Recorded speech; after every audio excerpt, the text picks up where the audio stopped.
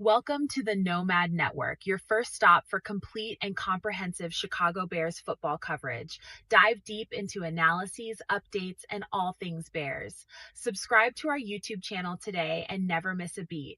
Thank you in advance for your support. We promise to bring you the best because together we're unstoppable. Go Bears!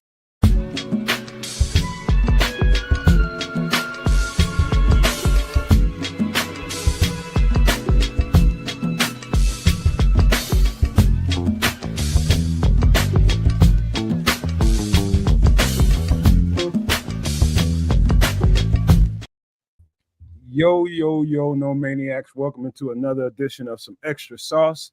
And tonight we got a real special show for you guys, man. We're going to have fun with this one. That's always a priority. Have a good time, man. Whenever we're doing this show, you see these thumbnails for Some Extra Sauce. Just know it's about Bears, of course, but also the priority number one is to have fun. And we got a special guest here for you today, a very special guest.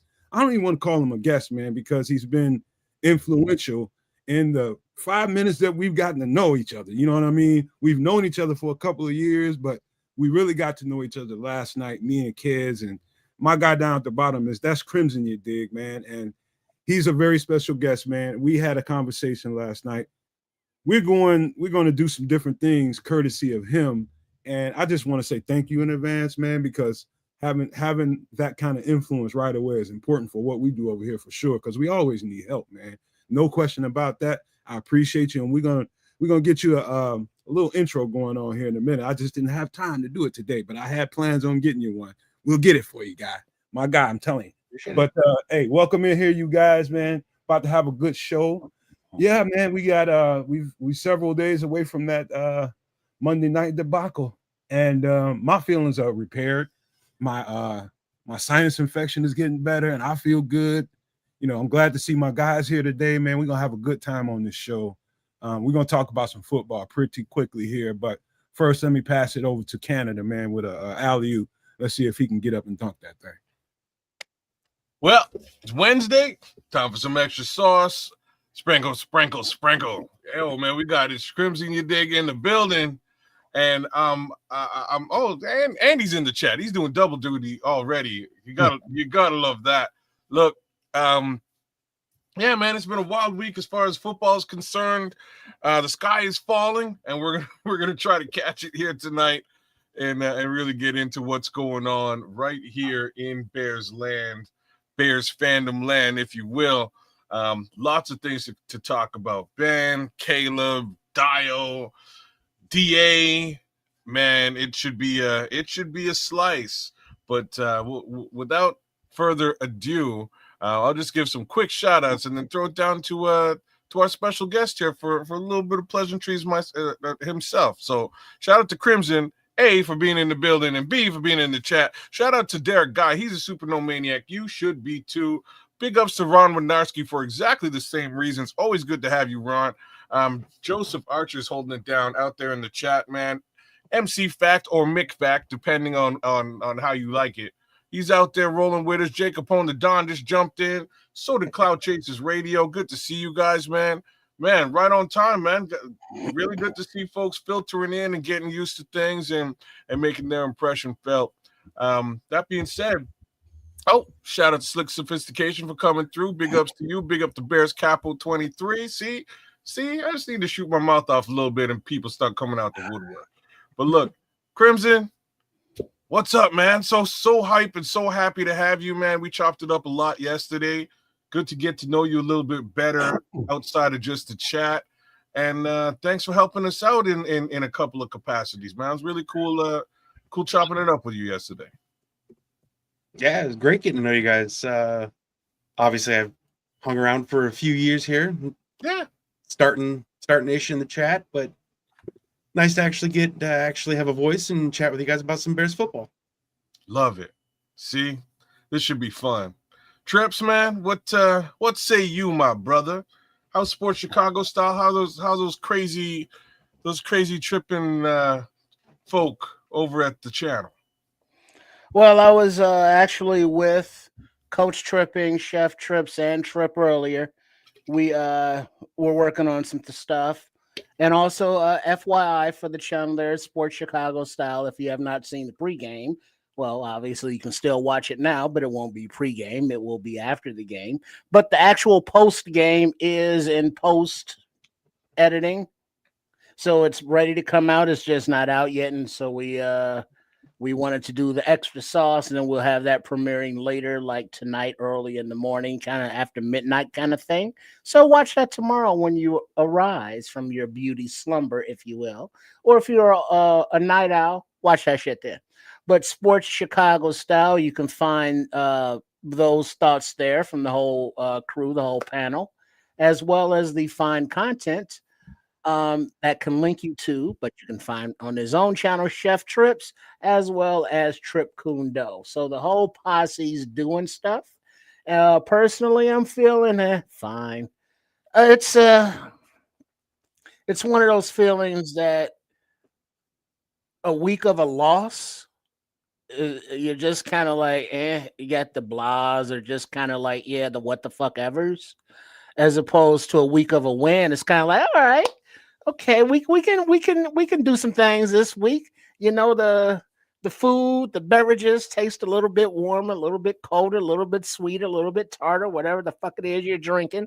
The food just tastes a little bit better, whatever it is the fuck you're eating. This week the food is just kind of like it's sustenance, whatever. But yeah, we got a long season to go. The only thing we know for sure is that this team is not going undefeated. Hey man, That's all we. Don't you know how to wait until we come back to you so you can tell your story? Well, no, but Say that's hi, how I'm feeling. hello. That's my story. I Supposed mean, to say, that's hello, how I'm motherfucker, feeling. how you doing? That's how I'm feeling. Though it's like I'm feeling kind of like man because we fucking lost. But if we won, I would be feeling like yay. And Ked, you're muted. I'm feeling sad and blue. I'm so 24 over hours. you because Ben Johnson has to teach the team to play. Oh, offensive line. Oh, go ahead, no man. All right, man. Listen, we got all night to get into some football stuff, and we shall in earnest. When I tell you earnest, I mean I got some stuff dialed up here. And having all these people here, we might have another special guest come through here tonight. I don't know if he hears the Bears conversation, get a little if he wants to have something to say, we'll get him into the fold. I will bow out, so I'll let these four tear it up, but we'll see. We'll get to get rid of you? That's awesome. Yeah, I got to go, man. There's too many people. 5, 6 people, man. That's a lot. That's a hell of a lot. That's awesome. MC Flex says, who was Trips? I have no problems with that. Hey, cut it out, Facts. All right. Shout out to the King just busted up in here, man. All right, man. Listen, you know how we do it, man. On every show, we always get human for a second before we get into football and other parts of life, man. Let me start with myself. Usually I'll wait and let Keds and Trips and I'll say this, man. So we're getting ready to fall into the fall. And my garden is starting to die off, man. And my favorite thing in this part of the year is the cucumbers, man. I love cucumbers, man. I'll eat cucumbers every day of my life, man. As long as they're there growing, I'll pick some and eat them. And I'm gonna be sad when I eat that last cucumber. There's a nice little drawer full of them in there now. My girlfriend, she had to hold me for a minute when she went out there and pulled those plants. So I'm upset about that. On top of what, I'm healed from what the Bears did this week. I'm okay with that. But my cucumbers, man, I can't deal with that shit, man. That's the worst thing to happen, man. And fucking cucumbers, man. But that's my life today, man. And pass it to the Canuck, man. How's your life? I got nothing for this. My life is got absolutely nothing going on but business. I am not a big fan of cucumbers whatsoever. I'll just put that out there as it is. You're alien, man. I'm just telling you. Me and cucumbers have a texture thing going on. I've only more recent. Yeah, I don't. Wait, hold up. Texture? Yeah, crispy, crunchy cucumbers. You don't like crispy and crunchy? I did not know. What? I'm telling you. What's wrong with you, man? I'm saying what's wrong. What's up with cucumbers? But at the same time, I also did not like pickles. I wasn't a big pickle guy either. But that's kind of grown on me. So pickles are all right. I'm with the pickle thing. me and cucumbers have. You know what? Like, it's funny I'm saying this though. Like, as of late, my taste in food has changed a little bit. But it's their guy calling you a cucumber head. So my taste in food has changed a little bit. I'm starting to. My wife's been like sneaking cucumbers into stuff, and I guess the reality is I'm just sick of A, picking them out of everything, and B, complaining about it. So now I just eat it and shut up, man. Zucchinis is different. I'll eat zucchini as required, It's man. like But somebody telling me they don't like water. What's wrong with you, man? well, water's awesome, and cucumbers aren't quite as awesome. Water's also like a universal necessity of life. I can live a long time without a cucumber. Man, my pops and my brother, I've never seen those two guys drink a glass of water in their whole lives. That's not good. Never once. Never once. That's Both of them died from organ failure, but well, there's that. Yeah, that might rest in peace of both of them, man. But damn, yeah, Nomaniacs, drink water, y'all. Drink lots water. of it too. Yeah, drink water, man. And that's one of those things that, again, in my older age, I've not only picked up, but I drink ginger ale now. That's like the only pop I drink. I drink it once in a blue moon, but I drink water. Like, y'all see me all the time. Like, this is all water, and I just killed one of these of water moments ago. So, like, water all day long. I drink water and coffee. It's all that I drink, man. But anything that comes from the earth, you got to be willing to. You got to be a willing participant. Like, there's one thing that from the earth that I just can't get around to, and that's a beet. I'll eat a radish, man. I'll eat a radish, but a beet, it comes straight from the dirt. But I don't like them, man. I don't like them, but I will eat one. Potatoes. What'd you say? So do potatoes. Yeah. It's a root. It's a root vegetable. You know what I mean? It's great. You know what I mean? But just the taste of it, man. Maybe because the first time I tasted one, it was out of a can or something. I don't know. Oh, yeah. Beets aren't yummy. Like, radishes are, and they look the same. You know what I mean? They look very similar, and it can be confusing. But the flavor profile is so different. Radishes are awesome. Beets just aren't quite anywhere near as awesome as radishes are. Well, I beg to differ because maybe not beets straight out of the dirt. You know, I don't know. But you process those joints with some the pickledness, the pickled beets in the jar. Oh, you put them in the jar. And when you pickle them, when you have to pickle them, you got to put them in a jar. And so they have what's in there, like the vinegar and all the stuff that does the pickling process. It makes it not sweet, but not tart, but a different flavor profile that's more just kind of, oh, damn, I can eat these out the jar. Or, so chop them up and put them on a top of a nice salad with some sunflower seeds, hard-boiled eggs, sliced onions, then throw some beets on there, maybe some shredded cheese. You know what I mean? And then if you partake with the croutons, throw some of them on there. So it's just a way of jazzing up some of that stuff that's straight out of the dirt. Because, I mean, potatoes, ain't nobody, eating a potato like an apple. You know what I mean? You got to cook that some kind of way. I can eat it like that. I can cut up some fries, thick. What about Young Trip, man? Young Trip looked like he just pulled that thing out the dirt.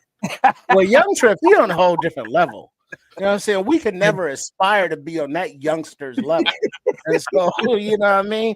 I need to like throw some grease on them French fries or some sour cream or some cheese or some ketchup or something after you cook it. Young Trip eating a whole ass potato, man. He just got it in his hand. Young Trip, you just pull out a rutabaga and start chewing on that son bitch. Look at him. The French call it apple of the earth. Le pomme de terre. See, Crimson knows a little bit of Francais, man. So we get into it and confuse the hell out of you Americans. Well, Young Trip knows what his wee is. Shit, when he got to go pee. He knows a little bit. That's why they call it pissin the pissin. And he's like, Derek Guy had that recipe, y'all. Derek Guy had that recipe. Those cucumbers, those raw onions, and some Italian dressing with some salt and pepper. That's that That's that. I'm on that time, Derek. I'm just telling you that. Yeah, Right that's a nice salad. You know, cut up those cucumbers. They're very watery. They're very, kind of bland in taste. That's why I need a little salt on them. And like the onions, nice crunch, nice little bitterness, and then a few like raw tomatoes. Throw some maybe some olives up in there. Throw some beets up in there. Just mix it up with just run it through the garden. Some So people I'm don't gonna eat give you a little olives. one up on your pickled beets thing. So get yourself some banana peppers, like pickled bananas peppers. All that. Love When those. you're done with the jar, just like you were saying before, because you were saying like when you're done with the pickle jar, you put shit in there. Do it with the pickled peppers, because now you get that heat. Now you get that spice. Trust me, you're gonna like Trip. You're gonna love it. I'm just putting it on your plate. I'll tell you this: I've not done it before, but I'm in the process of saving the juice. Yeah, because it takes more than one jar of empty either pickles and or peppers for enough juice to pickle eggs or beets or anything. So I'm in the process of combining, enough juice into those into like jars to do that. But that's definitely on the process. Holla at me, man. I got all the juice you need for all that kind. I got all that shit. Some people don't. What'd you say, Crimson? Use your pickle juice to brine chicken to fry it. Okay. Change your life. So I use that banana pepper juice, man. I use it in so much stuff. You would be surprised. And it just gives just a little extra, a little punch you in the face. Oh man, it's great.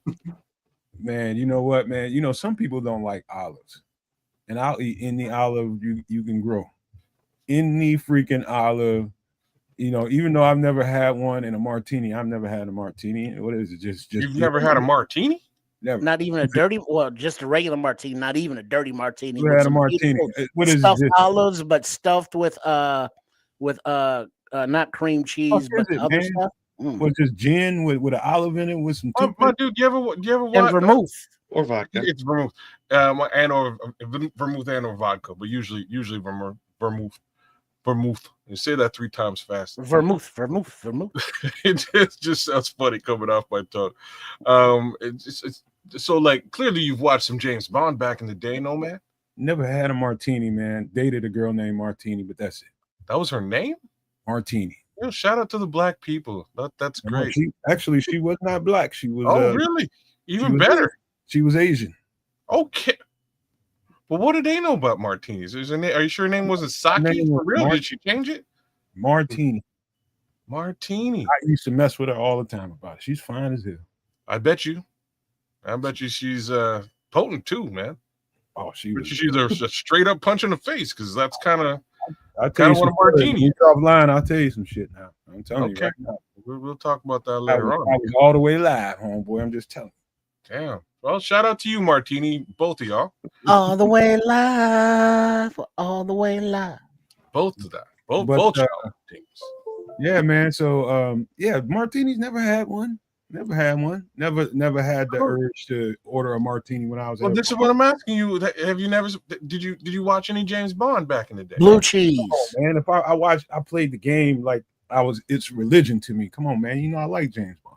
But did you watch the movies? Is what I'm asking. I haven't watched them all, like the most recent ones, but like the old stuff, I'm on the old ones. I got a classic movie channel, man. I watch that kind of shit all the time. Okay, all right. Just because like that's shaken, not stirred. Shaken, not stirred. Like clearly, I had to have a martini at some point. It was me walking into a gala event, and they had martinis all over, and I was like, damn, like this look a little fruity, but if James Bond can do it, I'm gonna do it. You know what I'm saying? So it was like, they'll get you towed down too, though. Real down, real talk.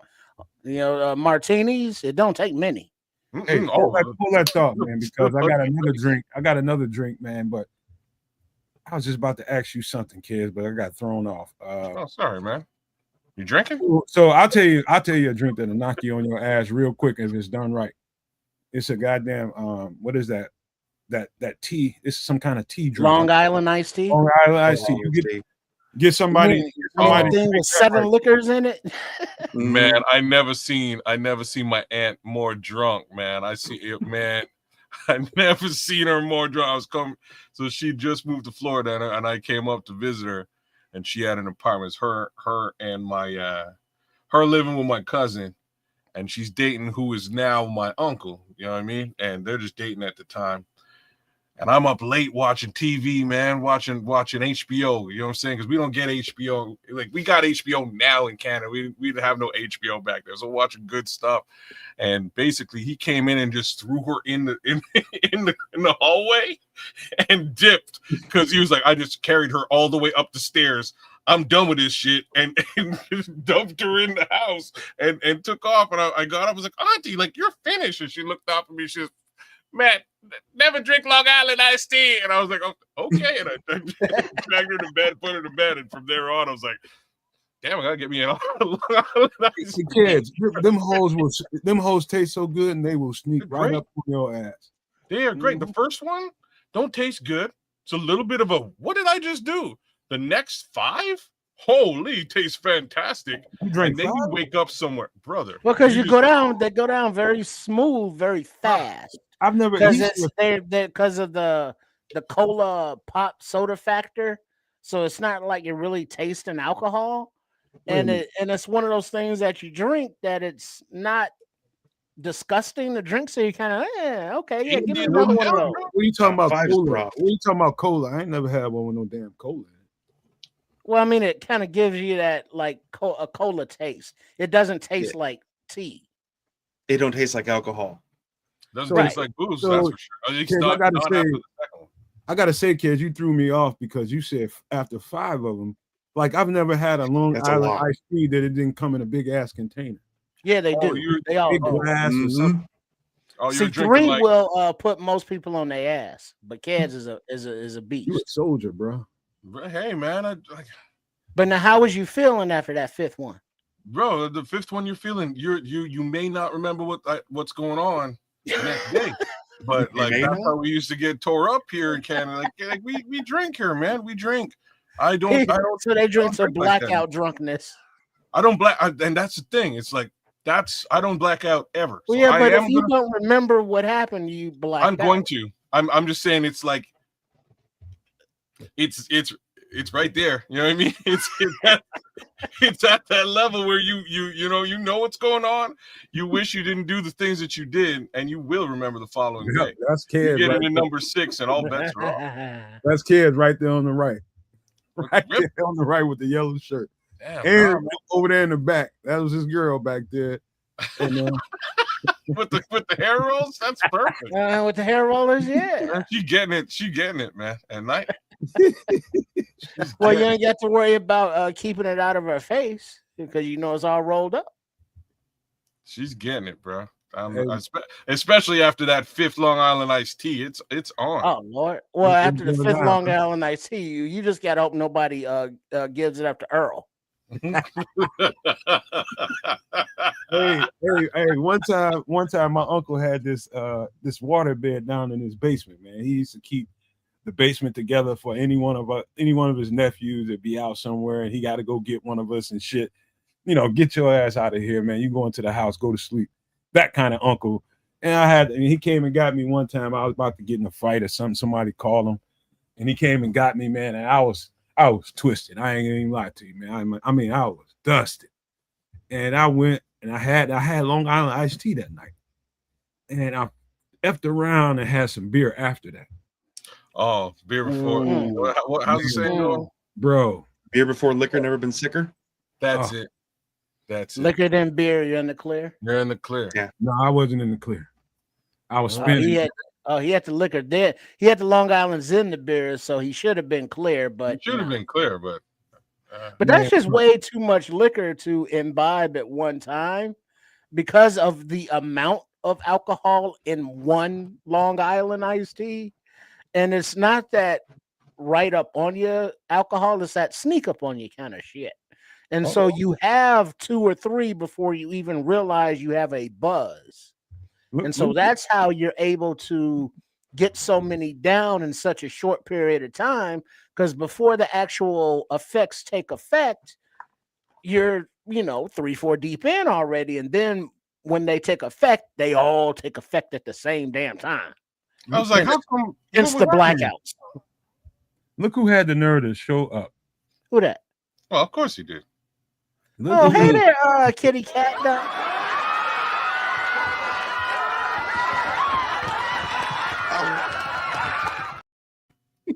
The lumps went down. Cat? The lumps went down. He's healed. He's ready to come in here and talk shit. You feel better, Don, man. You need it. Okay. He's okay. 72 hours to show however long it's been, man. But you need it all. Yeah. You need it all. Them lines without Ben kind of look like the lines without Ben. It's weird. And the thing is, a loss is a loss, and it's all bullshit. But at least we can say, hey, we shot ourselves in the foot. This Bears team lost the game. The Vikings did not win that game, whereas the Lions got their fucking asses kicked. So, I mean, we got that going for us. And Sunday, wait, don't the Bears play the Kitties on Sunday? Mm-hmm. Oh, sucky. Head to head. Let's see what's up. Sucky. Let's go. Here comes Don with his remedial ass with the misspells already. Kitty cat ass, motherfucker. All in caps. At least that's how we know which one is which, because they're like six. I don't know what was going on Sunday, man. There were like 6 different Dons. I couldn't keep track of who was who or what was going on, but nonetheless. Talking about our league. You a league, motherfucker. Y'all didn't even have a league. Y'all didn't even score. Talking about, man. Yeah. You're missing a couple of coordinators, man. I'm just gotta remind you, a couple coordinators running around the NFL. They used to be in Detroit, but hey, do they get any one of their 3 missing linemen back this week? Taylor Decker got hurt, didn't he? I don't think so. No, I think Taylor Decker got hurt. I don't know if he practiced or nothing, but you know what though? I think they grabbed the lineman. Actually, I think they picked him. I think they picked the lineman up. I probably gonna need him. Probably gonna need him. Dan's on the phone right now, begging Frank, please come back. All right, I'm retired. So so Don just triggered the Bears conversation. Let's get into it. Let's dive on into what people came here to talk about mostly. And that is, let me talk about this. So we released Trey Flowers from the practice squad and signed another Flowers, Dallas Flowers. Man, a lot of flowers going on in this show. A lot of flowers, man. People like bouquets and shit, man. Nothing wrong with that. Flowers. Nothing wrong with that, man. We gave away flowers. We now buying flowers. I wonder if we deliver flowers too. Hey, man, nothing wrong with my man here because I like flowers, man. You shut your mouth. Hey, man. All right. Okay. You bought them flowers. I like flowers. Out the garden and shit, so I guess. My girlfriend loves it, man. She get on my nerves with that shit, though. I ain't gonna lie. Really? I don't. I got it. Shout out to the wife, man, because she's. If I buy her flowers, she's like, "Why did you do that?" And yeah, I got one of them type of women too, kid. Yeah, okay, cool. It ain't got nothing to do with the intention. Shout outs, man, because she likes them and all, but it's like they're just gonna die. So get me a. It's true, like it's gonna die. So give me a plant, if you want to get me something, at least it'll live, and I can come back in maybe a like something longer than a week or two. And say, shit, look, remember what you bought me? It's right there. It's living. It's thriving. It's a thing. As opposed to, like, it's in a landfill. Hey, Kez, tell the truth. Before you did it, you did some shit, didn't you? Oh, before I bought flowers? Yeah, you did. If I did something, I know, man. I ride hard, bro. You a lie. You did something. No, man. If I'm no, this is like your birthday or like Valentine's or something like that. If I'm messed up, I ride hard, bro. You see, you ain't seen trips. Snap! You know what I'm saying? I'm gonna go out if I'm. When Keds ride hard, he's talking about he got the forehead that looked like glazed donut after he done paid his alms to the missus for his transgressions. Let's say. You should be doing those things anyway, but it shouldn't be no special. But you gotta keep that in the in reserve, man. We gotta get that We gotta get the Munson reel, man. That's really what we're missing here, man. You know what I'm talking about? Forget man, what movie is that? Kingpin. Kingpin. You gotta get that Kingpin drop, man. That's a perfect time for a Kingpin drop. You motherfuckers gonna get mad at me again because I ain't seen that one. What? Damn, brother. How you miss Bell? Like, you be ashamed of yourself, man. You can't be walking around Chicago and movies now. Y'all probably think I'm exaggerating. I know I've never seen that. I've seen it. It's always there. I can always watch it, but I never turn it on. You know about Ernie McCracken, bro? Come on now. I don't know nothing about it, man. Damn. Ernie McCracken's a G, man. And, man, that's man. One night, get gone with the little lady. Get y'all some edibles and put Kingpin on the DVD or whatever y'all. The movie when old boy's character is the dude. No, that's that's the Big Lebowski. Big Lebowski. Never seen that one either. Oh, that one you gotta watch. That's a phenomenal flick. White Russians and all that. You missed that. It's too funny. It's just funny. The dialogue is timed perfectly. He's spectacular in that film, man. He is. Everybody is. It's true. I've seen a million clips of it, but never. Those are like the two bowling movies, though. Those two movies are the bowling films, and man, like John Goodman in that movie is a bad MF, dog. Like he's a bad MF in such a character. He is. He's awesome in that movie, man. The only thing I can remember is that meme. There's a little clip that's everywhere. Is that dude sitting in somebody's office with a robe on? That's all I know. That's pretty. I think might have seen a clip of John Goodman looking like a loan shark or some shit. Oh, John Goodman, like it's all bowling, man. It's like gangster bowling. But anyways, you know what I mean? Like real talk, you gotta watch those two movies. You kind of have to watch. I have to say, Lebowski's a great film. It really is. Kingpin's not a great film. Kingpin is just a Bill Murray movie. And like I just have to say this. I think every Chicagoan should watch every Bill Murray movie, whether it's good or bad, just because. That's just my take on it. I'm not a Chicagoan. I'm a foreigner, but that's my take on it. Kids, last thing, movie and TV wise, before we get all the way into this bear stuff, I'll tell you something that is just me and my biases. When I seen the previews and the trailers of the show Fargo, I was just like, I ain't watching. It's too white for me. What the fuck? It's bro. I ain't watching it. And then I fucked around. That shit is really good. Holy smokes! It might be people in this chat right now that's never seen Fargo. Anything by that director, by the way, is who is he? So not Fargo the movie. Fargo the movie is just as good. But Fargo, don't you know? Don't you know? Like Fargo, the show is directed by a guy named Noah Hawley. So Noah Hawley directed Fargo. He also directed The Bates Motel. He also directed a Marvel property called Legion, which is one of my favorite. I'm a comic book buff. One of my favorite series over the last 15 years, man. It's about it's on the X-Men side of Marvel, and it's about Professor Xavier, who has got telepathic powers. I shouldn't have to explain this to y'all, but I'm just doing y'all a favor. His son is a schizophrenic. So just think about that for a second.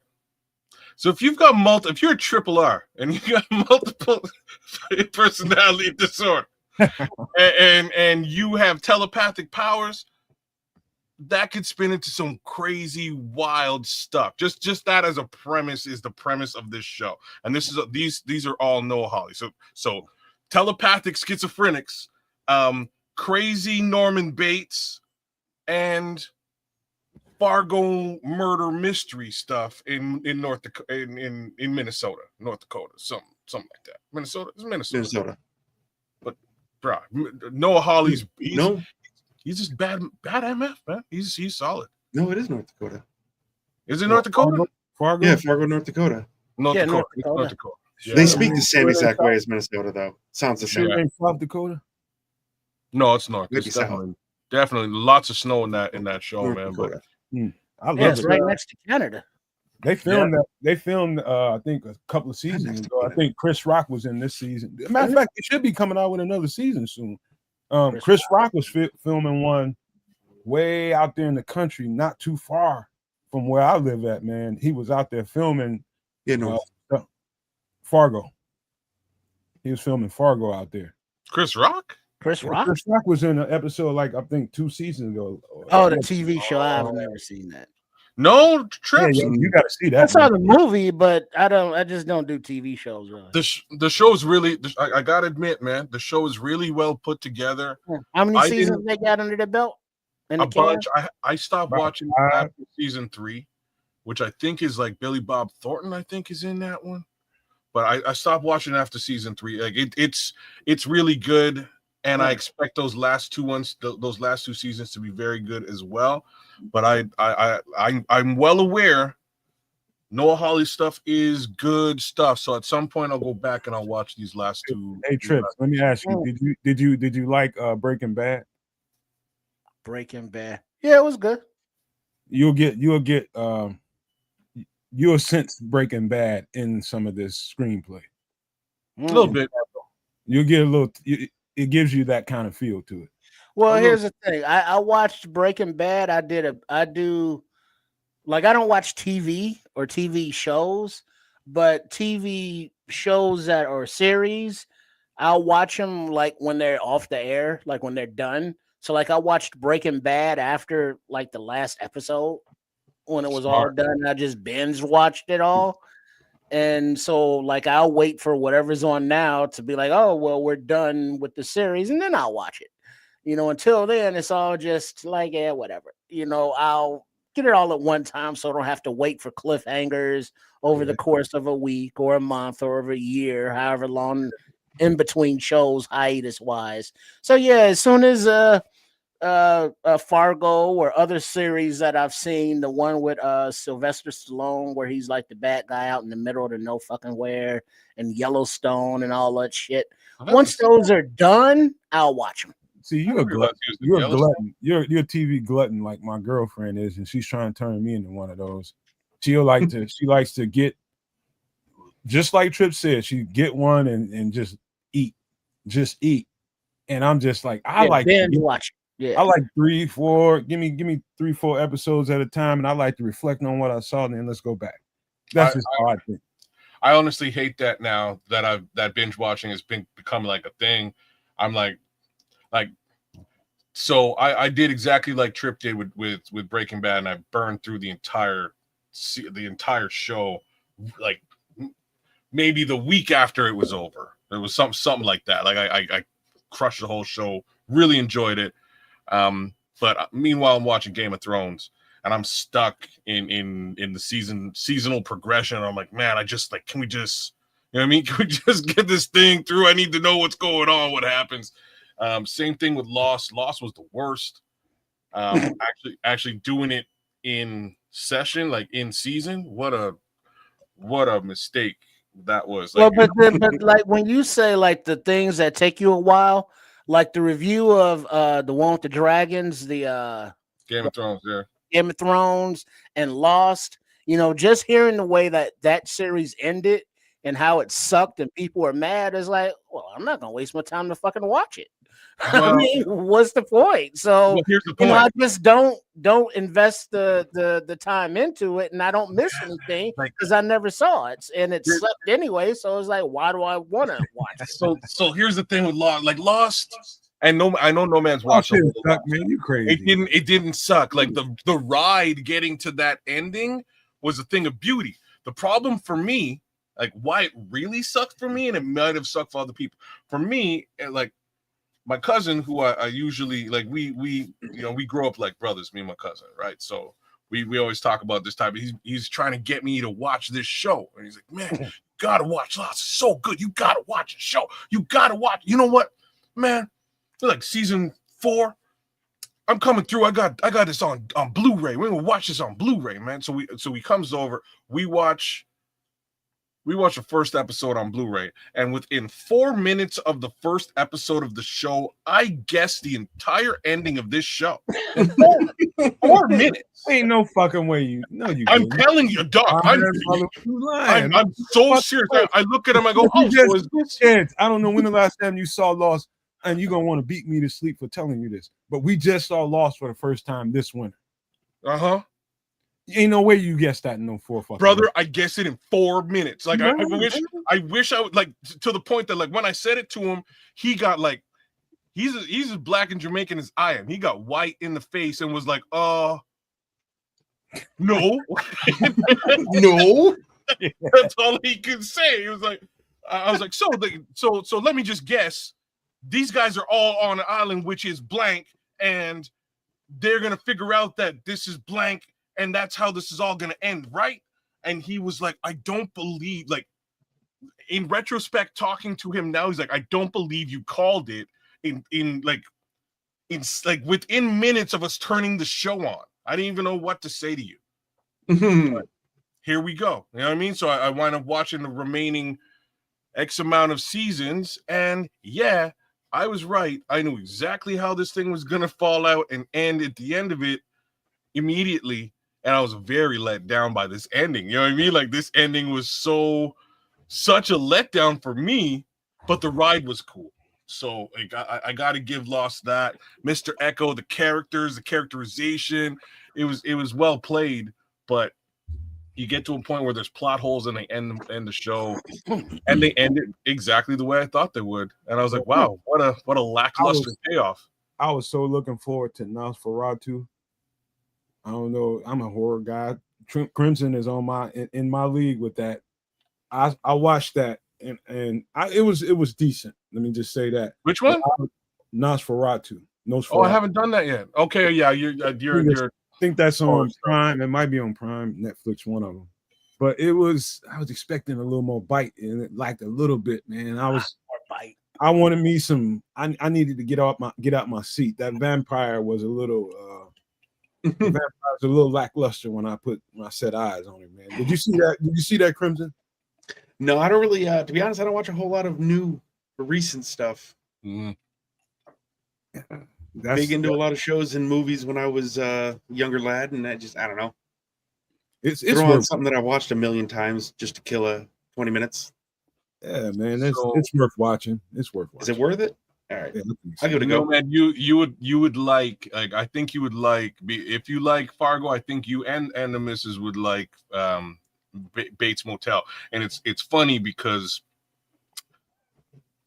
the wife and my daughter were watching it. They started watching it together, and I'm working on my computer, and they start watching the show. They're like, do you want to come sit with us and watch this show? And I'm like, nah. What up, D Nice? I'm like, nah, I don't really want to get into Bates Motel. Like, I've seen Psycho. I kind of know where this is going. I don't need to watch this. You know what I mean? You guys can watch it together if you want, but I know where this is going. I'm good. And as I'm sitting at my computer overhearing this for, like, they're binging it, and I'm like, wow, like they really went into left field, and it's making me mad because they're doing all kinds of other stuff. You know what I mean? Like, they're doing other stuff, and it becomes really cool, the way that they spin it and put it together. So, like I say, Noah Hawley is a very good director, especially of television. If you happen to come across some Noah Hawley stuff, be aware it's going to be pretty solid. It's going to be pretty. I can't recommend to you kids, Nomad, Crimson, and all the Nomaniacs and the Super Nomaniacs. Stay tuned to find out how to be both tiers and support the Nomad Network. But right here, these you remember the snack combos back in the day? Well, I got this big ass jar from Amazon of peanut butter filled pretzels. Brother, those are so good, bro. They're just little bite-sized joints, but they're filled with peanut butter. And if they was filled with cheese, it would be on. But these are very filling. They got different. You got your crunch, you got your soft, you got your peanut butter, you got your salty pretzel, and it's a very good snack, and it's not gonna make you a fat ass. Man, So you can munch on these while watching a movie and be like, "Oh dear," hold hands during the scary parts, over the bowl or the jar or whatever the fuck, and it'll be a romantic experience. Man, I got pretzels some at will make you Costco, fat. man. They're They will good. make you fat. It's bread. It's bread. Well, but you got to work it off after the movie. That's what People don't know how to eat nothing in proportion, man. They'll well, that's a them problem. Yeah, you motherfuckers will be eating that shit till it's dust on the bottom and salt. And be licking their fingers and shit. Can't be doing it. All right, man. Let's get to some football, man. And this went naturally, man. Once you start talking about movies and TV, man, that's gonna come out of everybody. We all indulge, man. So that's just how it goes, man. It is 45 minutes into the show. So thank you all for hanging out. Thank you all for being here. Hit that like button while you're here. Make sure you subscribe or you wouldn't be in here chatting. So if you're on the outside looking in and you want to come in here and have some of this conversation, just hit the subscribe button. That's totally free. Cost you nothing. But let's get into the football conversation. We just spoke about, they just added a guy to the practice squad. I think Derek Guy, no, it was Jay Capone that came in here and said, this is good news. He's like, Jalen Johnson was a full participant in practice today. And I think TJ was a limited one. Jay, you let me know if I got any of that wrong if you're still there. But that's really good news. I haven't seen the injury. Wait, what position is the new guy? Dallas is he's a corner or a DB. He probably played corner, safety, special teams, any of it. So this is what you're talking about here. So shout out to Just Another Year Chicago. TJ and Jalen were at practice today. I think they're in limited capacity. Brad Biggs gives us a little bit of that as well. But they're there. Jalen, to be clear, Jalen practiced full from what I understand. TJ was limited. So they held a walkthrough, not a full practice. He was listed. Yeah, you're right. He was listed as a full participant, and TJ Edwards was limited. So there you have that. They're hoping for both of them this coming week. What do y'all think? I think the backups played very well. That's something I wanted to highlight today. But it is nice knowing you got two of your main components back into the situation, because I do believe, and I'll stand by this when I say this, I do think Detroit is taking a serious step back. And I don't want to diminish who they are as a team. They're still a really good, that's pretty much a great team if you want to consider a great team in the NFL. It's a great team. That's just giving credit where credit is due. But they are taking a significant step back because of the play callers on both sides of the ball. They're missing a few solid pieces that they really need. The interior of their offensive line, the guard, and those guys are young and inexperienced, and we're going to talk about that a little bit later on. But having TJ back and having Jalen back is going to be a huge difference for what we can do to them. What do you guys think about that? Yeah, super important. I really wish we were at full capacity to have this past game. I feel like if we were at something closer to full capacity, we would be a winning team. We would have come out the other side, because at some point, and I'm not.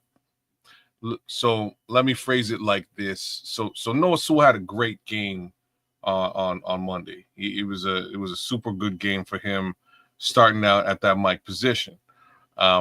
Little problem was at some point the Vikings kind of clued into his just simple inexperience at the position and started to target him, right? So it's probably beneficial to us if we get Tremaine back in his regular position and can start TJ and do a little bit of rotation in that regard. The downside to me is that unfortunately we won't see Noah's impact, next week quite as large as we did this week. But I thought he had a great game, man. They just figured a way to expose him in the passing game. What say you? What do you think about that, Crimson?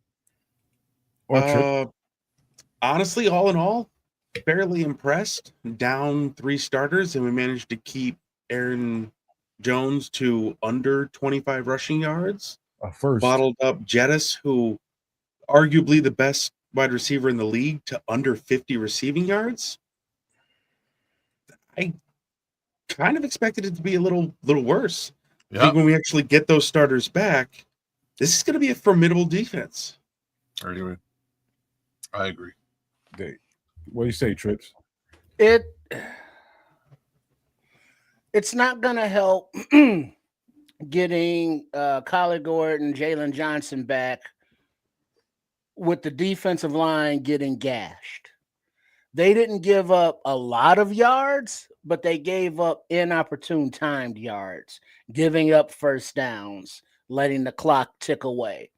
They were not, I don't know that the secondary made a huge difference. I mean, sure, Nashawn Wright got that PI call, but he made up for it, quote unquote, with the pick six.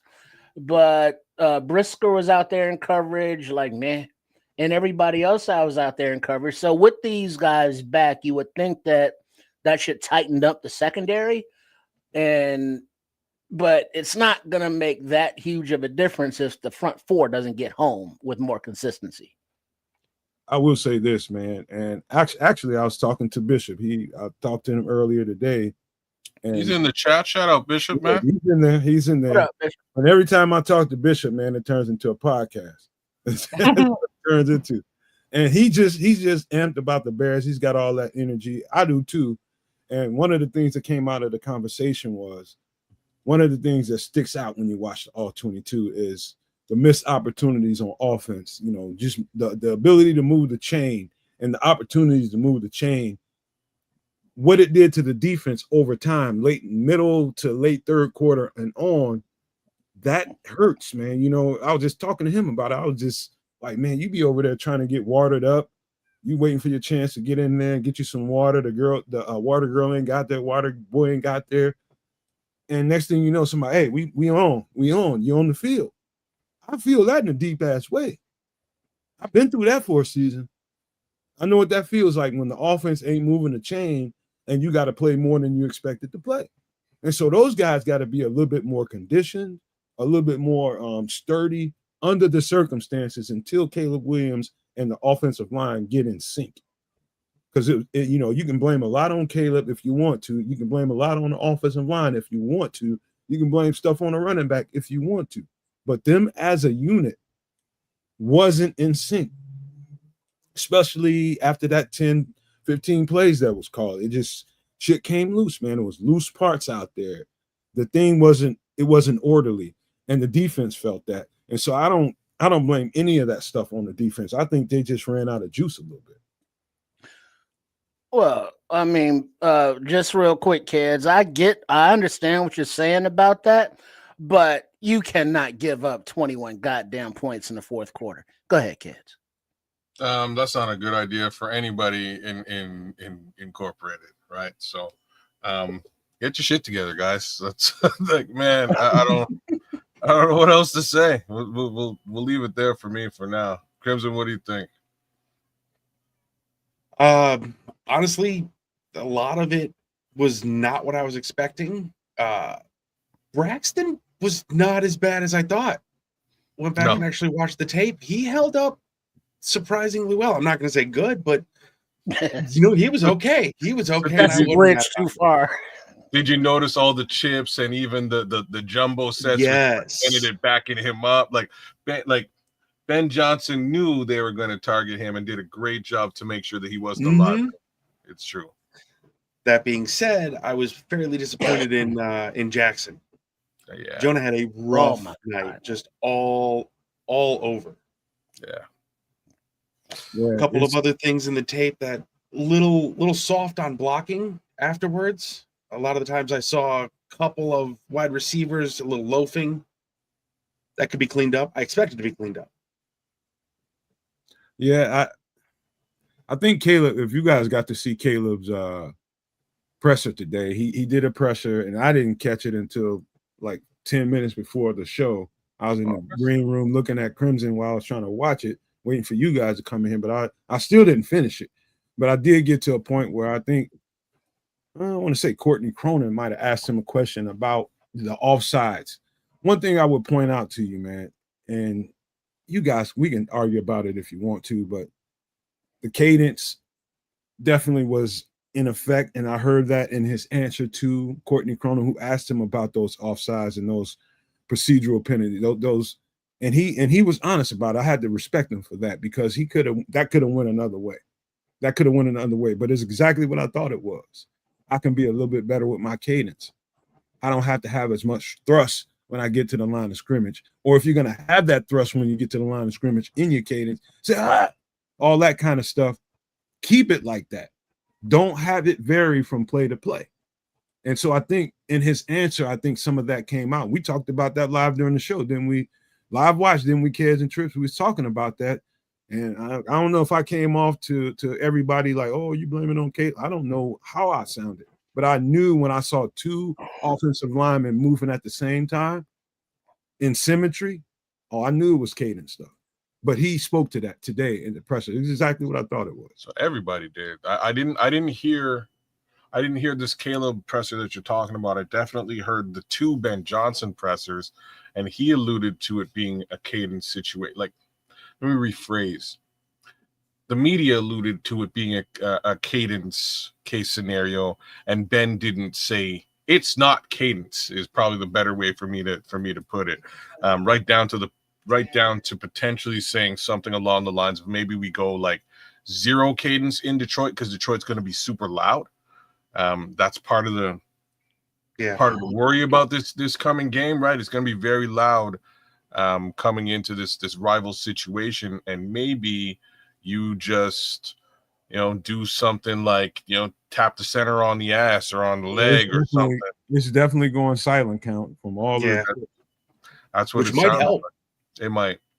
That narrows it down to nobody moves until the ball is snapped. Nobody get hurt. Nobody move. Nobody get hurt. It puts you at a disadvantage a little bit, because the cadence is your friend when you're the offense, because you know the cadence, the defense doesn't, which gives you the advantage to get off the ball first. So you get the surge and you get the push. But when there's no advantage in the silent cadence, unless they can come up with some crafty way to do it, I've never seen anybody run silent cadence and be dominant up front. So okay. So I'm just gonna say this out loud, and I want to touch on something that D Nice is saying in the chat too. So remember that time that Chicago Bears offense used cadence as a weapon? Yeah. No. Thank you, Triple R, because I've never seen it in Chicago ever. I've seen it in every. Lovey was here. They did it. With who? With who? Jay Cutler? Oh, I seen. What's his name? Number 8, Grossman. Oh, Grossman and Olin Kreutz was really good getting off that ball. I'm telling you, some of that yardage that Thomas Brown got was largely due to Grossman and Olin Kreutz being in sync, and having Olin was the leader of that line, and they got off the ball as well as Olin did because they were on point with him. Okay. And so I'm telling you, they were really good. Man, they used to eat people up on the ground. Well, but then Olin is also a center that has a gold jacket. He is. You know but since then, it's not a weapon to the point that Keds was alluding to, that other teams' offenses has utilized that we haven't been able to, because we can't have nice things. We just can't have nice things. We can't. But the thing that I've noticed, of course, there's the cadence issue. There's the footwork issue with pressure in his face. And there's not the escaping of the pocket, but just navigating the pocket to find the correct throwing lane. And not even going into the anticipatory throws or reading the defense or pre-snap reads. But anything, it seems as though that it's like, hey, Caleb can improve this on his game. You get that, hey, fuck you. How dare you bring that up when the defense is giving up, this, when the offensive line is this, when the run game isn't this. And it's like, dude, okay, I understand. Yeah, all of those are issues. Mm-hmm. But categorically, as a quarterback, as a person, as a individual player, there are things that Mr. Williams needs to work on to get better at. Well, thank But you. pointing that You stuff get this. out seems to be like you're just being negative. And it's like, what's that all about? We're gonna break it down from top to bottom, Trips. You jumped time a little bit, but I don't blame you because everybody's got that. Everybody's getting that right now. You know, depending on who you are and what you say, you know, you will get some feedback. It's just like that's just ridiculous to me. You know, I regularly shake my head at people who I'm telling you, we talking to an audience that either you want to be somewhere where people want to speak to your virtue or you don't. You know, if you want to be somewhere that's absolutely telling you the truth and the accuracy on this channel, I'm proud as shit of. We're very, very accurate. And sometimes the conversation ain't going to lead to what exactly you want to hear. Either you want to be freaking stroked below the waist or you want to hear the truth. Either one, you will let us know by the way you respond because all we do is throw balls and strikes over here. And so to that point, let's get the ugly out the way first. Let's go and get that out the way. And one of the things that seems to be a commonality in what I've been hearing talking about not Dennis Allen, but Caleb Williams in connection with Ben Johnson and some of the stuff that I'm hearing around it. I'm listening to Caleb talk, and it seems like the volume, and when I say volume, I just want you guys to know I have experience with the West Coast offense. I played in it. I wasn't on offense, but I've seen this how it is, and it's a lot to take in. I've been saying that for I don't know how long, but I think people are starting to realize that volume and where he is at learning it is in two different places. I think that doesn't mean the end of the world, but that means he's got a long way to go. If nothing else, he's got a long way to go, and I understand why because I've seen it. The volume of it. I'm talking about the amount of information you have in your head next to getting to a huddle, making sure you said it the right way, getting out of that huddle and getting to the line of scrimmage on time to be able to read a defense and making sure that your cadence is right to get this playoff.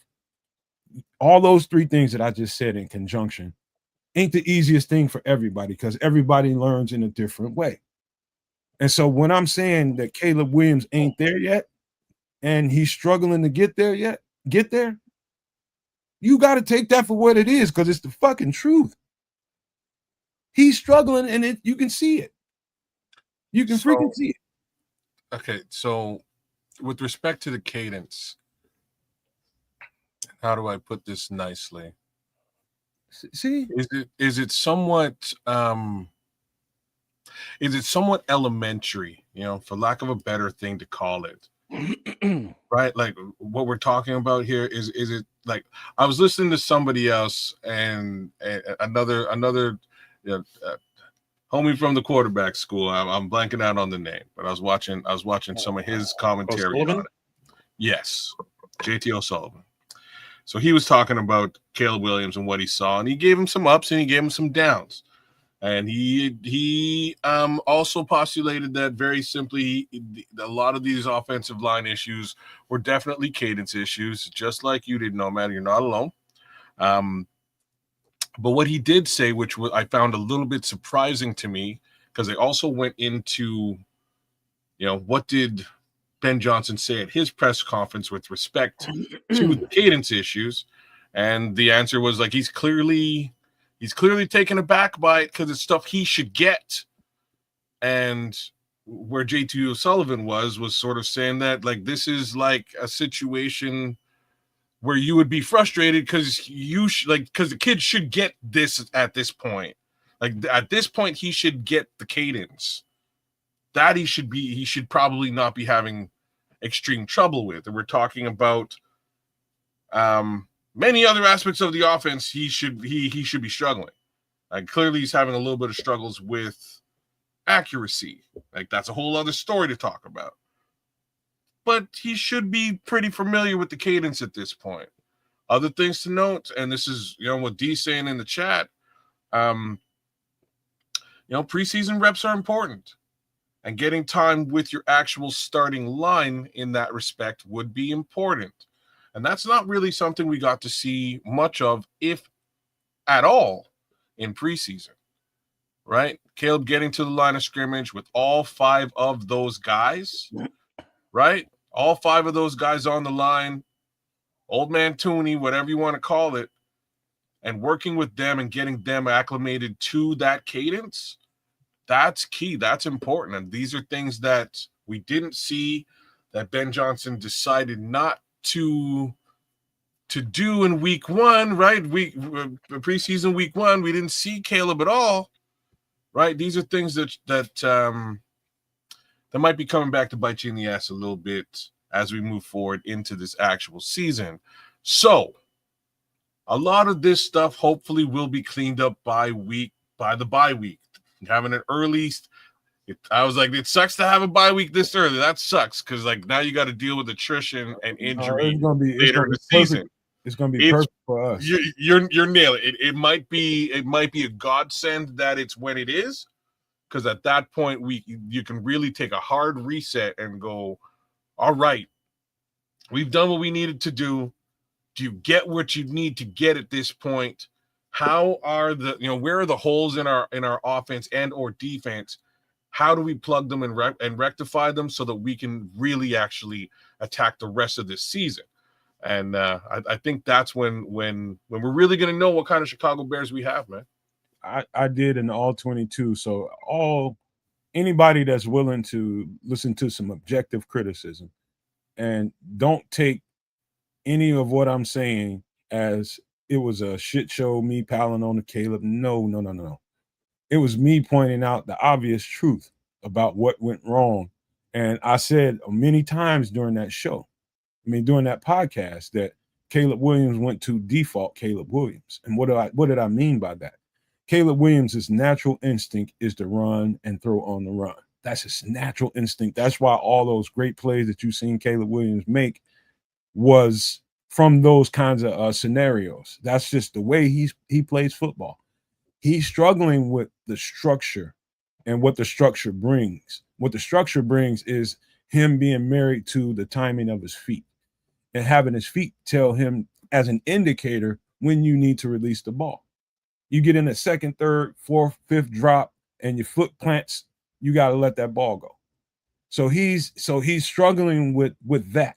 What I mean when I say default Caleb Williams is he's going to naturally go to those instincts for a while until he gets to where he's comfortable and he trusts his feet. He trusts the rhythm of the offense to do what it needs to do. And so, until we get there, expect to see some struggle. That's all I was pointing out in there. There's certain things that I pointed out on that film that I was just like, ain't no way you're supposed to miss this. Because it ain't no way you're supposed to miss it. You got to trust your feet. And it's going to come down to a point where either Caleb Williams completely 100% wholeheartedly trusts this thing and he's sold on it and breaks those bad habits, or not. Well, that's where we at. That's just the truth. That's what you're going to see in that all 22, but it's a hell of a breakdown. No, and I'm in full agreement with it, like exactly what you're saying. My worry is the or not prospective. You know what I mean? Like if that's where we wind up.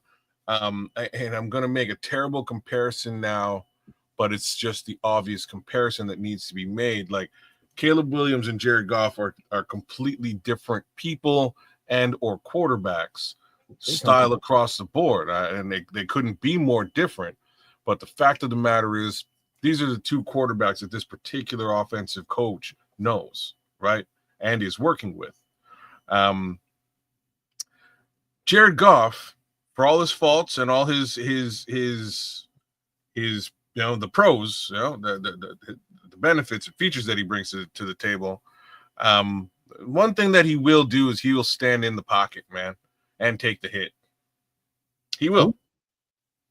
Jared Goff. Oh yeah. He will stand in the pocket. He will climb up. He'll take the hit and deliver the pass accurately. And that's something that I think Caleb Williams just has to just get a little bit more it's not used to, but just have a little bit less fear of having his block knocked off. spoke to that in the video too, kids. Sometimes you got to take that shot in the mouth.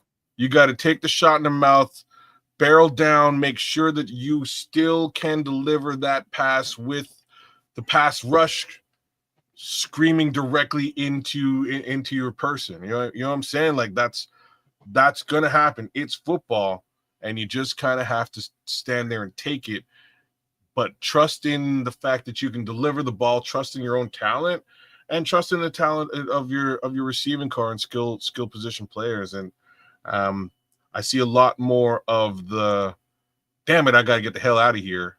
You know what I mean? And as opposed to, damn it, I'm just going to get the ball to my guy.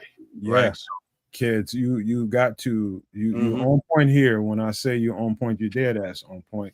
In that video, I talked about that. And I don't know any great quarterback that didn't leave the game with a busted chin at least once. You got but then it's also D Nice is in the chat. Not Demon Dice D Nice, but Darius Lockhart D Nice. It's two of those. Okay, whatever. But he's running because he has to. He's never had a great O-line, and he has to learn to trust the guys up front. Yeah. And that's exact, because the protection on this offensive line historically in his tenure has sucked. It sucked for the guy before him too. Not this time.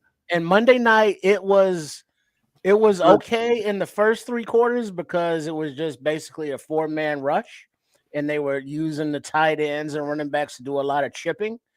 But once Flores started sending the pressure, and the stunts more, and now we saw the Dahlman get his shit pushed in, Braxton Jones getting pushed back, but okay. But then Jackson, that was horrible. But point being, when there is an O-line, he doesn't trust it because it hasn't been there to trust. So it's going to have to, the line's going to have to be there for him to develop that trust and keep his eyes downfield and not at the rush that's coming to him. And then he can learn that it's not always about escaping and getting to the perimeter. He can just take a slide step, half a step to your right. Now you're in a nice clean pocket and can step into your throws. But that is a learning process. Yeah. That's not something that he has learned in college or thus far in the pros. So that's something else added to his plate. But that's the business. That's the job. That's part of the requirements. One of the things I will say to you, man, in that video, we were working on looking at Caleb and what went wrong with him. And I was trying to look at some of the offensive line, the structure of it. And, if I had to do a count as to how often that offensive line provided for him, I'd say about 65 to 70% of the time it was, maybe even more, maybe about 75% of the time it was nice pockets. And he just didn't trust the rhythm of the offense, man. It was like right now, I mean, the interior of the offensive line, if you want to break it down and say what actually happened on the tape, if you want to point out some guys, man, Darnell Wright and freaking Braxton Jones was stellar. It was the interior of the offensive line that struggled. I'm talking about Norman, I'm talking about Tooney, I'm talking about Jonah Jackson. From time to time, each one of them, awesome. From time to time, each one of them individually had a struggle or two, and it cost the whole structure of the offensive set. And what I'm saying, in totality, if you had to tally it all up, I'm telling you, 70 to 75% of the time, the stuff was there. It's just his instinct sometimes. It was just there was some really nice looking pockets at times, really nice. But do you think that this? Oh, sorry. Do you think that this staff will improve all of that? Do you think that they'll work to fix all that? Yes, that's the job. I think that they can. I know that they can. I know that. They somebody just mentioned it in chat just not too long ago. They're still getting used to playing with each other, so that's going to get better. And this is where those preseason reps again kind of come into the conversation one more time. You put those guys together and you get him a little bit more confidence behind them in actual game situations. And that's the key here, right? Like, practice is one thing, But in actual game situation, it's a bit of a different situation. Well, this is only one. This is it. I mean, this is the first MVP game. So, JD5. yeah. I don't know, man. I don't know how long. I don't know. Hey kids, I'll tell you something that, and you're gonna hate to hear it because it's the Packers. If you want to look at what a consistent offensive line looks like, I'm talking about in their pass pro. The pockets that they created for Jordan Love to be comfortable in, he didn't flinch back there. That's because he's sure about his protection. Those guys have played together. They know what they're doing. These guys are going to get to that point. This is why you sit a quarterback, man. Like, it just things.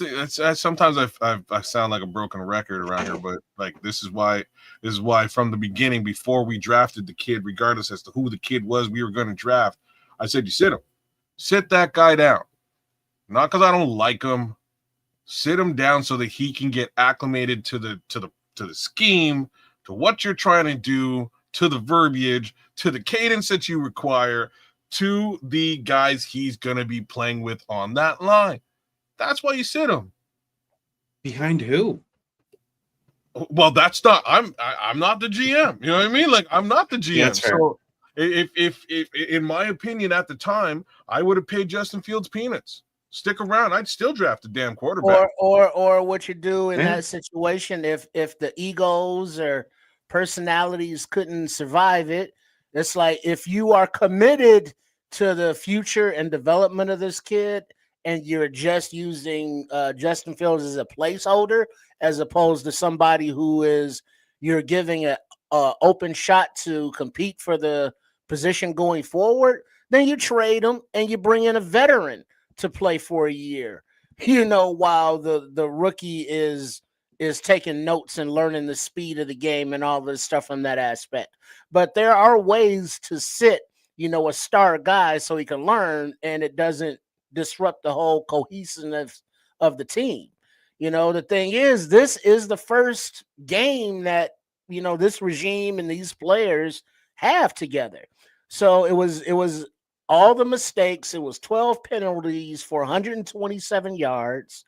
It was, it was a few missed tackles here, a few missed blocks there, a few missed passes there, drops there, whatever. Everybody has their finger in the pie of this shit, including the coaching staff on both sides of the ball.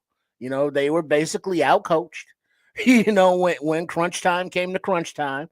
So it's a lot to put together, but it's the first game of this regime, and he lost by 3 points. So you Against the 15-win get rid of some of those mistakes. You're not far from winning, is my point. You were competing, but you just gotta do a complete game.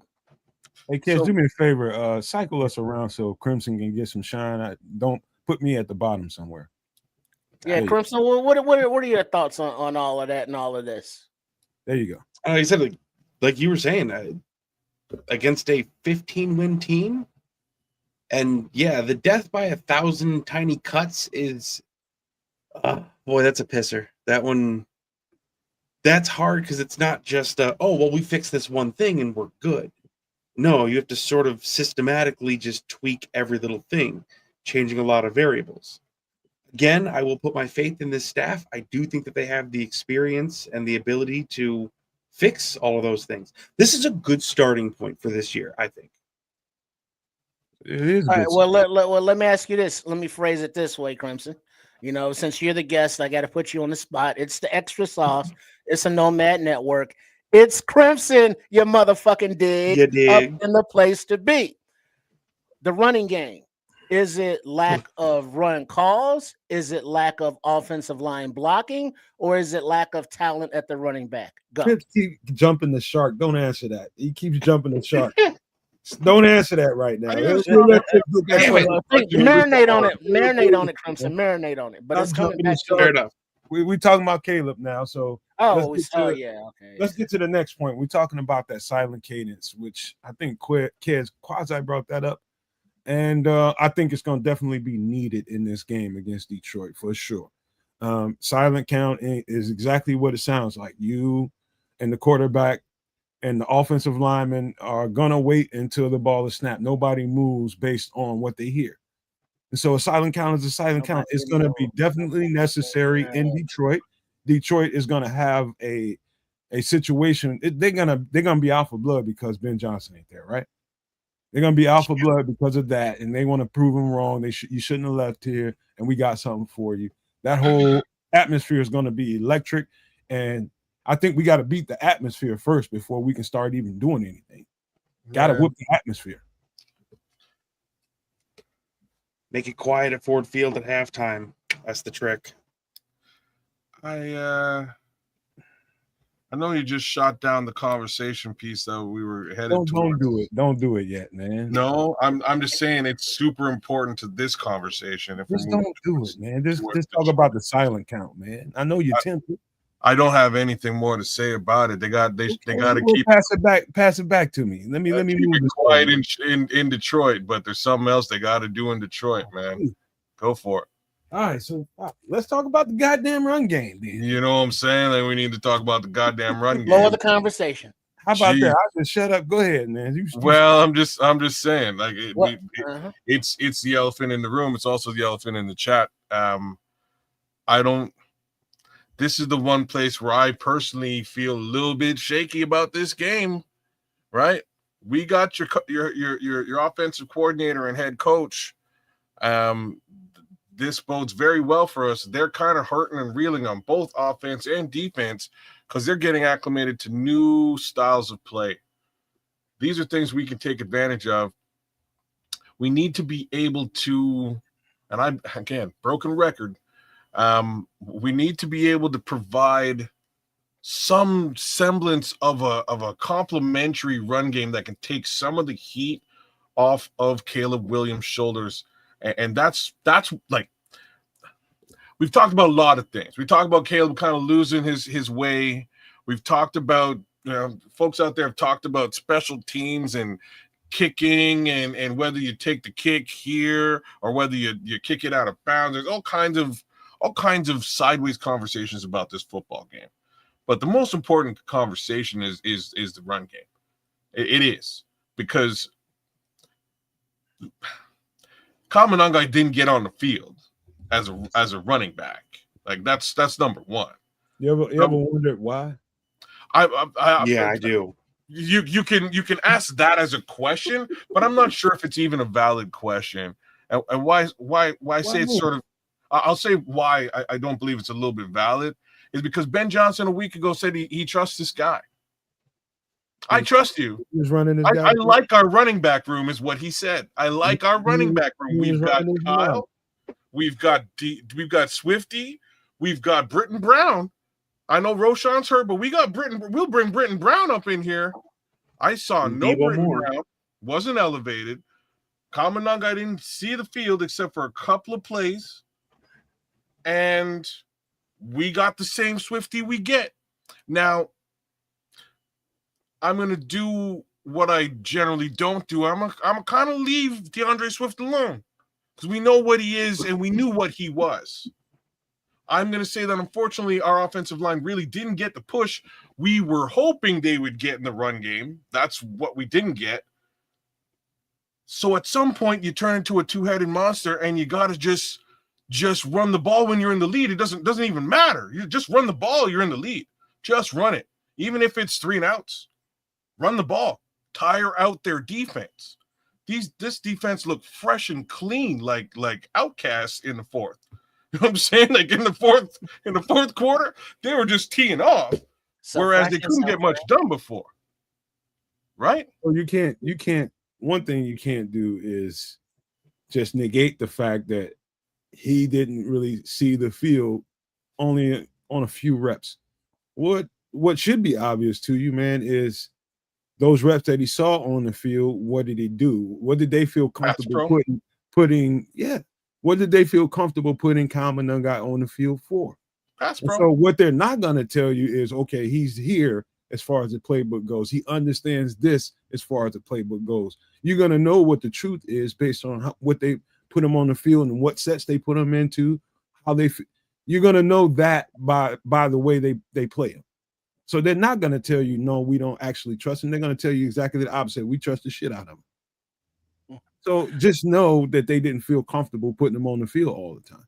You're bang on, man. And I was being a little bit facetious by saying it's somewhat invalid, but the reality is sometimes you get the message without saying the message, right? So they did come out and say that they're super, that he's won their trust, but then they didn't trust him to do the job, which speaks a different thing altogether. Well, they didn't call a lot of runs at all, but you've been marinating down there, Crimson. So the running game, the three aspects, the calling of it, the running of it, and the blocking of it. What your thoughts? Firstly, it's going to be tough to consistently call a play that's just not working. I'm pretty sure everybody here knows my opinion on Swift. I don't think that he's it. A big issue that I have with it is I don't understand how Ben Johnson went from a Sonic and Knuckles situation where he was using multiple running backs to using only one person in the running back room. Like only one running back actually got a rushing attempt. DJ Moore, our wide receiver, getting 3, while Munungai gets 0. I know Ben said that he trusts him, but actions speak louder than words. That makes me a little bit nervous. I think that if we do not get the run game going, this is gonna be it's gonna be rough. Meanwhile, taking a lot of plays away. That's probably exactly where it is, Crimson. Just the way you described it. It's okay. The volume, the same goes for Caleb Williams. The same goes for every receiver, tight end, offensive lineman. How much can you retain? All this offense is about retain. And when you retain the information, what does it look like on the field? That kind of thing is, we look right past it like it's okay. You should be ready to get out on the field. I want to see the results, but people don't understand how it's more to it than that, man. It's just everybody's learning curve is different, man. I'll just tell you that. Mm-hmm. Everybody's learning curve is different. That doesn't mean somebody is not smart or somebody is smart. That has nothing to do with it. Who retains what, how they retain it, how much information they retain has nothing to do with intelligence. It's about either you can retain it at this pace or you can't. That's all it is. And so I've heard all kinds of stuff about Caleb Williams must be slow or this, all that kind of shit is crazy. That's no measure of intelligence, man. It's just retention. That's all it is. So I think what we're seeing in this running back conversation is who is retaining information and who do we trust to put out there and run these plays effectively. That's what I think we're seeing. Well, there's a question from the chat. Well, not a question, it's a comment actually. ATF all times flat, aka Chief Copperfoot. Right on. I don't like that DJ out of the backfield.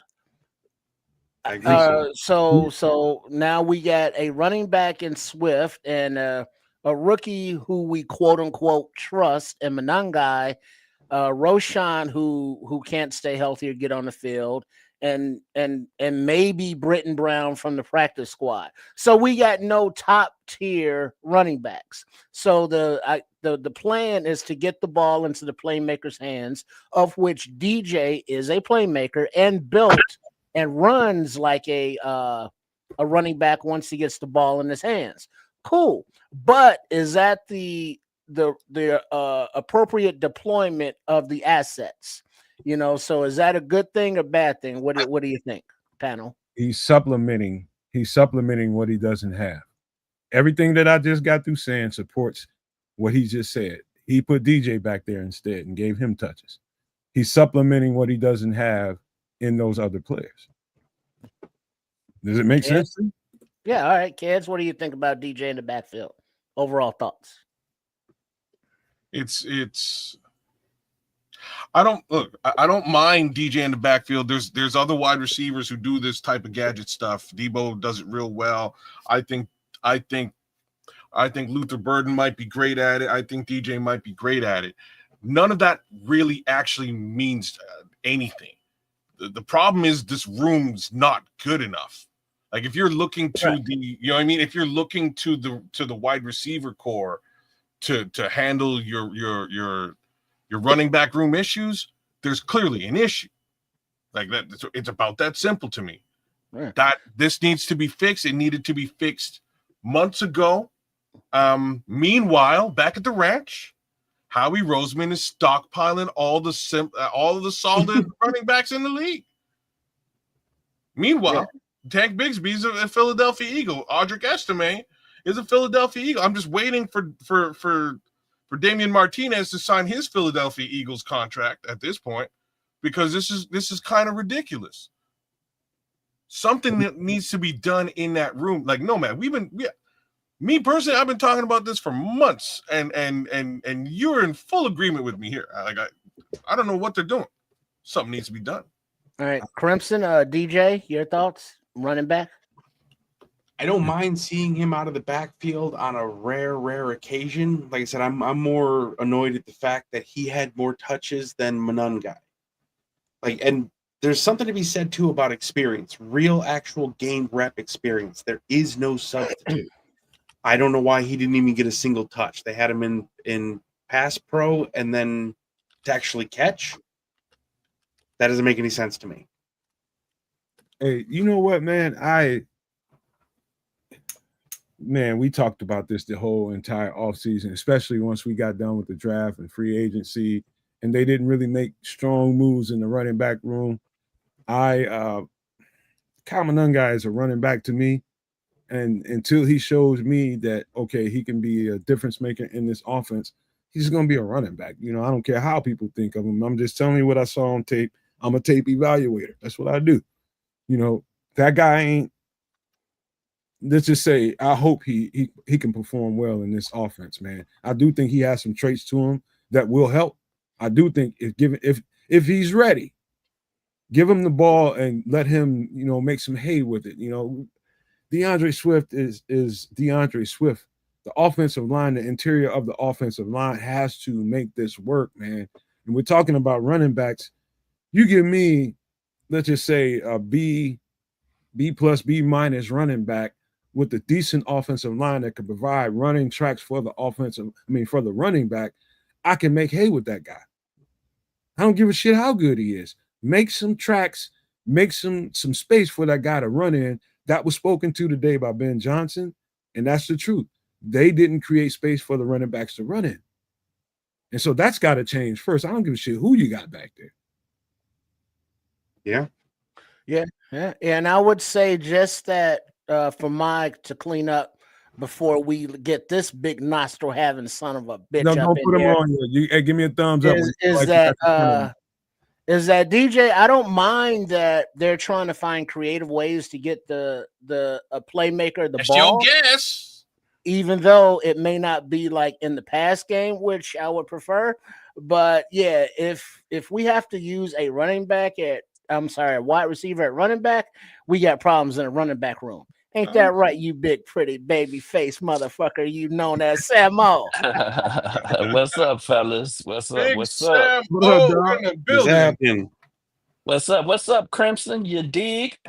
What's going on? Nice meeting you too, brother. What's going on, boy? What's up, man? I'm trying to make sense of all of it too, like you guys, man. Still licking my wounds. What you thinking about what we talking about? What you think? I just jumped in, man, a few minutes ago, so I just started listening. But as far as the Caleb issues, man, it's all his mechanics, of course. It's on Caleb. All of the missed throws and it's just poor mechanics. We did an all 22 last night where I was watching, and he's just not getting his feet planted on those throws. I heard you talk about the pressure up the middle being an issue for him a little bit, and it was Javon Hargraves and what's the other one that came from Washington? Jonathan Allen. Yeah, they gave us fits. The defensive ends didn't hurt us much, but they were putting a lot of pressure up the middle. But Caleb had enough time to make a decision, and he did leave some opportunities out there on the field. Running game was just not there, man. I don't know what happened with. We didn't even try to establish a running game, so I put that on Ben. I definitely put that on Ben. We didn't really try to establish a running game at all, and DJ Moore.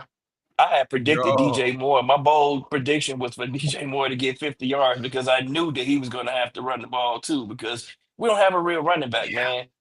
I like that. I like Swift a lot as a complimentary running back, but we need that bell cow back, someone who can get those tough yards. And right now, we just don't have that guy on the roster. man, I'd love to send Foster Covers a link right now. It'd be a full-on reunion, man. The Four Horsemen are back at it, baby. Four Horsemen are you put him on, I gotta get out. If you want to send him a link, if you want to come on here, let's. Foster, you want to jump on, Foster? You let me know. I'll send you a link. I'll get out so everybody can have at it, man. I think I'll find. I don't know if I got Foster on Twitter. I must have Foster on Twitter. I don't have that much of a problem with Jonah Jackson. I think the cadence stuff kind of contributed to all of the. It did. That's what I think it is, Ron C. Yep. That's what I read today too. Well, all right, cadence I can understand. You're getting off the ball a little late. Maybe you're identifying and picking up your assigned blocker a little late. But they have not practiced together as an offensive line. First of all, because who's going to start at left tackle? We're going to have that sweepstakes till right before the season starts. And then Dahlman has been pretty much out all preseason. Don't know if he was hurt or not, but Tooney's been out with the veteran kind of days off, and Jackson has been nursing injury. Jackson looks like shit though, bro. And too many times Dahlman got pushed straight back. Now, granted, they're going up against Allen and some good competition, but it's like they held up enough. But going forward, it's like, well, all right, hopefully they'll get stronger, physically to be able to hold up and not get pushed straight back into the quarterback. But also just the communication along the line of is like, we're going to pick up this stunt. You're going to slide that way. I'm going to take this guy because there was way too many. Oh, I had that guy that's going by me running right to our quarterback right now. There's just way too much of that going on in offensive line, and I expected more out of a Dan Rochard coach group. I tried to tell y'all, man. Any offensive line, any good one worth their salt takes time to get that gel, man. And you don't. I didn't expect it to be like A1 right away. I expected to be some hiccups there, and I saw them. And they were there and obvious, man. And most of it was like I said, anytime you see one or more offensive linemen jumping at the same time, more than one rather, jumping at the same time. They were in sync when they jumped. I knew it was cadence. Right then and there, I knew it was cadence. Because you don't two guys at the same time don't jump unless it's something different about the way he's calling that play out. Yep. But throughout it all, man, I mean, we had the offensive line issues. I thought special teams have been atrocious since the preseason. I called them out, man. They just haven't been good. Poor coverage, block punt. What else? Missed field goal. Failed attempt to for the touchback. Why do I feel like Foster Covers is banging a redhead right now? Motherfucking Foster. Right. Doing a side job in Ireland. Yeah. Defensive issues. You should have said I'm doing the Irish job right now. So he working something right now. Well, let me ask you this, Samuel, on the offensive line with the issues that we spoke about. All right, and the gelling that Nomad talk about, okay, so they'll get more cohesion and more, okay, we know what to do. But what you saw, with Jackson and Dahlman specifically, with their individual reps as well as their supposed double team reps and handing off of the rushers, is that a gel thing or do you think that Jackson lost that job with the Rams because of a play thing? I don't know, man. To be honest, Jonah Jackson played terrible, man. He wasn't blocking anything. He was getting pushed back, man. He was missing assignments. So I don't know what it was with Jonah Jackson for him to just be so bad in this game. Hopefully he rebounds the next game.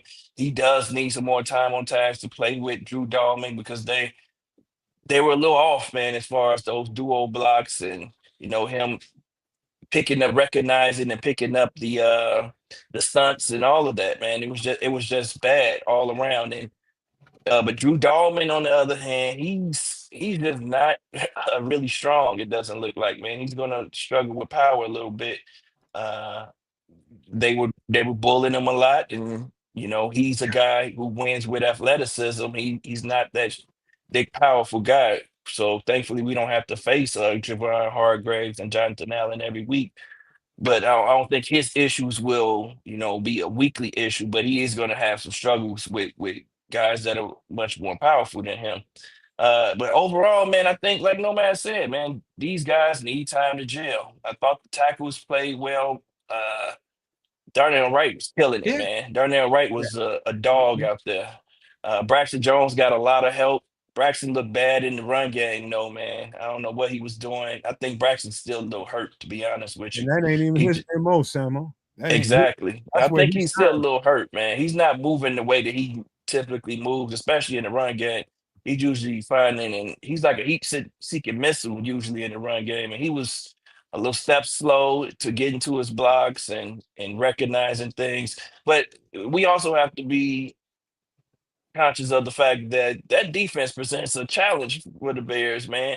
They were bringing all these guys up to the line of scrimmage and dropping guys out. So you don't know who's coming, who's going, and then you got to figure out who you should block at that point when they overload one side and things like that. So, but they did just bring four. They typically brought four, but we didn't know that they were going to bring four every time. Right. I'm saying this now. If the bye week that we're talking about, in 4 more games, if Mr. Jackson ain't playing better, I would yeah. prefer to see either Mr. Bates and or Mr. Newman. Oh man, But this you're gonna happened. have to make changes because we me just tell you can't go past and keep like that this You bullshit You're going. being hyperbolic as hell right now. I'm telling you right now. I know it's time on task right now. Like I pointed out one thing in the all 22. It was a duo block. So when the blocking assignments up front, Braxton is supposed to get the widest guy, right? You jump on that guy, and that's your assignment. And if you don't see a guy, let's just say Samo knows what I'm talking about. Let's just say you don't have a person right there where the guard is supposed to be. If you don't have somebody in that gap or right over top of that guard, then there's supposed to be a combo block over there. You're just supposed to automatically help Braxton Jones. And so they jump and combo block, they duo block the edge rusher. And it was a pick stunt. And the edge rusher was setting up the linebacker who was Ivan Pace, number 0. And he just came through. And Joe Tooney just missed it. Joe Tooney missed his bout. His body was completely tired. He was helping Braxton John. I know exactly what you're talking about. He had no chance of making that play because it was a little delay on Pace's part. He allowed them to, show that duo, and Joe Tooney completely sold out and turned his ass inside. Yep.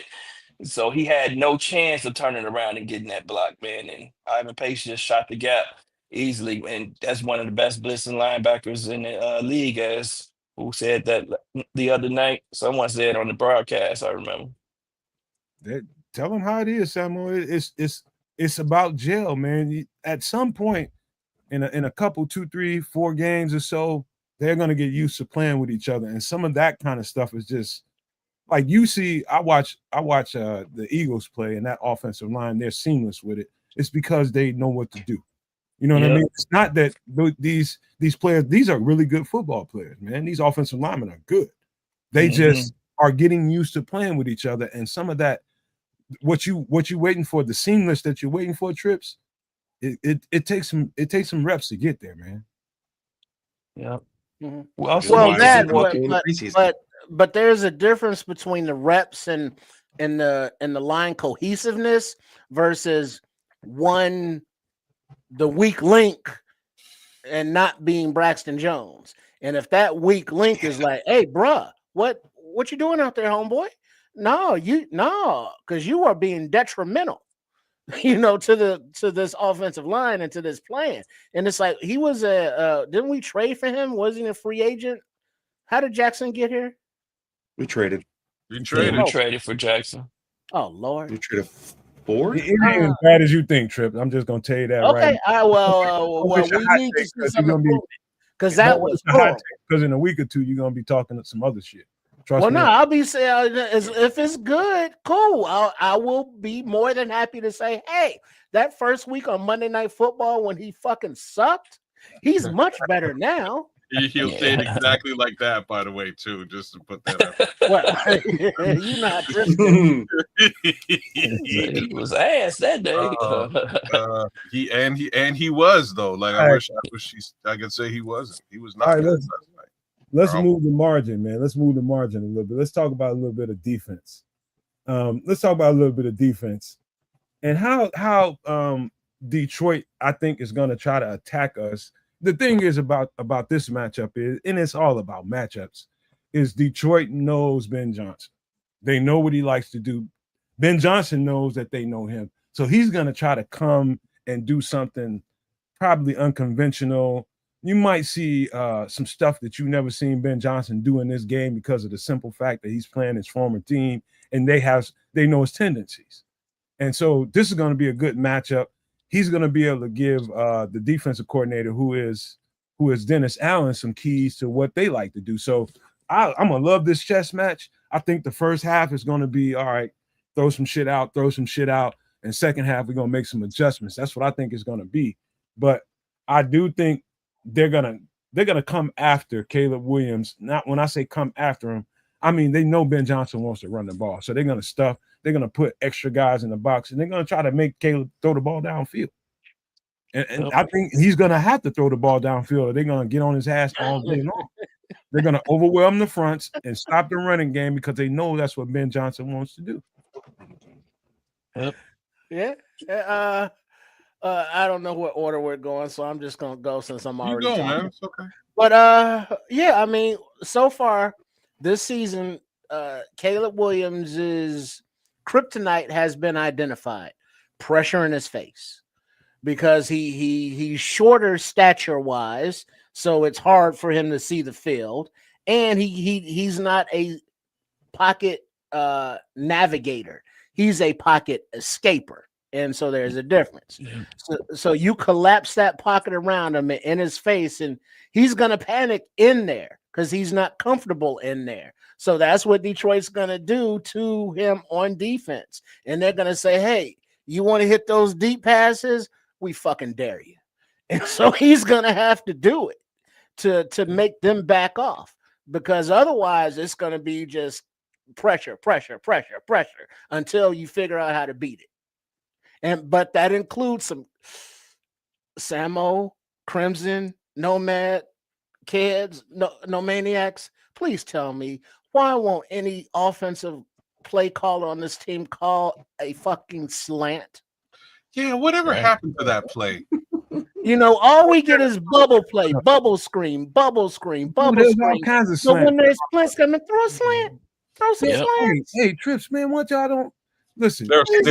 Everybody knows that Ben Johnson wants to make sure the game was, I guess, to Caleb's liking. You know what I mean? I think he's trying to emphasize you got to get used to taking the check down, sir.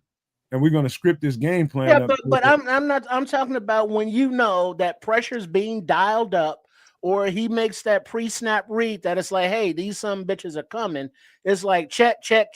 You running a slant, and I know that these slants are coming. So but when the pressure is there and his back foot drops on a 3 or 5 foot step drop, all the routes are still being run at 15 yards and beyond. Where are the quick hitters like slants and other plays? There's been a couple slants. It's on film, Trips. They had slants drawn up. There's a couple of slants. So Were Paul they Martin is saying successful? the Zacchaeus touchdown in the preseason was definitely a slant. It was there was a double Preseason. slant, but on Monday there was a double slant. DJ Moore and Roma Dunze, and he just overshot. He like overthrew the pass, and DJ couldn't pull it in. And that was it. If he'd waited a couple seconds, he could have went a little bit deeper to Rome and or DJ, and it was just off timing for my liking personally. But so they've run him a couple times, but they weren't successful. So I guess they didn't stand out. Hey, Trips, trust me. Ben Johnson is the drag route king. He's the king. They're there. He just got to throw him. Oh, you said drag route. Yes, nasty ass man. Look at your yeah. I'm surprised he didn't go to work in the new call. RuPaul work. You know what I'm saying? You gotta work. There it is. There it is. But look, man.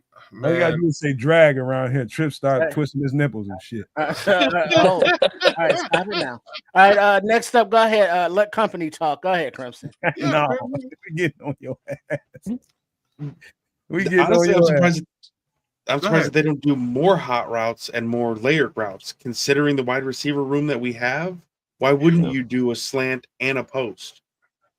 We have our running backs that are actually good pass catchers. Yeah, you could absolutely just rock them option routes, man. Yeah, but hopefully, I understand that it's a lot to ask for one game, and it's like, well, we want to see this, we want to see this, we want to see this, but we need to see some of these hot routes, these hot option routes, because we know Sunday Detroit's gonna be coming like Nasty Nate. Wow. Considering what the slot did against Green Bay, why not? Green Bay cut him up with the slot route, that hole in the defense. Maybe he's just saving them all for Detroit. Well, let's hope so, man, because it's gonna be a very good matchup between us and them. Chris Foster's losing it in the chat. Shout out to you, Chris Foster, man, because I'm reading your comments there, and they're not off, man. They're not off. Let's stick to the defense, because he made a comment there that's very interesting that I kind of want to dig into, but it brings us right back to the Caleb conversation. But let's stick to the defensive side of the ball. I started thinking about our defense when I was talking about that, and some of the stuff that happened in that game. I think people got so lost in the Caleb conversation and what went wrong with him, they forgot how good these dudes was playing up until the very end. I think I was talking to Bishop about this again. I think the fatigue factor was real in that, you can't, there's only so many snaps and reps you're going to be able to give all that piss and vinegar to. You're going to start feeling that shit after a while. And you be on the sidelines. I'm trying to water up. Next thing you know, you get a coordinator telling me, hey, we on. You got to get right back on the field. Change. But the guys that stood out to me right away, I'll start with the interior. Javon flashed right away. Right the fuck away. And you can tell that this system is definitely suitable to him. I think his get off is faster. He's playing with a whole lot more. There's fire to that game, Sam. When I watched that dude on all 22, I'm just like, okay, what happened, man? I mean, he's always been. I always thought he was a really good player, but I do think factor was into the play when Flus was here. I think that whole defense, I'm talking about all along that front, they're thinking a whole lot instead of getting right on somebody's ass and making an impact on the offensive lineman. That shit I saw right the fuck away, all the way across from Dio to Sweat, Grady, everybody, but Jervon in particular, man, that son bitch flashed on film, man. And so did Dio, man. There's no questions about that. That's the guy who was, I think, spearheading everything to me was Dio. Dio was amazing to me, man. He looked like what we hoped Sweat was going to be.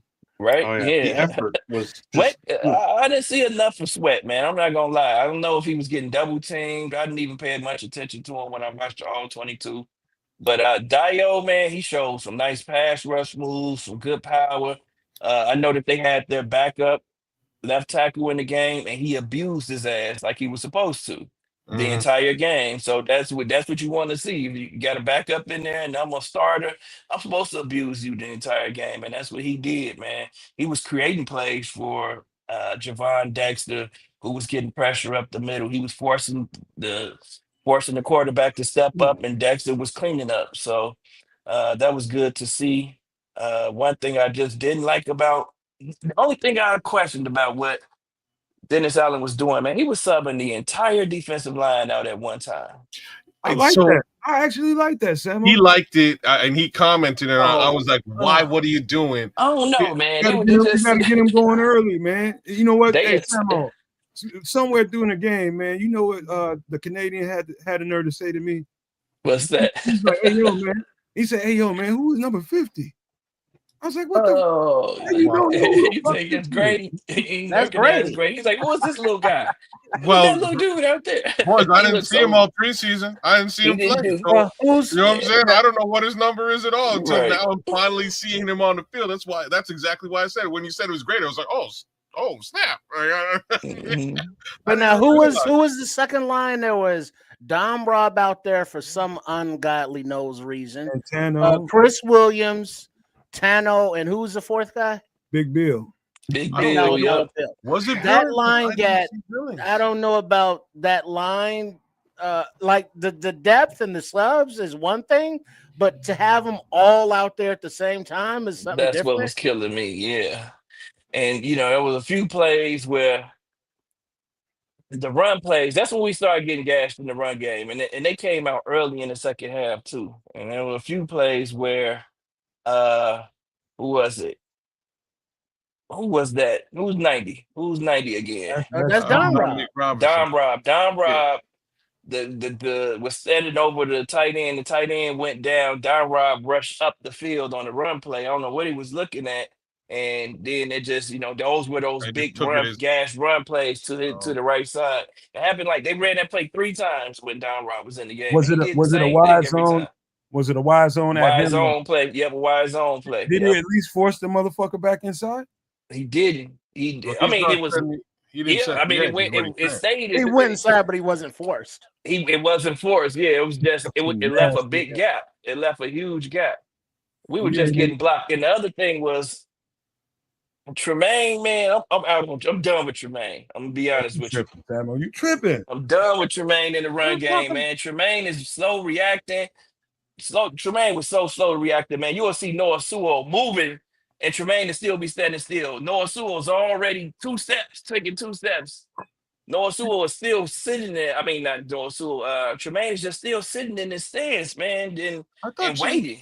That cat Like, come on, man, come downhill. You know what, man? He only took so many reps at will. Him and TJ was switching back and forth. Mike Will. Yep. Some of that probably got something to do with that. TJ? Yeah, possibly. Yeah, that's quite possible too. But I thought Noah Sewell balled his ass off though. So Sam, do you think I thought Tremaine had a decent game, but not quite as impactful as Noah. But at the same time, in the passing game, Noah got exposed. Like that's the other side to this. So I expect to see Tremaine Edmonds probably back in the Mike role. Oh yeah, and TJ back in his normal role. Mm-hmm. How do you think? Like I expect to see a resurgence of what we were supposed to see from Tremaine this season. Like that's what I'm hoping this defense is. I want to see Tremaine, the Buffalo Tremaine, right? Like that's what I'm hoping to see this season. Mm-hmm. And I'm not so sure. I don't know if I'm gonna see it. Like I saw a little bit of it yesterday. On Monday. I have to admit, but he was out of position in my mind. But if you put him back in his position, I'm just hoping he'll be a little bit more impactful, man. But what are your thoughts on Tremaine Edmonds as a whole? And like Crimson, sing to you. I want you to chime in on this too. He's a guest, man. Yeah. Samo. Yeah, I just thought the first half he was good, man. Just like I said, I thought the first half he was good, but the second half when they were running power and they were coming downhill and they were doing these dual blocks, and I thought that he was he was diagnosing too much and wasn't shooting the gaps. And there's even one play where he shoots the gap and he's in the hole and he allows himself to get pushed a little bit to the inside instead of just forcing his way through the hole. He could have had a tackle for a loss. And I then, saw that one. Aaron Jones slips out and he has a big gain for like 15, 17 yards or some shit. I'm like, come on, dog, you right there in the hole. How did you miss that play? So, yeah. I think they all broke down towards the end. I'll Yep. tell you another guy that kind of stuck out, and I was talking about this before the game. I was confident in him, man, but quietly, sometimes when you don't hear shit and you don't see a guy's number or name getting called, it's like, what is he doing out there? McLeod played his ass off for a third string nickel corner. Warner, Well, yeah, before we go definitely there, did. Crimson, what's Crimson's not TJ Edwards, but Tremaine Edmonds' thoughts? With Maine, I mean, other than just being just kind of disappointed in general, he's always good for one, maybe two. Like, oh wow, he can actually play football. And then if you're watching, a lot of it is just like almost not quite enough. I don't know if it's an effort thing or if it's a timing thing. Just I'd actually rather see a faster middle linebacker. I'm standing on it. I want to see Hippo at middle. He's fast, and Sewell looked gassed towards the end of that game. He was getting slower every play. Hey, you know what, Crimson? This was the game if he was ready, and I emphasize ready, that they would have put him out. But I don't think he's ready, or you would have seen him. We'll see what adjustments this staff has. He had a few snaps, but yeah, he didn't get a lot. He didn't get in a lot at all. He'll get sprinkled in there a little bit more and more and more as the season goes on, man. This shit, man, don't nobody just come in with osmosis and just knows a playbook, knows all the calls and checks and assignments. And like I can be a linebacker and get to the line of scrimmage. Here, Tremaine, give me a call. And they get to the line of scrimmage. You see the formation. He gonna check out of it. You gotta know what your assignment is and know what your checks is for the play that was originally called in the huddle, and then know your checks afterwards. So what's the check after you check out of that? And so sometimes coaches ain't as sure about a player as you would expect them to be. As much as we might have wanted to see Hippolyte, as much as we might have wanted to see Manon guy, just know it's real. Some of these guys ain't getting it all the way. They missing some shit sometimes. Oh yeah, I agree. And it's all still the first game, and when we got to take into account that the coaches is first game too, and they're like, well, what are we doing? Ben Johnson's not. He has a different perspective, than from up in the booth or just from being an OC. Now he's got the other responsibilities, so everything's different. But Keds, did you finished up on Edmonds because when Nomad brought up McLeod, it was like, yeah, that dude is solid. I mean, he didn't do anything extraordinary, but he was just solid in his coverage and his run support. He didn't get like totally toasted. You know what I mean? So yeah, I mean he's good depth, but that's all I would think he is right now. Well, right, like it's good we didn't really hear his name at all. You know what I mean? Like the downside means he ain't getting no tackles. The upside means they ain't throwing the ball over to him, and that's a reception where you got to tackle somebody. You know what I'm saying? So like that's kind of the up and the down of the whole Nick McLeod thing. I'm glad we have him at depth. I'm glad we have Jalen Jones at depth. I don't know if he got on the field on Monday or not. I don't think I saw any Jalen Jones, but I'm glad that we weren't just getting torched by a rookie. You know what I mean? Playing against potentially third stringers, right? Like that's how this could have looked. So big ups to that backup secondary case scenario. And good Lord, man, like I can't wait till the starters are back.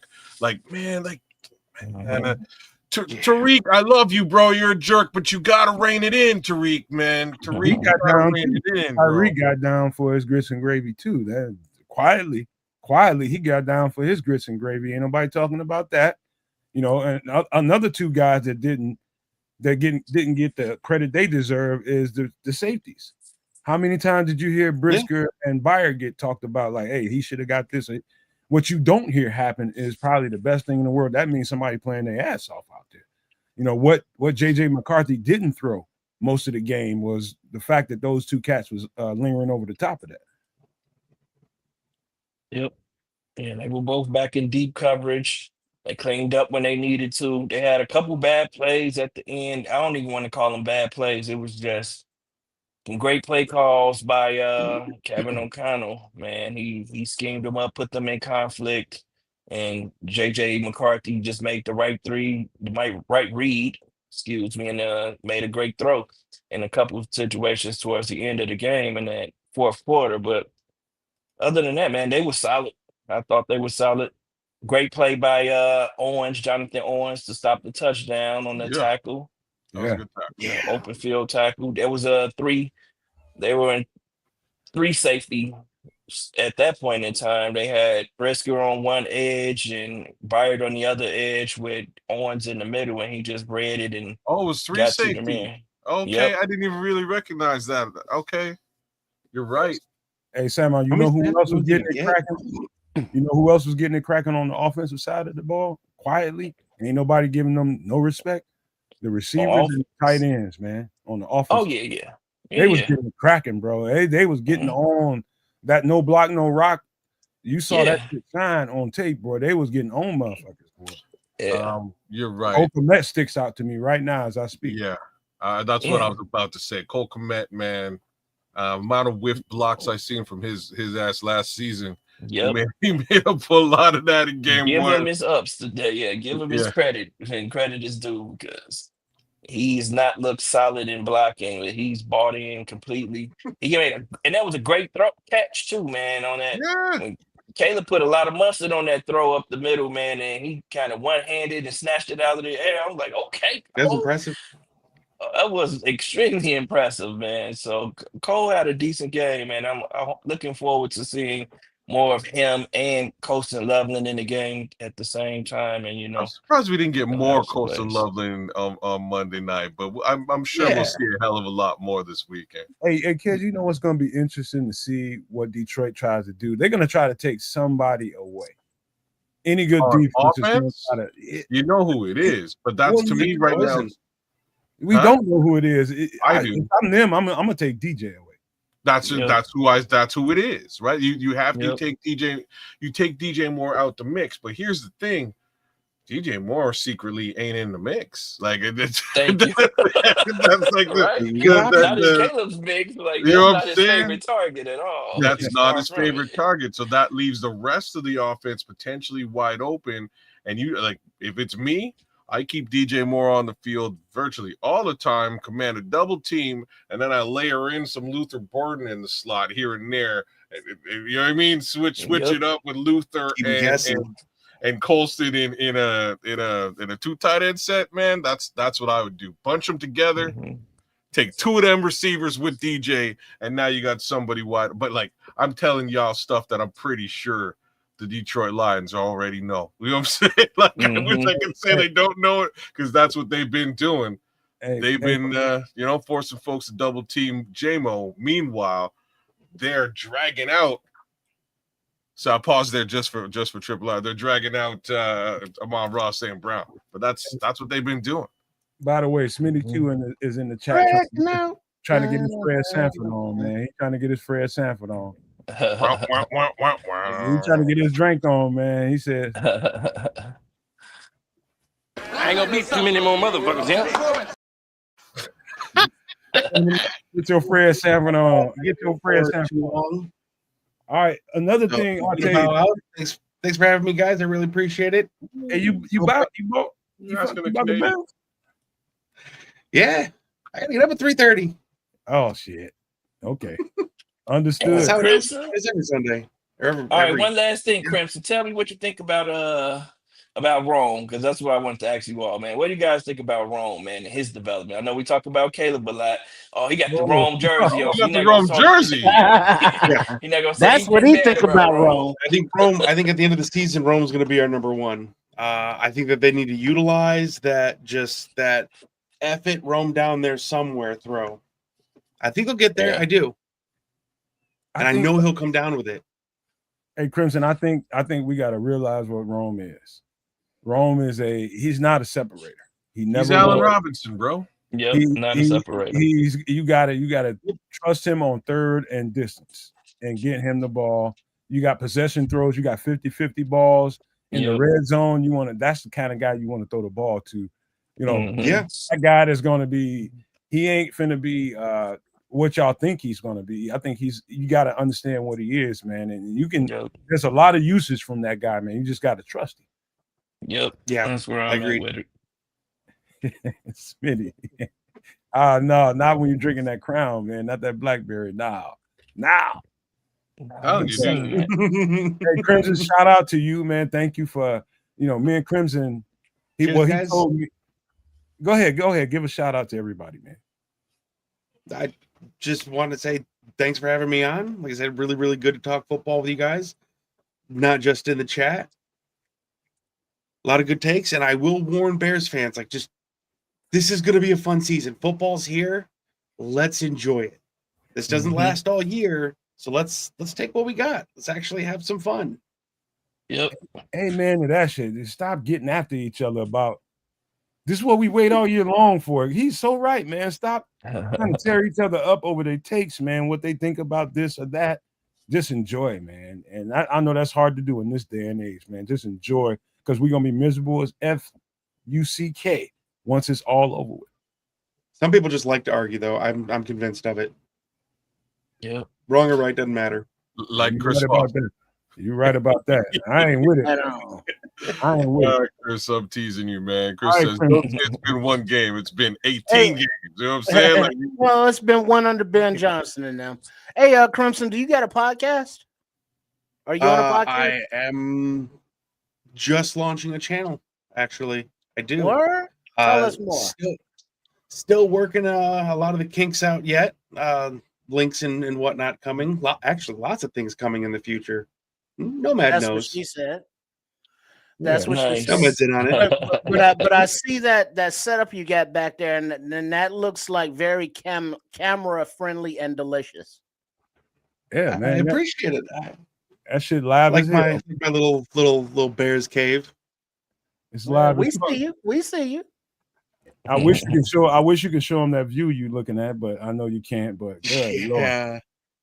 I wish you could. On another night. Yeah. All right, man. You go ahead and get out of here, man, and be a good domestic male to your lady. And Of course. go to work. Yep. Cheers. Go all right, Bears. Crimson. Pleasure. Have a Right good on, one, bro. Go Bears. Have a good night. Bear down. All right. Bear down, baby.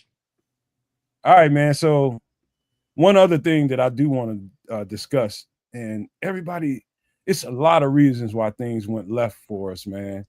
But I'm telling you, the key to why everything went left is we had so much momentum and we just gave it to Minnesota. When I was talking live on the show, kids, you remember, I'm just like that momentum. They just giving it away. Too many times when they had chances to move them chains on offense and just really, really put the boot on the throat of these cats, man. And you got to blame Caleb Williams for that, man. You got to. I don't care how you look at it. Go ahead, kid. Go and impose it, but that's the truth.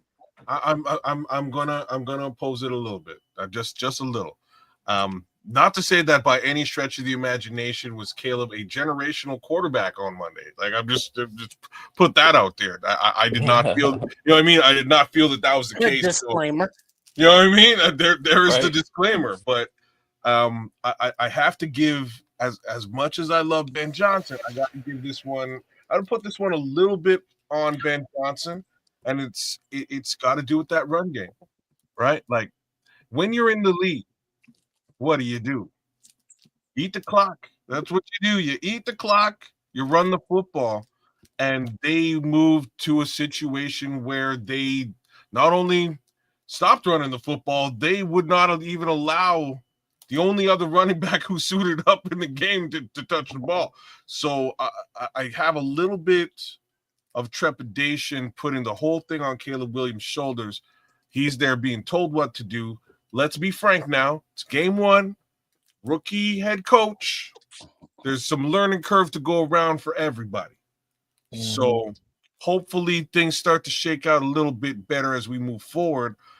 I'm my real worry is, and that's why I brought up running game when I did bring up the running game. My real worry is I still don't feel comfortable with what we have in that room. I think we need a little bit more in that room in order for Ben Johnson to do what Ben Johnson been doing. It was real funny. I was watching something else, and they were comparing the lines of 2024 to the Chicago Bears performance against the Vikings, like the Lions versus Vikings versus Bears versus Vikings. And they're like, oh, like they ran the ball like 80,000 times against the Vikings when Ben was the coach in Detroit. Well, yeah, he got two super solid running backs in that room. Like, I'd be running the damn football all day long too if I had the opportunity. If I had Gibbs and Montgomery, he doesn't. This is easily a personnel situation, in my opinion. He doesn't have the he doesn't have the horses, man. He just doesn't have the horses in the room to run the football.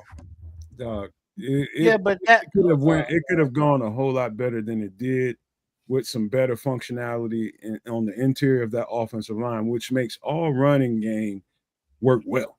All running game, any running game works well based on how functional that interior offensive line. Again, man, they just now starting to play together in live games and multiple refs together. They gotta work those kinks out, man.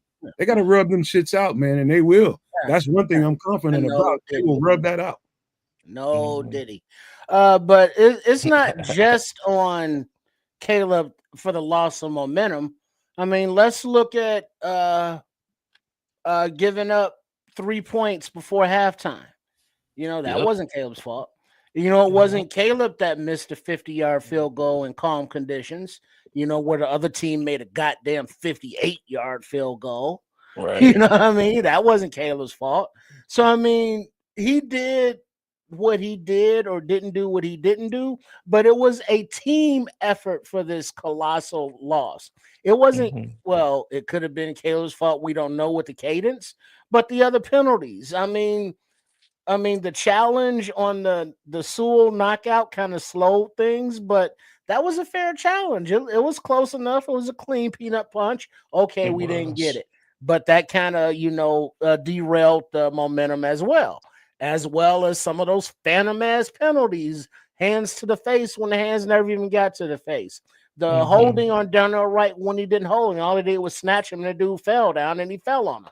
I mean, there was a lot of things to contribute to that loss of momentum, more than just Mr. Williams. Well, I have to circle this, man, because I'm getting, being a podcast for this long, I know y'all feel it at times too. Every one of y'all been out here as long as I have.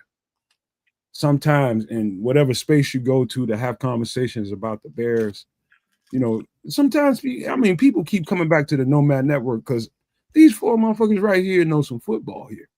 They know that. But when they hear something that doesn't jive with what they want to hear at times, that's the shit that irritates me. When you tell them the truth and they want to duck and run and nah, it's like a hit dog. Who's ducking? No, I ain't talking about you, man. I'm talking about then some people in the chat, maybe. Man, oh, well, I thought you meant like either me, Sam, or kids are ducking. No. I'm talking about us knowing what's wrong. I spent the last couple of years of my life giving everything I got to this Bears content and doing all the work it takes to make sure that I'm throwing dots every time I talk. And I know y'all do the same. And sometimes it ain't gonna come out the way you want to hear it. Right. And you got to get past that, man. I'm talking to all y'all. You got to get past whether or not the truth relates to what you want to hear. Guess what? Right. This ain't fucking Twitter. These are all facts y'all talking, man. I agree with everything Tripp said. The penalties killed us, man. Not only did we give up 3 points at the end of the half and miss a field goal that we should be able to make at home and our home field with our kicker that just got paid. We also gave up 3 points and went for it on third down, and Ben drew up fourth down. Ben drew up a perfect play, got the receiver wide open, and the quarterback missed that play. That's 3 points right there. That's another 3 points right there that we could have had, right there. And we turned over the ball on downs instead. Then you listen to what Ked said about the running game. Ben is obviously not comfortable with the running backs or the and like Nomad said, he's obviously not comfortable with the offensive line either, man. The running game still has to be established. So he wasn't comfortable with him. So he resulted to the short passing game being an extension of the running game. But I will say this, despite everything that went wrong, in spite of everything that went wrong in that game, Caleb Williams had multiple opportunities to make passes to wide open receivers to get us in position to get the win. You know, in spite of everything that went wrong. I know the defense, and you can point out a million things that went wrong in this game, but at the end of the day, you went and you got Caleb Williams because he was the generational talent that was going to be able to right those wrongs. You know, with his arm and with his legs, he wasn't able to do that. We're seeing 5 other quarterbacks from his same draft class: Jaden Daniels, Bo Nix, Michael Penix, Drake May, and now JJ McCarthy all do that for their teams in those critical moments. They're hitting wide open receivers, you know, and they're commanding the offense. We haven't seen that from Caleb, man, and that's the problem. I don't care who don't like to hear it. That's the fucking problem. And that's the problem when you have the number one pick, the generational talent, behind all of these guys that were picked behind him. You know, he's not as developed as those guys are. He's not showing the same moxie that those guys have shown so far at this point in his career. Now, it's not to say that he's not going to be great. Now, he's the most talented, I'll tell you that. But talent only gets you so far. Well, hey, you know what, Sam? Before y'all go, this is where it all stems from. And shout out to Scrolls, man. This is our brother too. We love him, and he always supports what we do, and we love him. I'm gonna just read it. This is where it all stems from. He says, y'all supported Fields for 3 years and then get ass hurt when people support Caleb for 18 games. That's where it all stems from. Y'all people let this shit get drugged down into a rabbit hole because some people thought that we could have got more out of Justin Fields, and all they needed to do was put what they're doing for Caleb Williams right now, putting all those assets around him. And you just like, get him out of here because you wanted the guy that was whatever, man. Y'all let people take you down that rabbit hole. All we did was, as podcasters, tell you what we thought. And so for those who want to see that kind of friction, there it is. If you want to linger, that's been over with for a couple years now. That's over with. Ain't nobody talking about Justin Fields around here. But you linger, if you hold on to that, and I know that a lot of fans are doing the exact same thing. If you keep that in the back of your head, every one of your takes and everything you think about Caleb Williams is going to have a tinge of that shit to it. Well, but how do you tell a fan who, whether they were a Justin fans guy or not, a Fields fan or not, you know, we should keep Justin Fields and build around him, or we trade the pick, take the haul, build the team, and worry about quarterback later, or build around Fields, or whatever the case may be.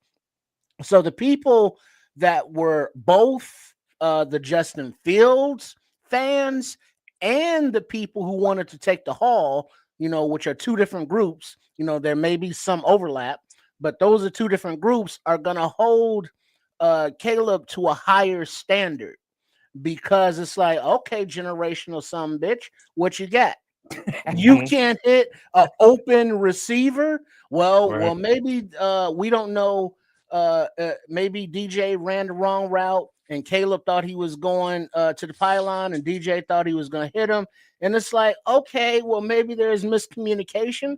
But when your quote unquote number one receiver is wide the fuck open and puts his hand up like this, and you have a clean pocket, I don't care what the previous game has said as far as pressure in your face, as far as you being uncomfortable. You got a clean goddamn pocket. You hit that goddamn receiver.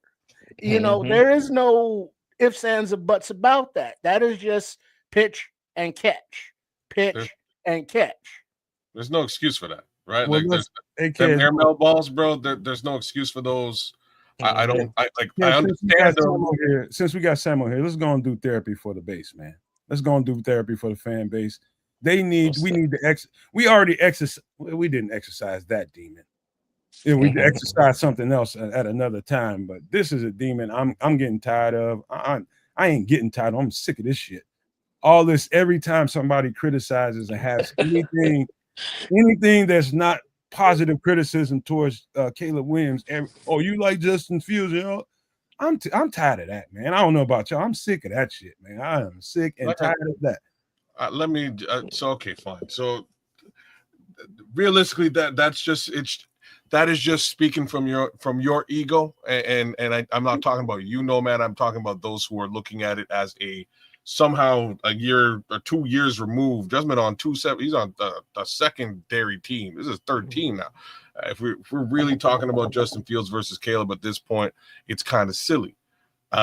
Regardless, you need to nail them wide open wide receivers running with their hands up. Like that, it has nothing to do with Justin Fields. Like you can't you can't bring one in or the other. The only reason that and Scrolls, you know, I love you, brother. The only reason I brought up Justin Fields earlier on was to say that I would have sacked Caleb so he could develop. Like I would have developed Caleb. I was the one who said it, so I'm saying that's why I said it. I would have sacked Caleb to develop him, and I would have re-signed Justin Fields to stick around at a lower wallet share situation. If I couldn't, then maybe I would have brought in a Baker Mayfield who was out of favor in Cleveland, and you know what I mean, like a low wallet share situation. That's the type of stuff that I would have done if I was the GM. Get somebody in here, let the kid sit down and learn. He's your generational talent. You are investing a number one pick, number one overall selection in this guy. He needs to work out. Instead, we forced him out there with the worst possible situation you could have. Finally flush out that whole coaching staff. He's basically starting again from scratch with a new guy who's also starting from scratch. So there's a lot of leeway that has to be given across the board, except for if your wide receiver is wide open, you can't, like, there's no leeway there. I can't give that leeway. You got to hit that guy. You can't be airmailing receivers. The inaccuracy now is starting to become a viable question mark. And it's not just me. Like when the beat writers are asking the head coach about Caleb's inaccuracy, that's a thing. That's a notable thing, right? Like, and everybody got to talk about it until he figures it out. And it has everything to do with being afraid of being in the pocket, not trusting that offensive line, and then in return, not getting your feet set. If you get your feet set, odds are you're not sailing that football. Yep. So regardless, just to sort of bring everything full circle, at this point, whether we like it or not, we all want Caleb Williams to succeed. Like, like it or not, we need to love it. And I do. I need the kid to work out at this point. Ryan Poles sure as hell needs the kid. I guess, you know what? Ryan Poles don't even need the kid to work out because somehow Trace Armstrong is a Svengali and he got him an extension for doing absolutely nothing. But like Cairo Santos. Let me give a shout out to Super with the wrench nods with the $10 super chat, making sure that through all this conversation we keep the main thing. Fucking beat Detroit, y'all. That's what it's all about. Yes, sir. At the end of the day. But any more thoughts on that, man? I'm so through with that. So gone, like the Monica song. I love that beat. But that's where I am with it, man. That's over with, man. It's over with.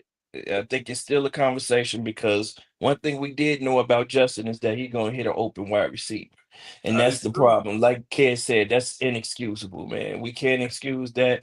And we have the right to be critical of him for that, man. Because we gave up a quarterback that we knew could do that. Because we see every other quarterback in the league do that consistently. Do you miss a pass every now and then? Yes. Yeah, every now and then. But he's consistently missed passes to short and long.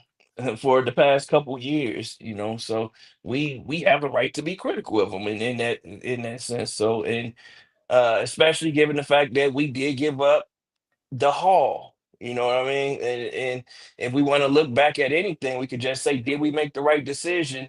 If Justin was still developing and Caleb is now still developing, then why did we give rid of Justin, the guy who's been developing a couple years? So you can't. There is an argument to be made, but we moved on from that. Everybody wants Caleb to be successful right now. He's our quarterback, and we're moving on from that, man. But we are going to be critical of him because he is our quarterback. We were critical of Justin Fields when he was our quarterback. You same people who are pissed off about us talking about Caleb right now were the same people who talk shit about Justin. Back. So, That is so look, fair, and just to layer in, since you brought the Hall up a little bit, and you will notice this as we move forward. I'm much less critical of Caleb Williams. I'm much more critical of Ryan Poles. so am I. Just As put am it. I. You know what I'm saying, As Sam? am I. So Yes. that's me. That's where my ire lies, because Yep. once you make that decision not to do the Hall thing you just brought up, I'm cool with it. But it shows that you know some stuff and you did your research, you did your homework, and I gotta trust and believe in that. And in the chat, my guy Smitty Q, hopefully you aren't too deep into that whiskey bottle, but my guy Smitty Q stopped for a second, and I had to note it. Is that it? He says, "No, that ain't it." But it's all good. I'll pull it. I'll find that. I'll pull it from memory. Did I start? Let me see if You I said start. we got screwed. This Smitty be saying a lot of shit. Which one? Here's what he said. I did start. He said Poles had 4 picks in the top 70, and none of them are starters. None of them are starters. That's a problem, guys. That's how huge. It's a big That's thing. how Poles got the job he got, right? This is what I just put there. I just argued with someone about this earlier. That's how we got in the situation we were in before, missing on top draft picks.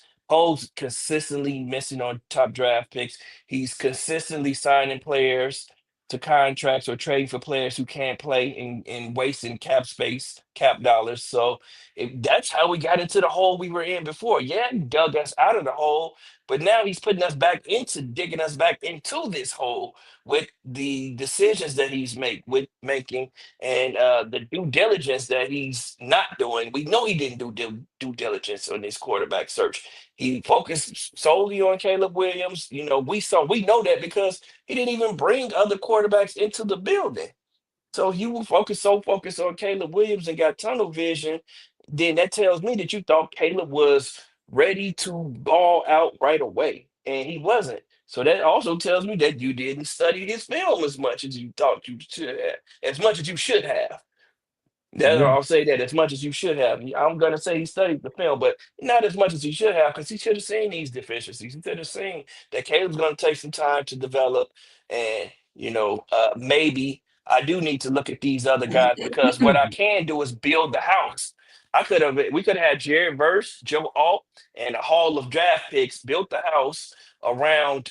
I'm just gonna speak hypothetically around Justin Fields, and saw that he wasn't, even if Justin didn't work out, we had all these draft picks, all this draft cap, all this cap space.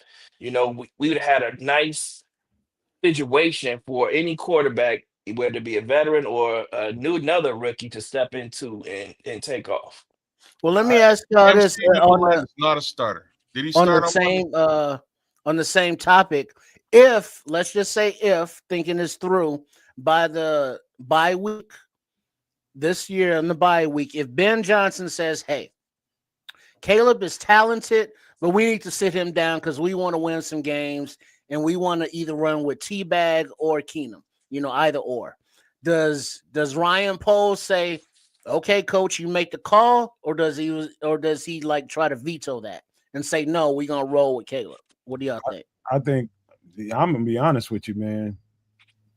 It's gonna be hell to pay, but I think Ben Johnson knows that he was brought here to win, and that's gonna be the end of it. At the end of the day, what do you need to win? Do you think you can win with Caleb?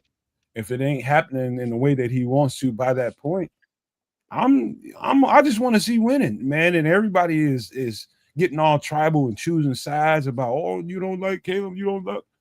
Man, I want to hear that shit. I just I want to want to get win. dubs, man. I don't give a fuck I who want to gets win. I'm tired of losing too, man. man. That's just what it It, is. We just tired of losing. for me, it isn't even W's for me, like, and it's weird. For me, it's developing the quarterback clearly needs development, man. They need to develop him. I'm not sure if he's getting the development he needs. I know you need snaps, like snaps are important, but good Lord, I think it's premature. I don't think he's ready for the spotlight today. That this is just me speaking out loud. Hmm. I'm not calling for Tyson Bagent. I'm not saying that you need to bench him. I'm just saying that I think that potentially should have been the assessment made over this preseason. If you got to game one and you looked at what you saw and you knew the kid wasn't ready, it's okay, man. Pull Yeah. the punch, sit And him what, down, and let kids, him learn, with the and then you bring intention, him back out. the intention is not to ever leave him there. Sometimes I think that's good for a quarterback, a good quarterback that has a lot of potential, like Caleb Williams. Sometimes Hmm. the best thing for that quarterback, and I'm It's just trial talking by about fire. from experience, sit his ass down, let him watch how he's supposed to be operating. This is what it's supposed to look like, Caleb. Yeah. We've showed you in training camp, and maybe that's not enough. Live game, live bullets flying. This is what it's supposed to look like. This is how you're supposed to run through your progression. This is how your feet are Yep. supposed to look. This is when you're Hmm. supposed to get rid of the ball. Sometimes, and I hope if that ever comes to pass, if Caleb gets set for a minute, I know it's just for a minute. It's the intention is to this is how you got to do it. All right, I feel Hmm. like you're ready. I'm seeing a lot of good stuff in practice. You're starting to get what we're trying to put down. It's time for you to go back in. Then we're off to something great. But See, don't be afraid of that. If that happens, don't fucking go to the mattresses about it, y'all. He's got to Right. learn, man. And sometimes how he learns ain't conventional for you. so Hmm. Scrolls is saying something interesting in the chat, and I gotta poke him about this. Yeah, man. Um, so Scrolls is saying I don't think sitting helps accuracy. He then follows it up by saying it'd be one thing if he was throwing a bunch of picks.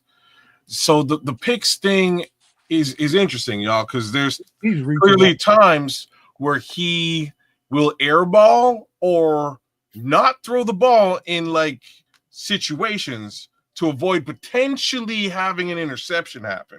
And in my Yep. opinion, at this point, I would be fine with the interception. You know what I mean? Like just Me like too. Take the shot. we're Take the we're seeing, chance. you know what I'm saying? We're seeing stuff where receivers are open, and Hmm. it's interesting to watch, but maybe you just take that chance, right, Sam? Like sometimes you just Yeah. got to. Um, I don't know. He's Scrolls. I just want to pitch it back to you in the chat. Put your comment in there. What do you think would be the best thing to address this accuracy issue? Because it's a thing, and it's not something that I think any of us, bro. Like you look at that tape of his in college, you don't really see that. Like there's things you see, there's good and there's bad. But for the most part, he was pretty accurate. I don't know hmm where this is, but I suspect it's again just I'm not comfortable with my line, so I'm rushing, I'm frantic, and I'm not getting my feet set when I throw the football. Like that's what I'm seeing. Even then, he's saying reps and comfort with the offense. Yeah, okay, so he's right on the same lines that I am. But don't you think you would get that if you're sitting with your offense, working on that and developing behind the scenes without the pressure of winning?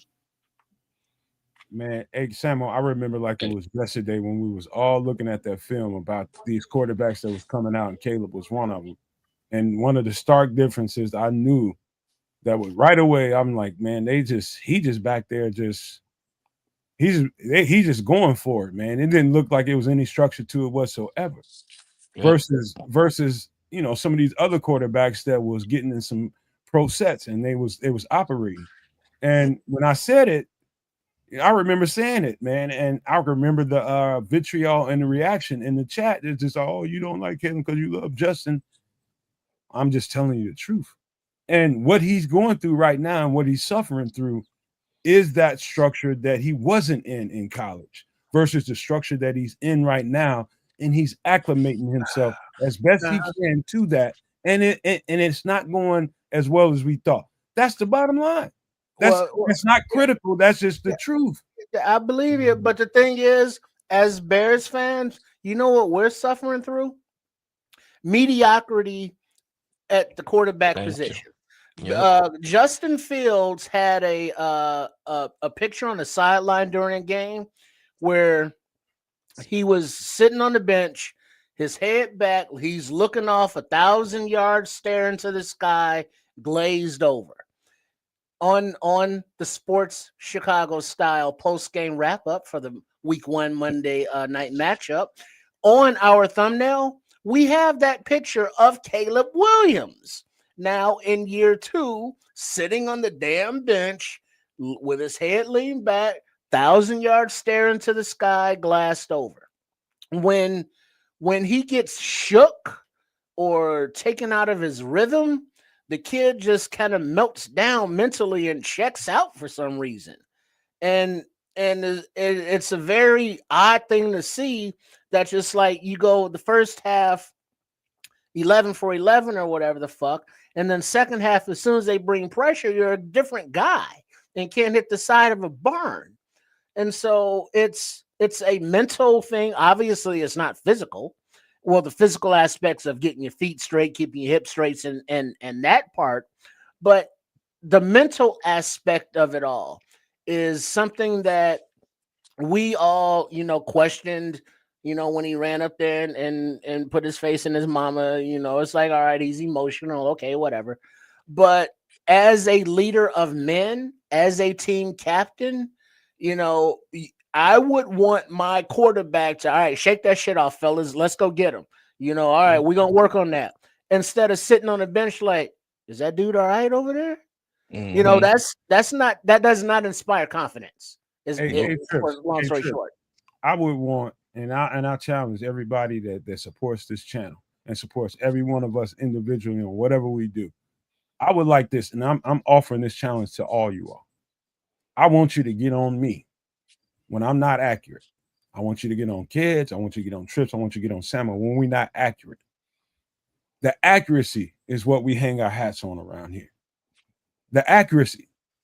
It's about speaking facts to the point of what we need to be talking about. And if we're not accurate, let us know when we're not accurate. But please don't with that, just because you hear something that you don't like and it doesn't feel good, man. Say that shit, man. Say that shit. Tell me when I'm wrong. Tell me when any one of us are wrong. Because we hang our hats on accuracy, man. We can debate it all they want, man. The facts are the facts. Like we see him missing those wide open receivers. We see him struggling with his mechanics, with his footwork. That's all stuff that's time on task, man. And people say, I know Scrolls just said he can't get better with that off the field. That's exactly when he's supposed to get better with that. Scrolls. He's supposed to work on that throughout the summer. He was supposed to master his footwork and master his mechanics in the offseason. That's why you see all these quarterbacks working with these quarterback gurus, working on footwork and working on accuracy. That's what you do in the offseason. That's what you do when you're not playing football. So if he's not on the field, that's what he'll be working on, his footwork and his accuracy. That's just how it goes. We all want Caleb to succeed. That's just it, because we don't have any other option. We have Tyson Bagent, but that's not the option. That's not the option we want. But if Caleb doesn't turn it around, man, I want to win games. I'm with Nomad now. I just want to win games. And and that's going to be on Ben Johnson. If Ben Johnson doesn't see the fire in Caleb, because like Tripp said, that's uninspiring to see your quarterback sitting on the bench alone with his head back looking up at the sky, when you got the other quarterback in his first start in his hometown just threw a pick six down 17-3, 17-6, over there inspiring his team, rallying the troops, telling his guys, we're gonna get it, we're gonna make it out of this game. Him in the huddle. There was a story today about him in the huddle. Aaron Jones said this. He's in the huddle and he looks everyone in the eyes. They're down 17-6. He says, "Is there any other place you guys would rather be than here?" He's like, "Isn't this great?" And everybody's just like, he's like, "Man, he's just calm in that sense." You know what I mean? Telling those guys like, "Dude, we got it good. Like, don't worry about what went wrong. Let's just get it right now. Let's go and right the ship." And he galvanized the troops. We want to see that from Caleb, man. That's why we picked Caleb. That's why you all wanted Caleb too. That's why all these people who are calling for for us to not talk bad about Caleb. That's what you want. You want the same thing we want. But we're gonna talk about the fact that it's not here right now. He's not doing the simple things that we see other quarterbacks in the NFL doing, and we've suffered through this too long as Bears fans. But we're having this bad quarterback play, and we thought that, Caleb was the answer. He was the generational talent that was going to get us past all of that. That was going to be in the past. We're going to see this 4,000-yard passer. We're going to get 40 touchdowns. You know what I mean? Like, we were going to move into the new age of quarterbacking 40 years later, 40 years after our Super Bowl. Hey, So, Samuel, Scrolls told me we need to be more balanced. we Okay, are balanced. I don't know how much more balanced, but he did say this too. He says Aaron Rodgers had horrible body language. This is what I mean about overanalyzing him. Aaron Rodgers won games. Aaron Rodgers wasn't missing wide open receivers. Aaron Rodgers was pissed at his receivers for missing their routes and for dropping passes. That's the difference. Aaron When Rodgers Caleb seems he can locked afford in, to have he poor hits it. body language. He does. He Fuck. can afford to. Mm-mm. He's still playing well. I Aaron can't Rodgers even is Right. playing at an MVP caliber with Right. bad body language. I can't even fucking follow that because that's exactly Right. what I would have said. He He's won. a Super Bowl champion. He's a motherfucker- Super Bowl said, like, champion he and an could. MVP caliber quarterback. We're going to compare him to Caleb Williams, who hasn't done anything, who's looked like a bust so far. And we want to keep it real. He's looking like he's trending towards bust. And I don't know if you all saw the next gen passing chart from this past game here. I should have sent that to you kids. But the man only hit 3 passes beyond 15 yards, 3 completions beyond 15 yards in this last game. So guess what's going to happen this next game? Like Nomad said, the Detroit Lions are going to cover everything short. They're going to stop the And in the run, box. and Caleb is going to have to prove that he can be accurate, especially on these deep passes. So, Right. I mean, like, he just has to prove it, man. Until he shows it, we can talk about it. When he shows that he's developing or getting better and not getting worse, because he got progressively worse in the game. The game, he started out good, but he got progressively worse. And then until we start seeing him get better, this is what you're going to get. Point blank, period. We're going to tell the fucking truth. Your But bottom the line fun part is, the fun part, Nomad, is it's gonna come to a head eventually. There's gonna have to come to a point where it's like, hey, when Caleb is locked in, he's cool. But once he gets that look, that inaccuracy, and he's gone now, there's gonna be some kind of emotional eruption on the sideline between somebody and Mr. Williams, whether it be a wide receiver who's like, look, fuckhead, I keep getting open, you keep missing me, or offensive lineman is like, hey, we keep giving you clean pockets and you keep doing this, or Coach Johnson or another coach, like, hey, it's gonna be Coach Johnson, brother. I'll just put it out there now. That's what's gonna be. But once they have that come to quote unquote Jesus moment, and you hit bottom of the barrel and the emotions become raw, that's when the healing and learning and coaching can begin. They haven't gotten to that point yet. I don't know. All I know is, man, I just see when I say I feel like it's really, really close, I mean like little things like trusting your feet and just throwing on time. Just all you gotta do. I mean, he, like Ben Johnson, really, if you look at some of the stuff that he dialed up during that game on the all 22, there was stuff there. There was answers for every fucking thing. Yeah. And it's like you got to get there and make sure that you throwing this ball on time. Those are the little things. It sounds like it's a itty bitty thing, but I guess with Caleb, it's a little bit different because of where he's been versus where he is now, and being held accountable for the first time. You know, he's being challenged, and that's what we asked for.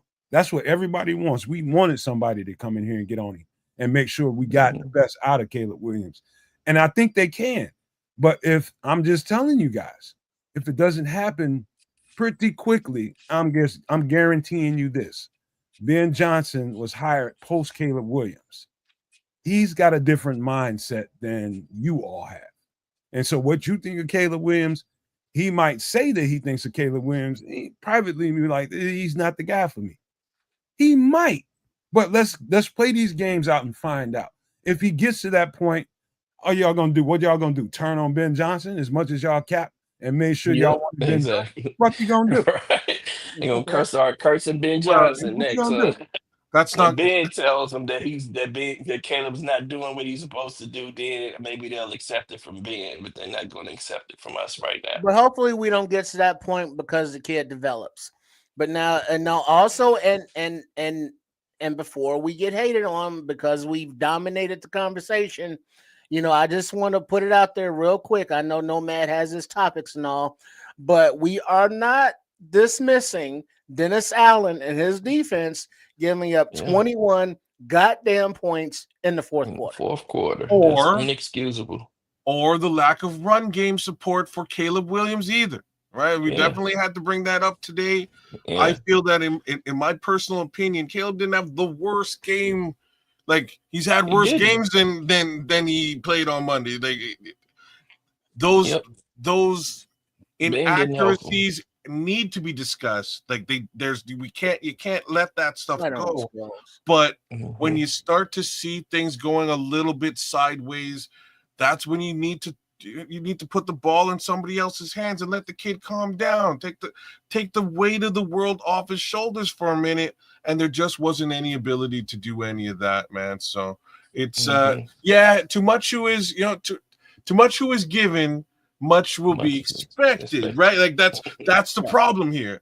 This is the number one selection, tippy top generational quarterback compared to Andrew Luck and John Elway, etc. Like this is the stuff that we got with him coming in. So the expectations are like they're astronomical.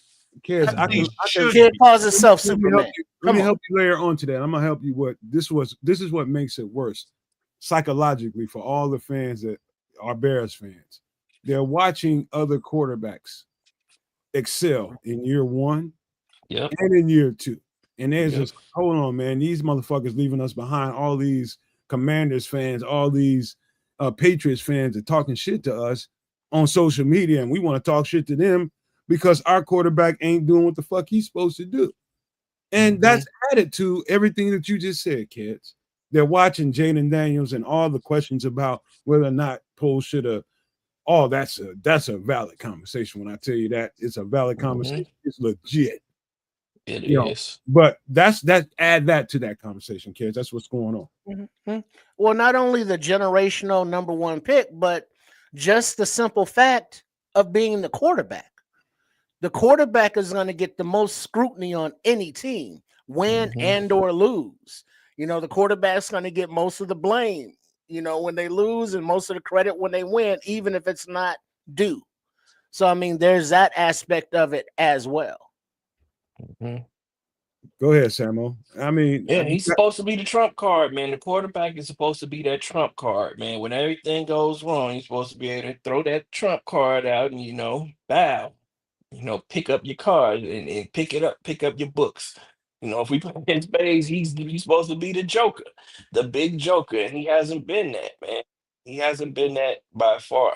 Right now, he's playing like the deuce of spades, and we need him to play more like the joker.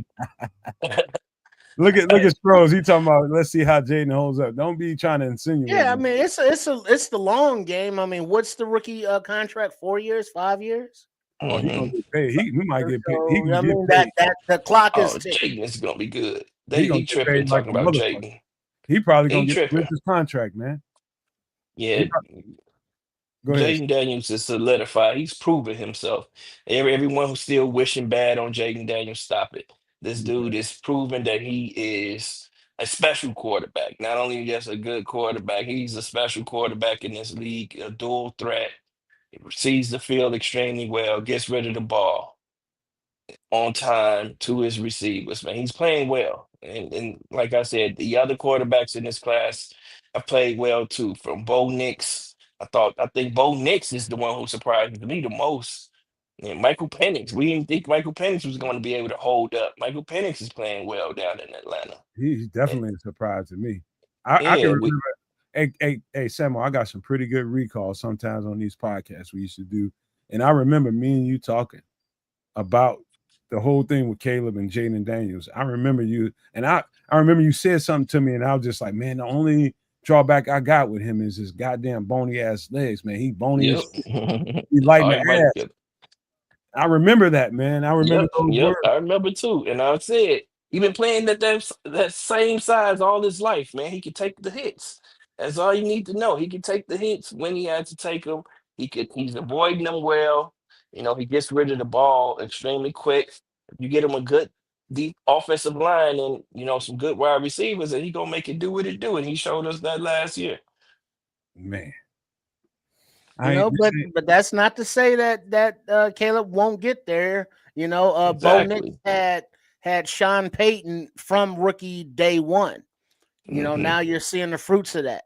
Jaden Daniels had Cliff Kingsbury and them out there from day one. Well, you saw the fruits of that from day one, basically too. But yeah, now Ben Johnson, like he said in today's press conference, I believe. Well, Monday was the first time that basically we've been together in a game.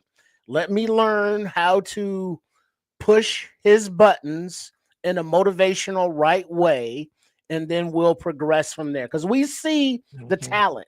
There was a reason that he was, considered number one for so long. We know it's in there, but it's just when he checks out mentally, then everything's done. It's nurturing and coaching him up and hoping that he gets to that place, which we all want, but it's just not there. And it's just not human nature to be like, well, what we can't talk about or think about what could have been, or we can't talk about or think about what are the contemporaries doing and how they're looking as far as their development going. It's not apples to apples. It's different staffs, different coaching and all that, but it's still just sports talk. This guy's drafted the same year as this guy. How are they working out? Well, this guy went number one. He's not looking so hot yet. It's still a work in progress, but if it was a race, he's not in the lead or in front. Not winning the race. Right? He's not the front runner. He's bringing up the rear. Let me speak to this comment by G-Man. He says, Nomad, is it possible Caleb was fucked up last year by the Bears coaching staff? Let me say this right off the top, and I'll answer your question straight up. I'm not one of those proponents that, just because Caleb didn't look as good as we thought he was supposed to be looking, it's all the coach's fault. I'm not one of them people that's going to sit here and tell you that, because I don't think pro coaches all of a sudden get to Chicago and Caleb Williams and don't know what the fuck they're doing. They're insufficient and not capable as coaches. Did they screw up some stuff? Yeah. Every coach is going to do that throughout the year. Is he gonna? I would just say this. We talking all this stuff, put it all in the context. We talk about how insufficient Ryan Poles did in taking care of this offensive line and making sure the offensive line is where it was supposed to be. And we give him credit to be an offensive lineman GM. And to be honest with you, you start talking about how good Caleb was, how good the offense was, or the coaches didn't know what the fuck they were doing. They just incompetent and all the shit that people be saying on social media. Given the context of we're supposed to build the trenches first, how good were the trenches last year when Caleb got here? Number one, how good was that? Number two is the coach is they're gonna scheme up the game plan based on what they think the offense can do. And so if they don't think the offense can block up certain things, they're not going to call those certain plays. Right or wrong, Samo? Are they gonna call shit just because they like what it looks like on the play sheet? No. That's and you want to ask me, do I think they fucked him up? No, I don't think they fucked him up at all. I just don't think the front was efficient enough to get it off. But so he has a slight point in what he's saying, and it's not. Again, it goes back to Ryan Poles, right? So Ryan Poles is a guy who builds that front. He's the guy who selects the humanity for that front. He decided to go and trade away a draft pick to bring in Keenan Allen, and then double down at the wide receiver position in the draft, right? When he could have protected the kid. This is just facts of the matter. You knew you were drafting a quarterback. You zeroed in on the quarterback and then doubled down on the skill position instead of protecting him. Let alone keeping the entire Eberflus staff, right? And that's that should have been a given. You let that hokey MF stick around, and that's not a good scene for the development of the quarterback. But if you wanted to protect him or if you wanted to guide him, you failed in both capacities. Just saying. Yep. And then bring a veteran in here either for him to learn behind. That's probably the main thing, Samo. That was probably the key. Yeah, I mean, Caleb has bad habits, man. The point blank period, and that's not on the last year's coaching. He has bad footwork. He has just lazy mechanics. I'm not even gonna say bad mechanics. He has lazy mechanics. Yeah. I'll say that because when he's on point, it looks great. But he gets lazy, and it's because he's so talented. The dude has extremely good arm strength, man. He has a cannon, and he whips it out really quickly too. So that's why he thinks he doesn't have to plant his feet to get the ball to certain places. But when he doesn't set his feet, his accuracy fades. My boy he has to understand in the air. Like the first time I saw him do that Jordan thing. Jump. You know what I mean? A jump pass. I was like, what are you doing? And it was a beautiful pass. I was like, oh, okay, well, maybe you can do that. Maybe you're just as good, and I need to shut up. And you're going to have to use that sometime. But you shouldn't be using that all the time. You know, on the clean pocket, that you shouldn't see that when you have a clean pocket.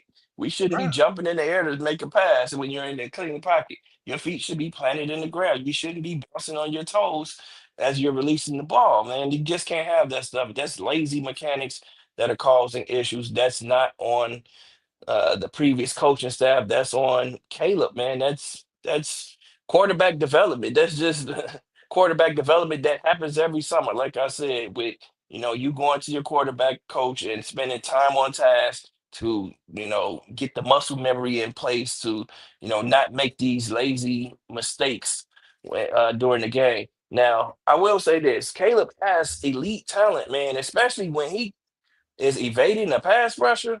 Like, man, he showed some elite ability was that Monday night with that, man. This dude can evade the rush like no other quarterback in the league right now. Like no other quarterback can do the shit that he was doing.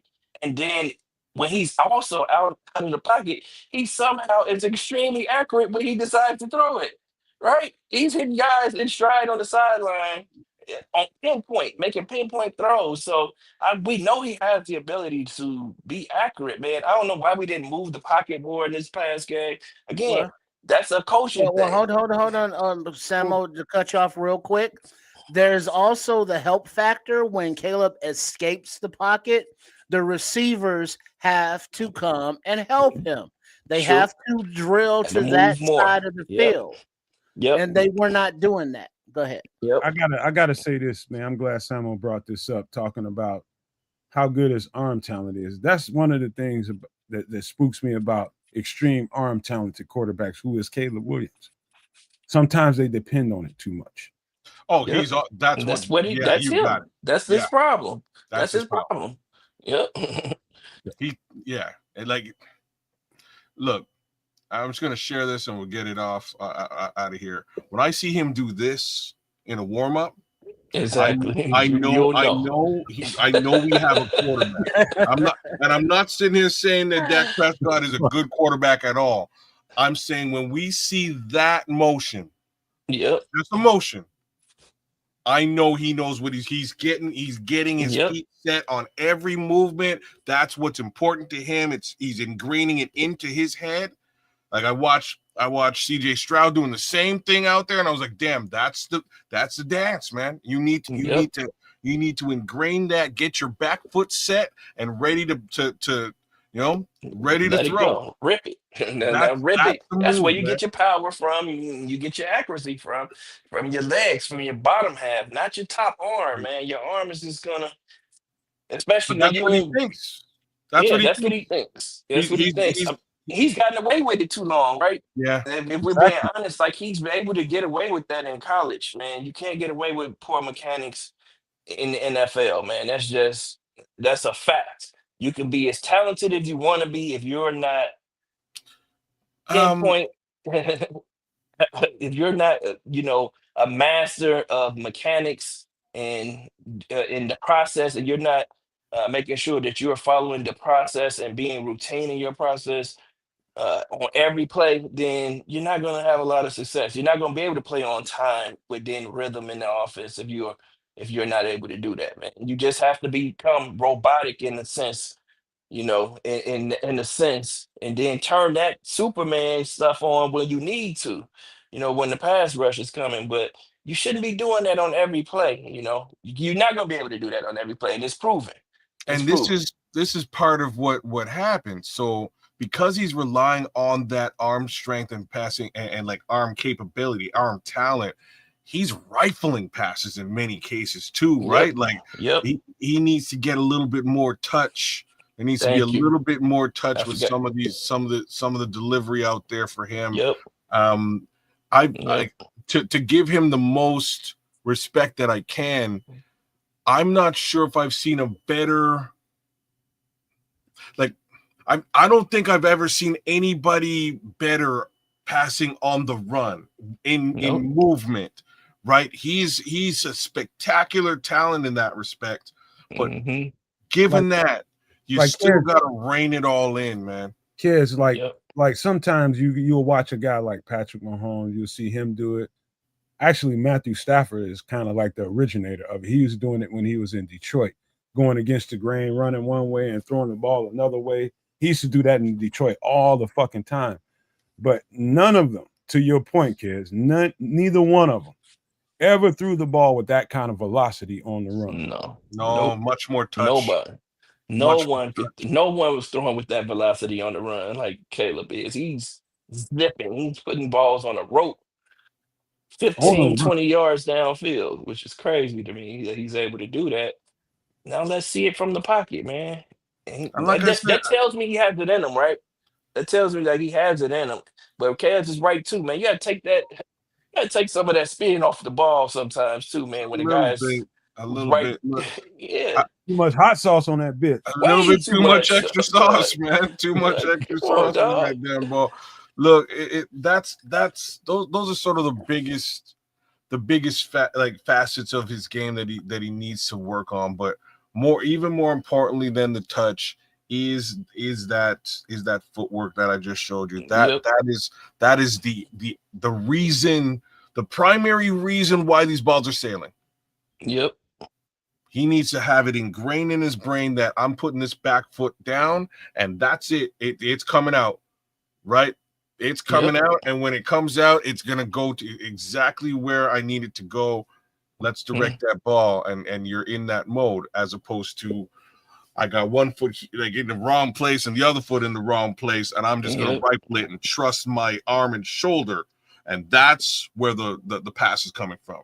Fact is, that ain't where the pass is coming from. The pass is coming from your torso and your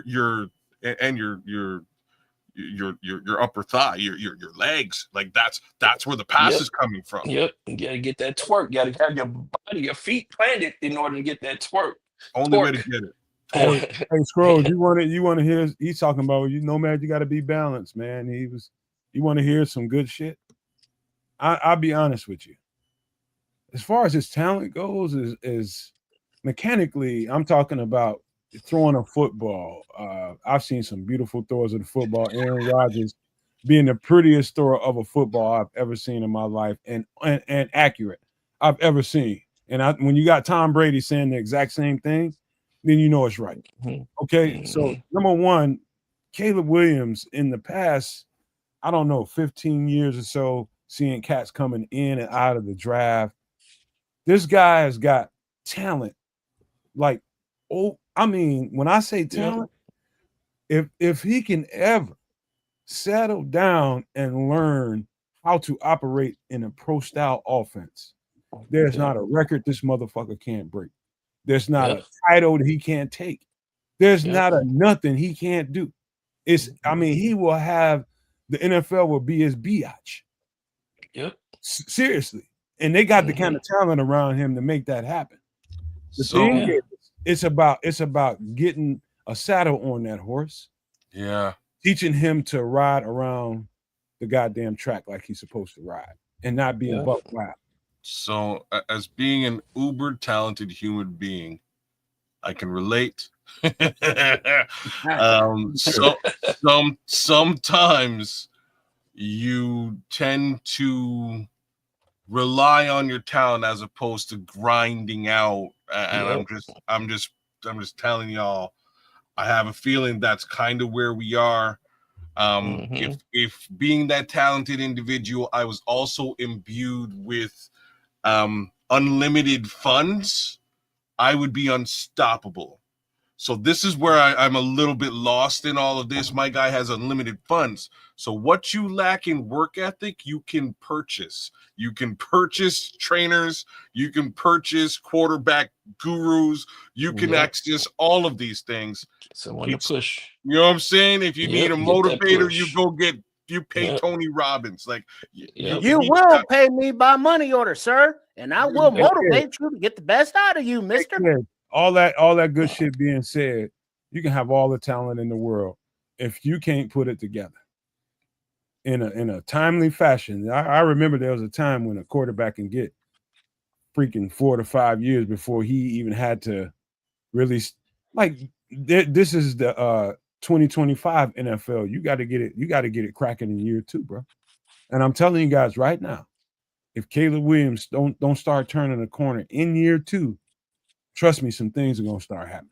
Oh, sorry, I'm thinking year 2 being next year. No, it's real this tough. Is year 2 right now. It's year 2 right now. The timeline is about like I'm telling you, the timeline is about 5 games. And why I'm saying that is because it's because they hired Ben Johnson and they're paying him a lot of money, and he does not want his name to look anything like that hokey MF that's out in Dallas.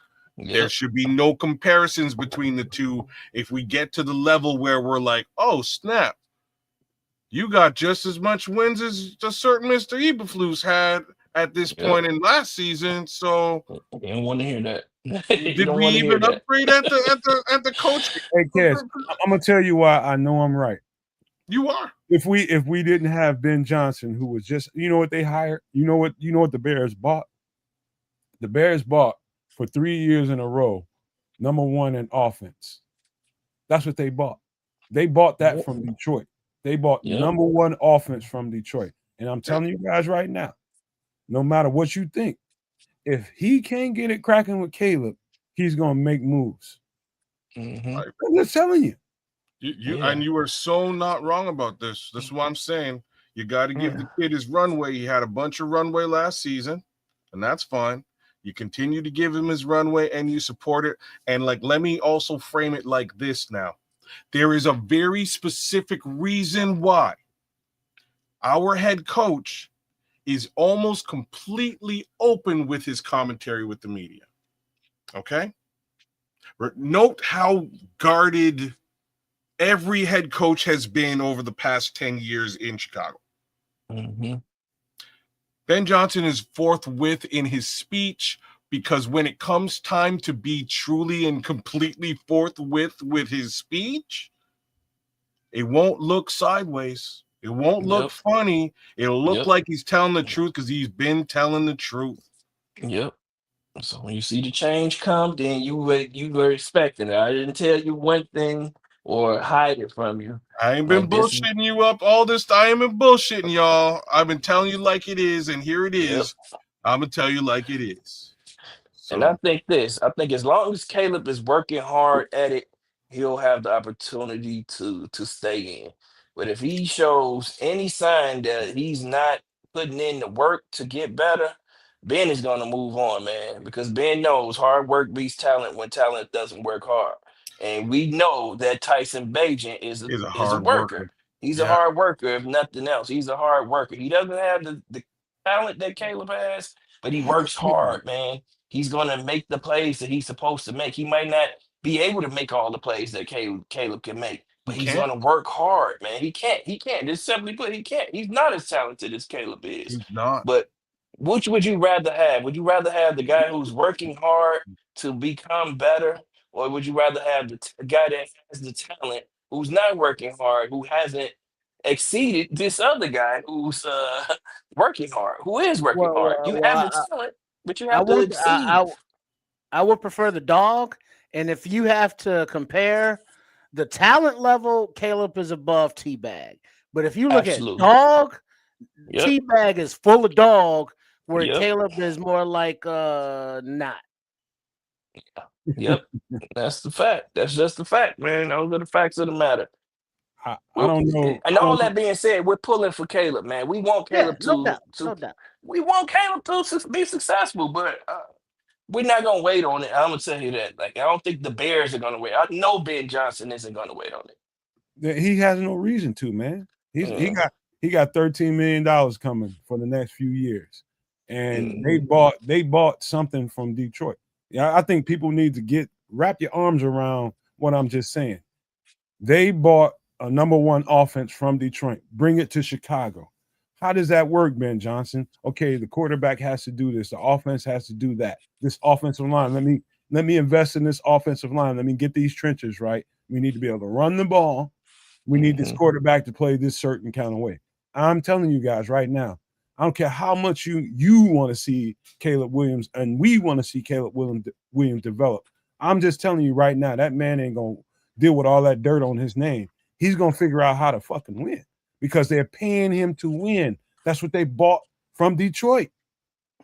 You got to go ahead, kids. I'm just saying it's even bigger than that because at some level, at some point, it becomes his name. Yep. Right? Like, it's and his that's legacy. It's his legacy, right? Like if Matt Eberflus becomes another head coach in the NFL, I will be extremely surprised, right? Because of the legacy that he put down here, right? Matt Nagy is having a hard time becoming a head coach again, even though he's won a couple Super Bowls in Kansas City because of his legacy as an HC, right? Ben Johnson doesn't want any of that smoke. So if all signs are that this is not going to work out in his inaugural season, I won't be surprised if he sits a kid. And look at what Leo says. On top of all that, look at this tough ass schedule. Don't forget that shit. It ain't it. And like last year's schedule was a cakewalk in comparison. Same with the year before. This is not an easy situation that Ben Johnson just signed up for in Chicago this year. It's not at all. Well, he's getting $13 million to figure it out. I would take on that responsibility for $13 million. But he could have got $13 million with the Raiders. He could have got $13 million. You know, at least I don't want to hear that his life is hard or he's gonna have to make tough decisions. No. That's what it is, baby. That's what the game is. I mean, we saw Ballers, you know, the classic rock TV show, and the politics that goes on behind the scenes, the personalities that go on behind the scenes, and it comes down to us like, hey, nice kid, no. But Ben Johnson wants Ben Johnson's legacy to be a successful one. And it's like, hey, you had your shot, kid. Next. You know, it's just that not for long or ninjas for lease, however you look at the NFL, you know, but that's going to happen. But also to purchase the offense from Detroit, that's going to have to include some form of what is it, Sonic and Knuckles of some sort. and we ain't got either or right now. So And that's Nope. that's half the problem. So now, like, let's Right. just make things even worse for the kid, right? So Mhm. if you don't want the scrutiny and the to whom much is given, much will be expected situation, you try to take that off his shoulders, and instead they basically did nothing. Like, they did nothing in the running back room to help the guy. Did Yep. nothing over there. So That's even Poe's thing, more, man. like the camera zeroes in even closer to Caleb Williams. Man. Look, like I I said, wouldn't want man, to see it. this is the reason I'm down on polls. Exactly what you just said there. That's a polls thing, man. We shouldn't still have hope. We had 3 second-round picks who are not going to see the field 50% of the time this season. They're not, and barring unless there is a significant injury to a starter. Neither of those guys, not even Luther Burden, who I'm guessing he's probably going to see the field the most of those 3 second-round picks. And yet we still have holes in our. We still don't have a left tackle, a development, not It even a doesn't make it doesn't developmental even left make tackle anymore. Sam. Not What even a developmental left tackle anymore, right? We still don't have a running back. We still don't have an elite edge rusher. We have some good edge rushers. We still don't have an elite window, and we have these 3 second-round picks that, are just chilling. backups, depth pieces right now. Like, man, who does that when we and need it? then When have we the You know, need running granted, backs. just to be fair, for those Shamar Turner truthers out there, we haven't seen him yet because of the ankle sprain. But So how when you he gonna gets see on the him? field, maybe he will be that alpha dog. They kept him on the roster. They didn't put Let's him on hope the so. practice squad. So let's hope, because Oh, we that haven't motherfucker seen over him that yet. ankle right now. I'm telling you right now, Trips. Yeah, He ain't he's on. What's over that? it now. Yeah, But how you gonna What's that? see him? They But when, Grady. yeah, who's There's going to sit Well, let's down? see him then. there's Let's four go. men in front of Shamar. Like, Let's Yep. go. I We need honestly to don't see it. understand. I don't understand how you got into this draft and came out with only one potential starter. And I'm just saying Colton Yep. Loveland is a potential starter, but maybe he's not. It's usually actually Half Cole starter. Kmet. He's a You know half what I mean? starter. Hey Right. To man, you be shut honest, your if you want to mouth, call man. him, he's a We half got a starter. punter. We got a punter, man. You shut up. Yeah, fourth Oh round yeah, pick. sorry, my bad. I forgot about Troy that. Taylor, baby, y'all better recognize. I don't understand these things, man. Like, I don't. It Yeah. baffles my brain. The one thing that I will say is the Burden selection I'm in full agreement with, because he should be in New England. New England made a decision, and they Yeah. said, we don't want wide receivers here. You know what I'm saying? We want running hmm backs here, and that was the decision that they made. And I can't front on them for it. Yeah. Travion should be a Chicago Bear, and real talk, Ryan Poles probably should have traded up to get him to secure that situation, especially after not trading up to get Ashton Genty earlier on. Something Yep. needed to be done there. Wasn't hmm done. Love Luther Burden. I think, and I'll knock on wood and say it, like, I think Luther Burden will replace DJ Moore as the number one wide receiver on this team next year. I agree. Like, that's I agree. He has that talent. my little prediction. I think he's I agree that with good. you. I think Luther Burden has Justin Jefferson type of talent. Yeah, That's I how I think feel about Luther Burden, man. That dude is extremely talented. And when he gets his opportunity, he's gonna show you. You know what I mean? yeah. Oh, he's And gonna show Hey us. Like, Samo, I he's gonna think. show us a Look at that different way comment this right season. there, real Hey, quick. Samo, Look I at the comment. I think Ben Johnson has got some pay them dues in him, and a lot of why you don't see a yep.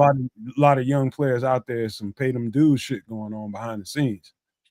Yeah, that could be a thing too. And he's already said it. No block, no rock. He said that already. So yeah, he absolutely has that in him. He has that old school mentality. But he said that he trusted Kyle Monangai. We saw him on the field a little bit, but he Right. didn't get the 3 reps. opportunities to rush. But he was on the field in some critical moments in the game. He whiffed on a blitz. Block. It's on Yeah. a block. Yeah, Mick whiffed on the block on the blitz one time, but I don't think that's going to be consistent because we know that he's really good in that. He's really good as a pass protector. So, man, we're gonna see what happens, man. It was one game. Right. I think we gonna overreact because we thought it was gonna be one way, and it was that way early in the game, and then shit just went downhill, and it just didn't. We fell off the cliff completely. Like it was bad. It went from really good to terrible. Like Right it the just fuck we now. imploded, Like and quick we too, tired of man. seeing that. Yeah, quick. And it was consistently like the second half. And part of that is coaching. So I'm going to put that on Ben Johnson too and Dennis Allen. The defense got tired. Like Nomad said, they were tired as hell, man. Fourth quarter. You were there in shape, but not in football shape to be, you know, keep running on the field after 3 and outs. Like, man, that'll wear you down too. And the fact that the Vikings just started this power running game where they're just rushing at us every time, that wears you out. You know, Mhm. so that's what happened to us. It happened to Right. us. We're gonna learn from it. We're gonna see. We're gonna get better from it. Hopefully, Ben Johnson's gonna come back better. Dennis Allen's gonna come back better. I have faith in the coaches to make the right decision. That's what I'm gonna say. That's how I feel about it. I have faith in the coaches to Good make the ass right staff. They decision. got a great staff. That's the thing, though. We can have faith in the coaches, but you can only, work with what you get. Dom Rob, why is he still on this team? I agree with you, Trips. Man, I bro, mean- y'all gotta stop, man. We Man, could I'm go not a through. Don Rob fan. No, man, I'm out on But Don he's Rob. been here for like what now? 4 years, 3 years, Well, you just want to see and he's almost developing into a third or Just fourth say it, Trips. You want to see string sacks, man. defensive end. Just say Well, it. I Just want to say see it. somebody Oh, who's no, productive. man, come on now. You know what I just mean? wanna It's see not sacks. about sack. No, I mean, that's- Chris Williams didn't Tell get me if sacked, he but sets he was the pushed in edge. the pocket. Yep. Dom Rob doesn't set an edge. He gets run on. He hasn't gotten consistent pressure. What does he do good? Why is he still Hey, here? I you can know Why what, answer does that he get question, such a though. long This is runway Great in to practice. develop? Tripp, don't be surprised based on what I've seen on all 22. I'm not gonna say it was terrible, but it wasn't. I would just say it's not And good you enough. say it was good? Don't be surprised if he gets demoted to the practice squad for this Oh, game. thank God. Oh yeah, he could. It's coming. He's gonna be. It's coming. Especially when Booker comes back. Oh, Especially when there you Booker go. comes back. There Because you what's the go. guy that I don't know how to pronounce his name? 69. Passanio? Tano Passanio? He comes in immediately, gets a sack, right? Bringing it. Abuses that left tackle. Came in, Yeah. abused the left tackle, got him a sack. So we didn't see anything from Don Rob, man. And I'm gonna keep it real, like we didn't see enough from Grady Jarrett in this game. I thought that he was getting pushed around a little bit, but Grady Jarrett also didn't play in the preseason. That's probably the problem with Joe Tooney too. Those guys didn't play, man. You can't just step on the field and expect to be able to pick up where you left off last year. Like That's a that good was point. like, man, you can't. That doesn't happen, man. You have to play the game. And everybody keeps talking about, oh, when they had practice, they had these, what they call them, the joint practices and all that. That's not real football, man. I can't finish a play. I still can't finish the play the way I want to. We're still out there trying to protect each other. It's still like a gentleman's practice. In practice, we still have this gentleman's agreement where I'm not gonna do things that I would typically do in the game. I'm not trying to hurt you. You're not trying to hurt me. We're trying to get out of this thing healthy. We're just competing. Where in the game, like we're going all out. You treat every play like it's your last play. So you go balls to the wall on every play. That's how I played the game. And I think that's how most of the players play the game. Every play, it might be your last play. So you got to go all out. If you tired, you take your ass to the sideline and sit down. That's when you get your rest. If you tired, step out and allow somebody else who has 100%, who is 100%, go catch your breath, drink your little water, and get back out there when you're ready. But don't go out there and think that you just gonna sit out the entire preseason. I'm an old man at that, and I'm just gonna come in and be ready. Hey, watch Like, this, come on, Samuel. it don't Hey, have to work like that. check this out, Samuel. Watch this, kids. Now, don't give me no long ass answer. Just give me a good practical answer, because I know how you go, man. You wanna color every fucking point of the puzzle, man. You don't need to here. In the best shape of your life, how many straight reps? How many in a row reps you think you can give in an NFL game? In an NFL game? In the best shape of your life. Right too. now, Let's today, think about that. your life. Not a lot of reps, dog. What's not a lot? Let's say 10 reps, man. Before I gotta sit down gas. Well, Like you wild. maybe, 10 is wild. Yeah, 10 is maybe, wild. Wait, you say 10 reps in the best shape of your life? maybe. Hey, man, it's a serious sport, bro. I would need to have to get. I would easily have to get a hell of a lot in a hell of a lot better shape than the best shape of my life to really keep it rocking, bro. Like straight And up. what position too? I mean, we talking about defensive line. I'm thinking too. I'm thinking DT D-line. Since we and talking about or D-line, let's talk on about the line. D-line. I We don't gonna think go you're all getting around the 10, board. kids. I don't think you're getting 10. You talking about I'm 10? saying You think you can get 10 6. straight reps? Oh, Maybe. damn. He couldn't get 6 reps? That's fucked I up. think Maybe. 6, man. I'm not even gonna stretch it. I'm not. If you going all out on every play, man, you're getting 6, 7 reps, man. Okay. Yeah, he about right too. Man, you're not getting no 10 straight reps at 100% and be 100 on And be 10 straight 100, reps. you're probably Ain't bang no on way in hell. Like, 6, yeah, 7 they reps. driving on Maybe. you, they rushing you. You're getting hit by 2 offensive linemen trying to hold your ground. Man, that shit I was wears you just 6 saying, kids down. out there. hey Coach, kids, coach, coach. I guarantee you, by the time if you get to 10 reps, I'm gonna say somewhere around what Samuel said, 6, 7 reps. Probably. You ain't gonna be the same motherfucker. I guarantee you that. Yeah, Mhm. Man, you're but gonna just be look like at this. right, Coach. right. Look at you saw that hit DJ took when he got Yeah, crunched. You saw yeah. that look on his face. Guess Mhm. what? He got back up and he was back in the game. You You know what I mean? did. You know, It's a tough. I'm thinking shit. Any one of us take hit like that, it's like called the ambulance, get So, the insurance. You know what I'm Done for saying? the game. you brought that up. You Hey, think Chris, not the ambulance, the ambulance. The ambulance. Ambulance. do you think he plays on Sunday? Who, DJ? Yeah, Yeah, I think he You good. think so? Well, he Yeah, I think wasn't he's good. like listed as injured or anything. Hey, DJ wasn't bullshitting when he said he like Wolverine. That motherfucker heals fast. Okay. Yeah, Yeah, I've I seen think him. he's good. It I've looked seen- bad though. I thought he was gonna be hurt. It looked like Really bad. Sterling Sharp out there, man. I'm just saying that's what it kind of looked like. But Yeah, it I know looked really Sterling Sharp bad. had back issues before the hit, and it's a longer story. But man, it was he got dinged up both ways. You know, two Yeah, separate he got people at whacked. the same time. He All got right. whacked. I know he's pissed at Caleb for that too. Oh my Like God. this motherfucker threw me right into this shit. Threw it high. Hey, Samuel, But he went for it though. every trainer, every position, they'd have had to keep me off. I'd have been on his ass in the locker room, Yep. bro. I'm like, really, dog? And not in the Coach Fitzgerald kind of way either. Mhm. Man, Yeah, hey, listen. Go ahead. My bad. No, I'm just gonna say, but to Caleb's defense, he got hit on that play too. He got whacked on that He play did. too.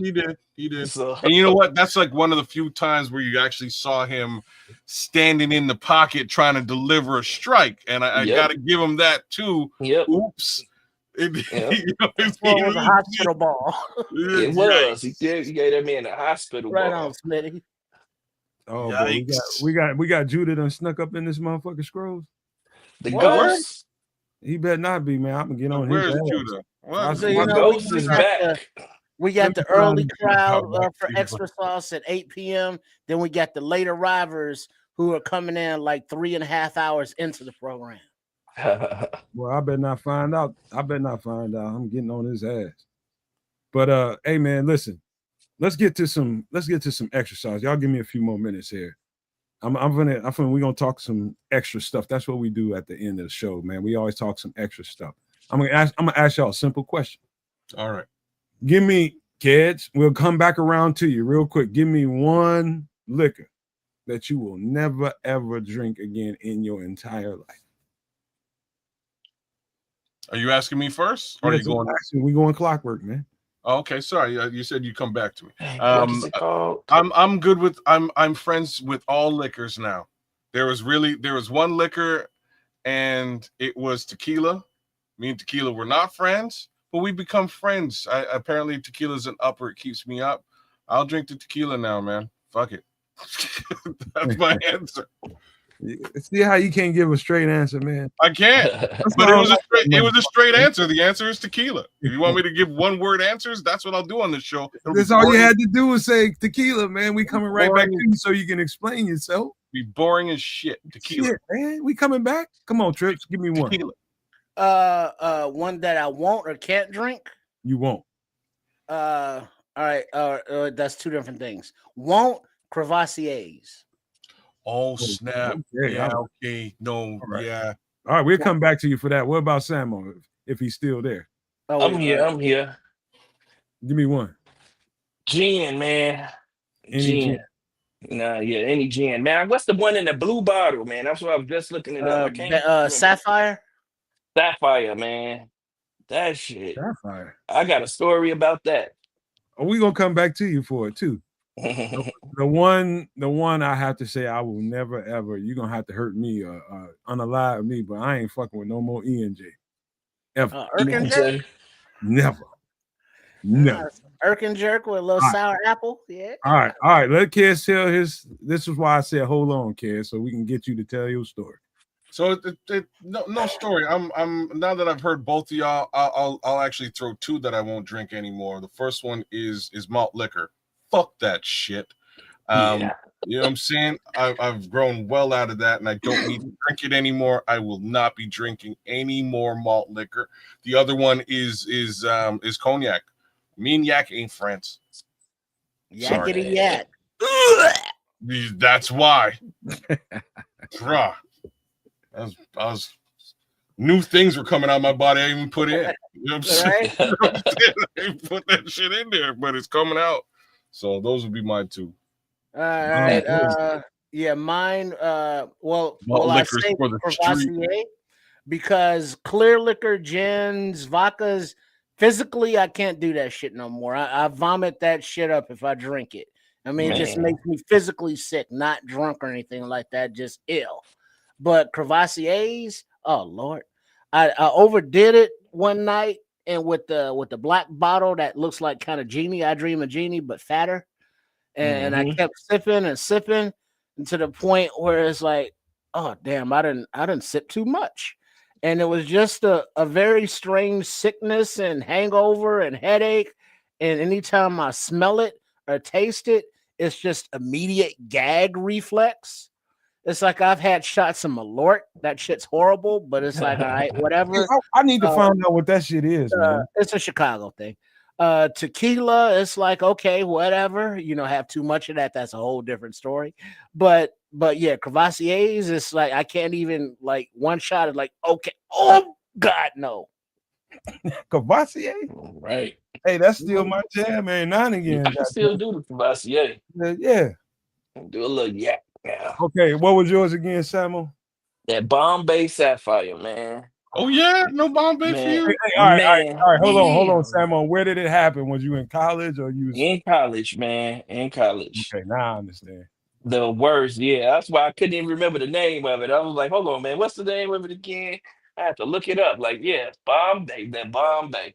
Man, so I know I went to Lake Forest, whatever. So I met Mr. T's daughter, Erica Clark. Okay. She was the homie. She was the homie. Cool as hell, man. My homie started dating her. They had an apartment off campus. I'm at their crib, man. We playing a drinking game, drinking this Bombay. I get sick as hell. She cooking and shit. I eat something that she cooked, and man, I was just felt sick as hell. So I go on the balcony. Rolling, it's raining. It's raining hard as fuck outside. I'm early. I'm like acting like I'm on the phone. And I'm like, bro, I gotta go. Take me back to campus. So he drive me back to campus. My head is hanging out the window. I'm early the whole way. He's like, dude, you good, man? He's like, dang, man, please don't get it on the car. None of it got on the car somehow. I don't know. I probably was dry wheezing.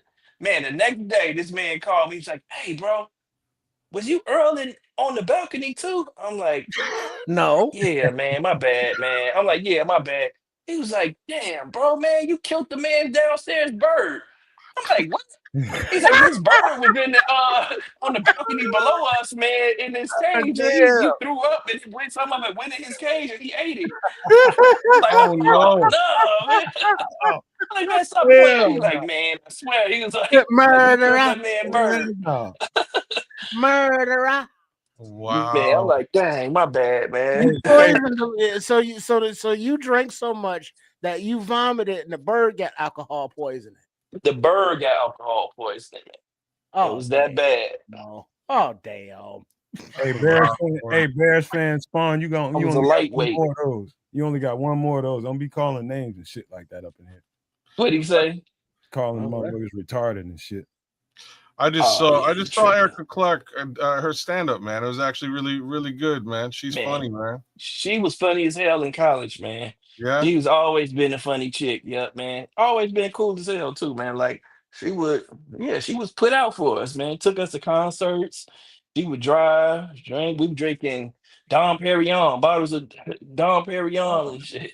And she's bringing from home. Like, all right, cool. Let's get Did her pops ever come to campus? Never seen them. Never seen them. Like it's like Never that's seen. like her stand up. I don't know if y'all see it. It was like nobody believed me. Yeah. I'm always lying because I'm telling people that my dad is Mr. T or my dad knows Hulk Hogan, and Yep. nobody believes me. So she goes through this crazy story of the WrestleMania match with Hulk Hogan and Mr. T, and in the end, Roddy Piper like whipped him in the match, and they wound up going back to the hotel room, and it's a whole scene, and wound up beating up Roddy Piper because he wasn't supposed to do something that he did. Mr. T's ribs was broken because of the situation, and so they wind up fighting Roddy Piper in this thing, and she goes back to school the next day. And they're like, oh, so like, Erica, what did you do this weekend? She's like, fuck it. Like, I'm just not even going to tell you guys. Nobody gonna believe lying at Erica. But y'all ain't gonna believe this. Yeah. She was that chick, man. Funny. She was definitely that chick. Funny as hell. Hey, and her sister, man, her sister was cool too. She got another fine sister. She was married to man, I'm trying to think of a Bears wide receiver. Dennis Gentry, wasn't it? Was it Dennis Gentry? Yeah, probably was. I can't remember who it was, but her sister ended up marrying a Bears player. I think it was Gentry. She that old? That was Lisa Clark. Yeah, Lisa Clark. Yeah, she's older. She was older than we were. Much older than we were. Oh, you wow, boy. You trying to get it in? You trying to get it in like that? Who? With who? You know you was trying to get it cracking? With the sister? If I could have, I would have. Shit. With Lisa Clark, Erica was cute too. Like, man. Yeah, my homie got on it. My homie got jumped right on that. Mama, cool. Hey, so that was you in college in that picture that Nomad found? That was at college? Yep, that was my freshman year of college. Yeah. So you know when you trying to set him up now. I gotta pull up the guy. Set him up.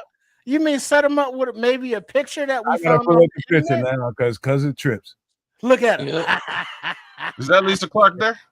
That's freshman year. I'm just messing around, man. Wait, that was freshman year? Hey, Samuel had a neck on his ass back then, didn't he? Yep. I had to get that strong neck. Oh, hey, you know what, Samuel? I got a problem with you with that Bombay in college, man. I don't think it was the Bombay, bro. I think it was you. Yeah, I think it was me too. I was a lightweight. Oh, snap. Is Judah TB17? Is that how this works? Is that what's going on? What? Am I just Judah's in? who? I think Judah's TB17, which would make perfect sense. Now you're doing too much. Wait, what? Judah got a few aliases, man. We knew that.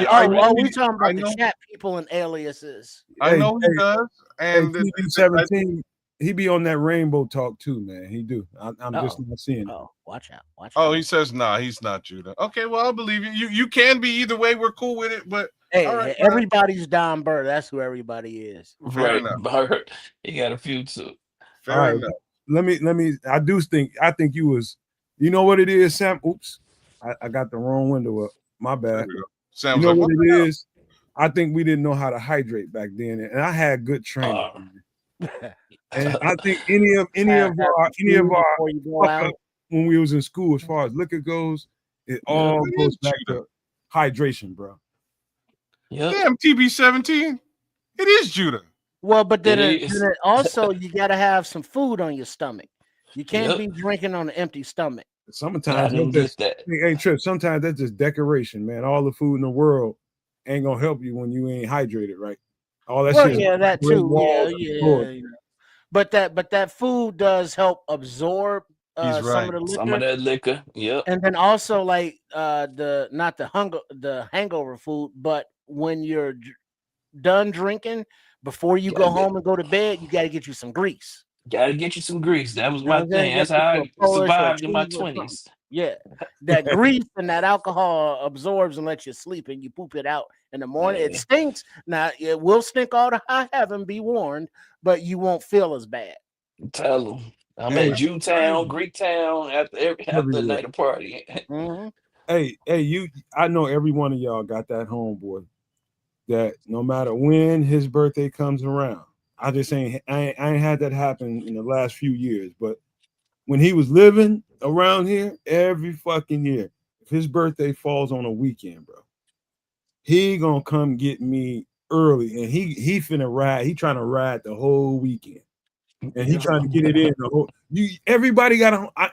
I believe everybody got a homeboy like that want to get it in for the whole weekend. Brother, you think a whole weekend is a thing? Deuce One, shout out to Deuce. So Deuce One is his birthday is over the course of the August holiday. All right, so like at the very begining of August, Labor Day. Yep. Not beginning of September. August. Oh, you got a beginning of August. Beginning of August. So that's his birthday is right there.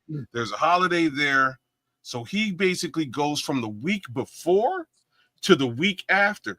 And he'll just tell anybody who's listening, it's my birthday. And people be like, it's your birthday. And they pour it up. My boy sauce for a solid 2 to 3 week stint until somebody, you know what I mean? Until somebody figures it out. I was like, shit, it's been your birthday for like 3 weeks, dog. Like, what are you talking about? And then he'll just give you that look like, yo, you know what I'm saying? Like, yeah, it's all good. Hey, kids, man, let me tell you something, man. To this day, I got some riders. And when I talk about riders, they want to get it in, man. They be, I mean, like, all right, the first time it really happened to me hardcore. One of my teammates, and we got lucky. We had a weekend off, a whole weekend off. And that's hard to come by in college, bro, when you're playing football. And we had nothing but time to ourselves. It wasn't no fucking vacation where you went home for Thanksgiving or nothing. He just gave us the time off. And we was broke in college, man. We ain't had no fucking NIL, man. Motherfuckers, I can get money, but you know what I mean? Some of the other guys on the team couldn't get money, you know. So out there slinging meat. I mean, you gotta resort to that sometimes, man. You know what I mean? you gotta make sure you got somebody at Wendy's, at Popeyes. You gotta make sure you got a girl at all them spots. Have a hookup. Gotta have a hookup. And you gotta have at least a couple of girls in the dorms who weigh over 250. Yeah, you might have to splash one of them. You know, you don't talk to them in public, and you know there's rules, but they there. I had to smash one, man. She had ashy heels, man. That pissed me off, man. But I had to get that. What were you doing with her heels? She just had ashy heels and it was turning me off. I ain't do shit to her. But like, he talking about me with feet though, but he talking about ashy heels. Ain't that? You just noticed something about her. You ever ran into that girl that got that pretty face and she's just kind of heavy and got a lot of butt and upside, and then but the heels ashy. Oh no, that's gonna turn me off. I'm just gonna tell you right now. If your shit beat up and all, no, I ain't. Man, I'm not in. Like I'm terrible. So let me tell my drinking story. Anyway, I'm sorry. The ashy heels threw me right off the bridge, man. Anyway, go ahead, man. We just drank a lot of energy and it hurt. Well, what were you about to say, Samo? I was just gonna say it's thick ankles for me. I can't deal with no. Oh, you're not ankles. A cankles kind of guy. I am not a cankle guy. A big girl with some slim ankles, with a pretty face is all right. Ray Charles. She got the big ankles. Mm-hmm. Bro, shut your nasty ass up. Yeah, so you went Ray Charles on him. You know, that's how he knew the girl was like up his alley. He would squeeze her ankles and her wrists. And if her wrist was too fat, he was like, "Oh hell no!" You know what I'm saying? Don't fatty bounce. But if the ankle, her wrist was skinny, he was like, "Oh, let's go, sugar." Hey, check it out, kids. We'll start with you. You met a girl at some point in your life that every motherfucking thing in the world was right about it, but something was fucked up. What was it? Breath. Ooh, I had that one too. What about you, kid? I mean, Trips. Breath. Ooh, 2. What about you, Samo? BO, body odor. Ooh, okay. Yeah, someone right, man. pH balances was off. She was too cute for that. Like, you look too You a good little for too this. acidic, baby. One time is maybe a mistake, but Your pH levels is all off. nose, You got the wrong kind of deodorant, motherfucker. Get the something ain't right, baby. Like, Like, You I playing to the wrong cannot guy. or comment something. on this. Like I've been down that road too, man. But there's like a racial, not racial. It's not racial. There's a culture connotation here that I'm trying to avoid, so I will avoid it. But then there's also smelling like cigarettes and liquor. But I'm probably cigarettes. smell like Don't cigarettes smoke and liquor drink. too, so it's all Man. good. Like And you couldn't have had nobody in college, Trips, if you worried about that. Cigarettes, can't do them. Well, liquor, you know, it was different back then. It was like, yeah, you encouraged the liquor in college. You know, smoking was a different story. But like Scrolls is saying here, nothing wrong with a little P-Funk, Samo. You know what I'm saying? So what if it smells like Low Tide? You know, be into it. Shit. Girl is nasty. Get tired You of know, that Scrolls shit. is Like, nasty like that, though. He is nasty. I tell Scrolls you, is low down dirty. Shame. remember when I was telling y'all last week about the girl that was a little dry? She had that going on. Sandpaper girl? And she had that and breath going on. Oh, Lord. And she was fine. And she was fine. No, she wasn't. No, And she you, was and you trying to trying make provisions for this fine motherfucker. Well, that's two red flags you ignored. Man, just trying, man. I'm like, I got to make this work. She bad as fuck. Man, yeah, bad, but bad. I mean, that's two orifici. One is dry and one is stinky. Right. So, and it's supposed to be the other way around. Like, really, it's supposed to be the. I think we can fix the mouth, but the other part, you can't do nothing about that. But a whole bunch of that. Well, there's other things that could be done there. Really, if you really think about it. Yeah, man, sometimes people tighter than you can't do nothing about it. You just too much. Yes, you can. Too buku. We've had this conversation. Yes, you can. He built for somebody else, not you, man. She can help you out. She's built for things that she can do, right? There's things that can be done. There's things that you can do. You can involve yourself in different ways to make sure that you're not in the Sahara Desert. There are things that can go down. But at a young age, you may not be availed to such knowledge. So I respect where you're coming from. Right. But you don't have that education. You know what I'm saying? You know what it is. You need to know what. Nomad was in that loss. Like, what the fuck? It don't supposed to feel like this. No. But don't get down there and be like, wait a minute. I had to come up off this. I had to come up off my sheet. Girl. I had to come up off my sheet. I had to pull it off. I'm like, oh no. I was like, no, it's got to be better than this, man. And it didn't get well, hey, run to the drugstore and look up personal lubricants. Bro, get you one of them and have that in the nightstand. Just chill. Only personal lubricant in the room was hot tour. That was it. Was hot tour, I guarantee she had some Vaseline in the bathroom, man. You would be straight. Like no. She was at my house. Ain't no Vaseline around that. You guys don't use Vaseline for nothing? You ever have chocolate? You live in Chicago in the cold. All right, don't start telling on yourself now. What the fuck you got Vaseline around your house for now? Brother? It's cold as hell in Canada. Your lips get it's cold as hell in Chicago too. Lotion, motherfucker. You got no Vaseline. Chapstick. Little chapstick. And if you gotta use chapstick, man, you use that. There's things you can do. I'm just saying. I don't want to learn things about you. I ain't want to know. Keds is not a no Vaseline house. Hey man, find a no Vaseline house in Canada. I don't I dare you. I don't know where that is because your lips be bleeding Well, y'all be having those Alberta clippers and all that shit. So yeah, your lips be bleeding in the winter, chapped up and crackly. So, Hey, kids, what would you do if you walked in your homeboy's house you ain't seen in a while, and you walk into his living room? He's by himself. He ain't with nobody. He's a bachelor, and the first thing you see somewhere around where the TV is or on some kind of coffee table is a thing of Vaseline or some shit, or some baby oil or some shit. Some type of lubricant sitting there, huh? like, in his favorite, right in front of his favorite chair. Like, come on, bro. right? Look, you just got done doing it here, man. Hey, dog, you got any alcohol wipes? I want to use the remote control. Like, what you got going on? I ain't even sitting down.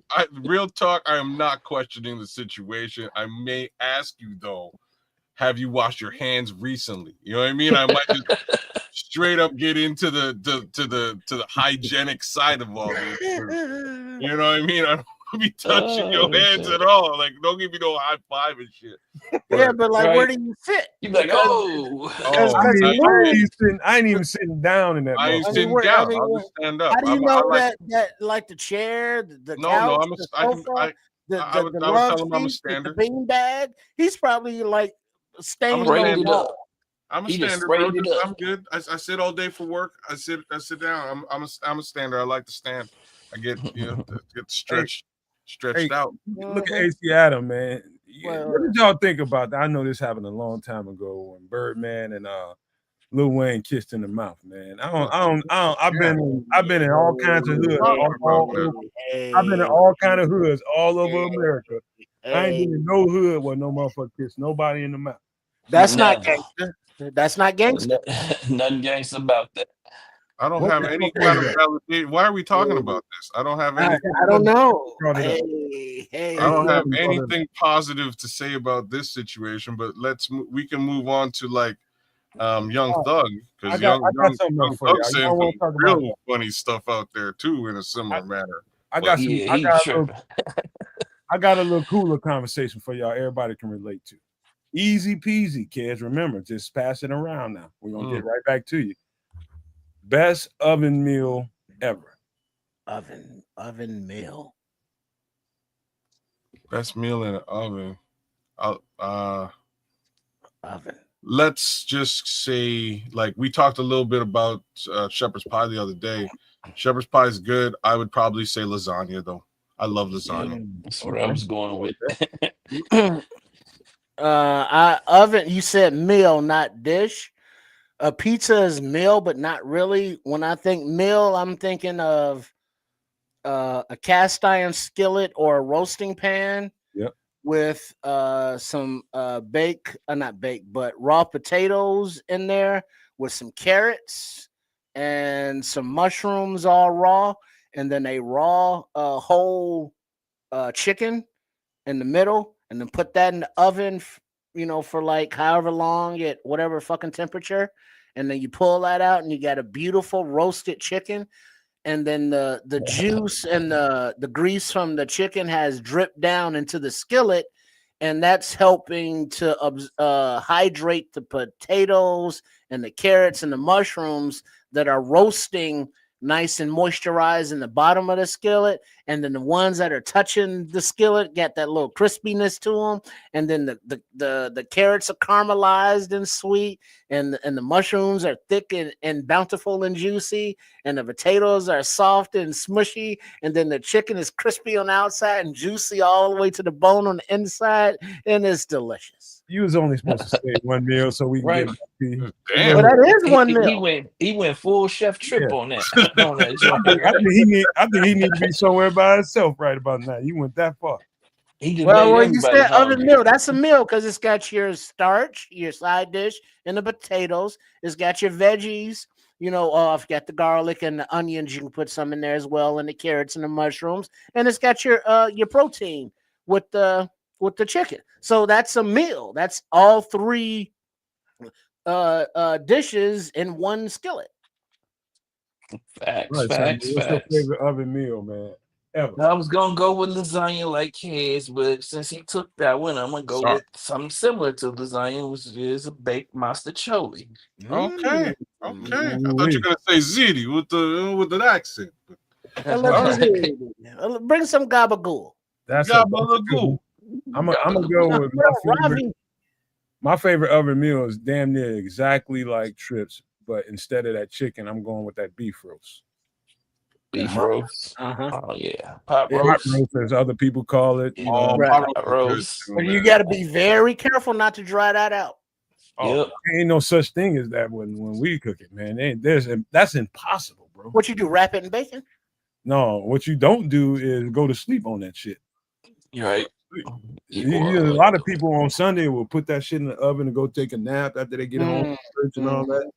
Coming from church and all that, yeah. If you put that thing in a roasting pan and you set that thing up properly, there's no way, unless you just leave it in there way too long, you're gonna dry that out. Turn it up too high, or turn it up too high. You cooking it too fast, yeah. Because now you put in there the potatoes. Checking out the chat. The chat going wild. I don't know what's going on over there. Don't be the second person to get kicked the fuck out of here. Don't start all that. Now, do you when the roast? You put the potatoes and carrots in there too?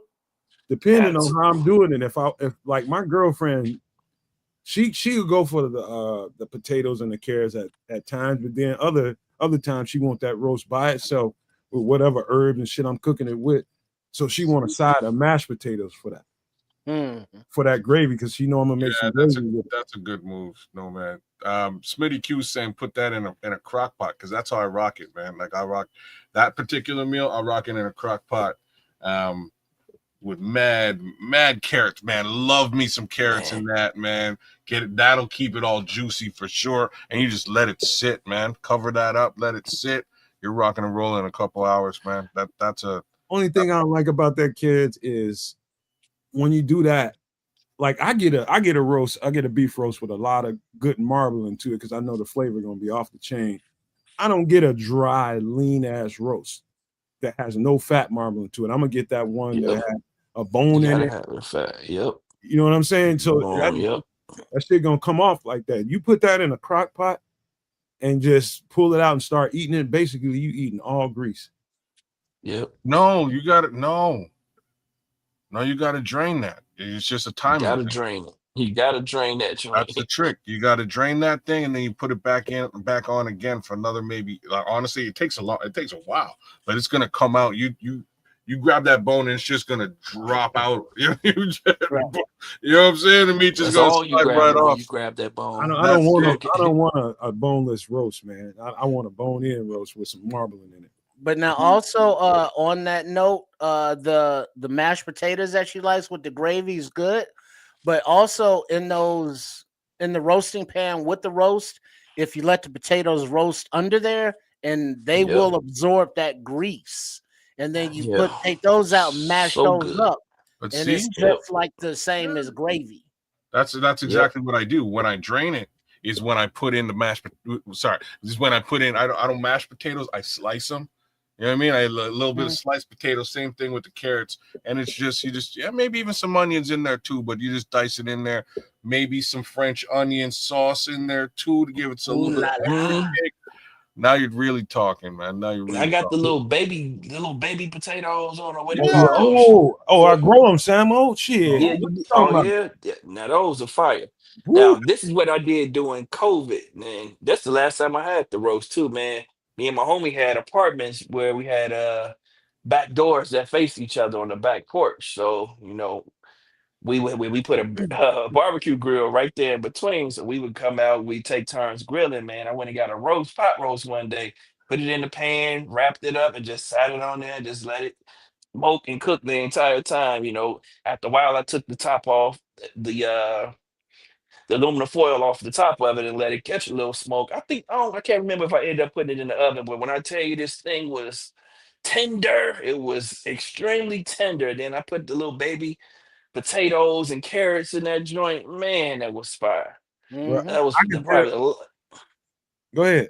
No, I'm just saying that's probably the last time I had. That was during COVID. We were doing it so often after that. I think I got burned out from it. Bro, the way he described that, I know that shit was fire. He wrapped it first. He wrapped it. That's all you gotta do is throw that motherfucker in there and just leave it alone. Just let it sit.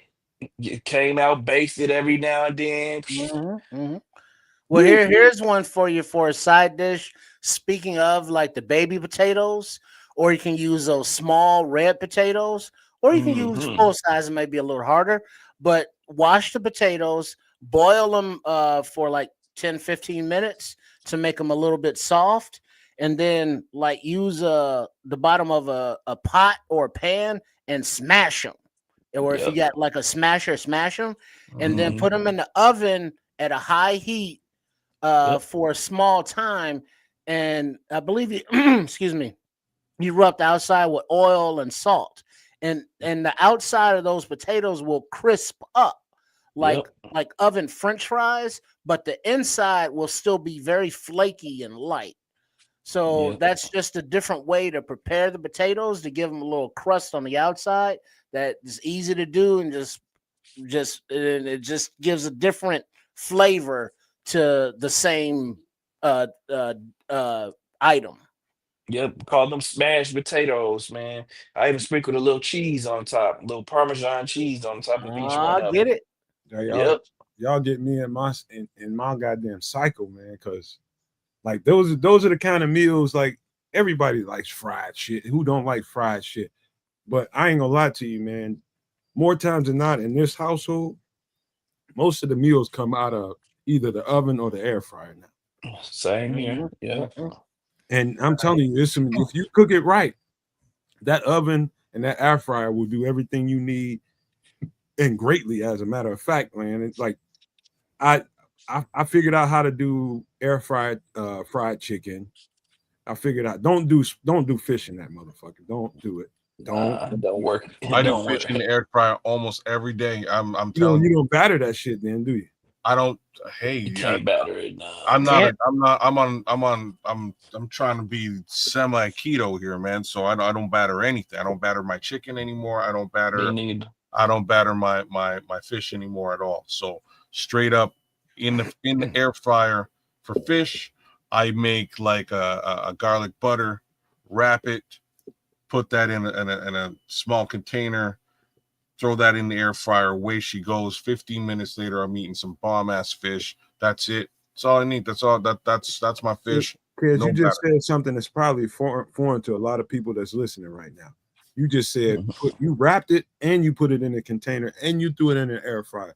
What container? What kind of container? Yeah. What kind of container? Usually just aluminum container. Like it's got to be aluminum to be conducive. But that's just to hold that garlic butter in. That's all. Or else I'm gonna have garlic butter all over the friggin' air fryer. You know what I'm saying? So that's it. That's what I do. So like a foil pan. Yeah, foil pan. Check that. Okay, check that out, man. Yeah, I gotta try it that way. You want to give shout out to equipment real quick. The Instapot is another kitchen device that is very, very versatile. I mean, you can make all your soups and all kind of things, like a nice lobster bisque, from the freezer, fish parts. I love it for making rice, and half the time that it takes in a pot, and it comes out flavorful and fluffy every time.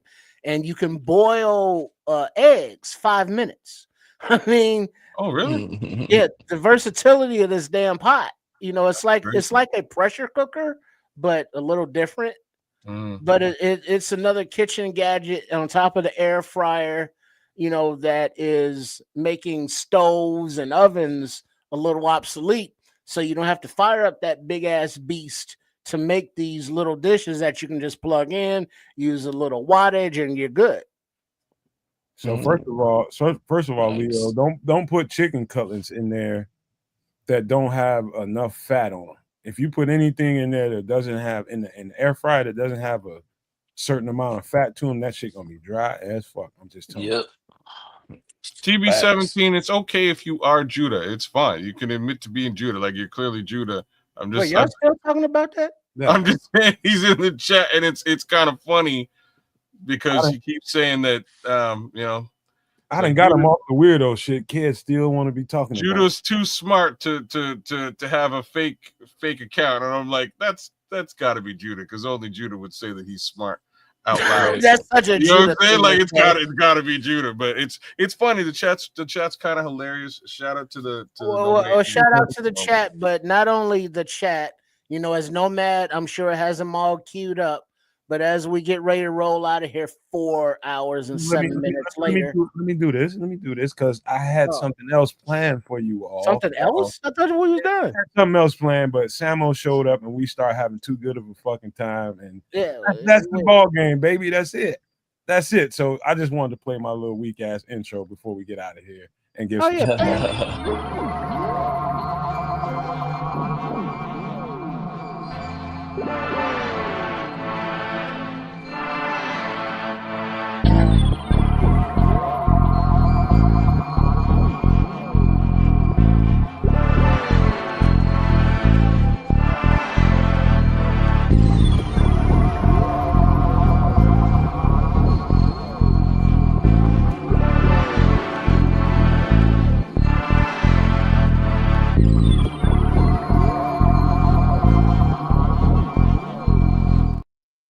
Damn, what's going on here?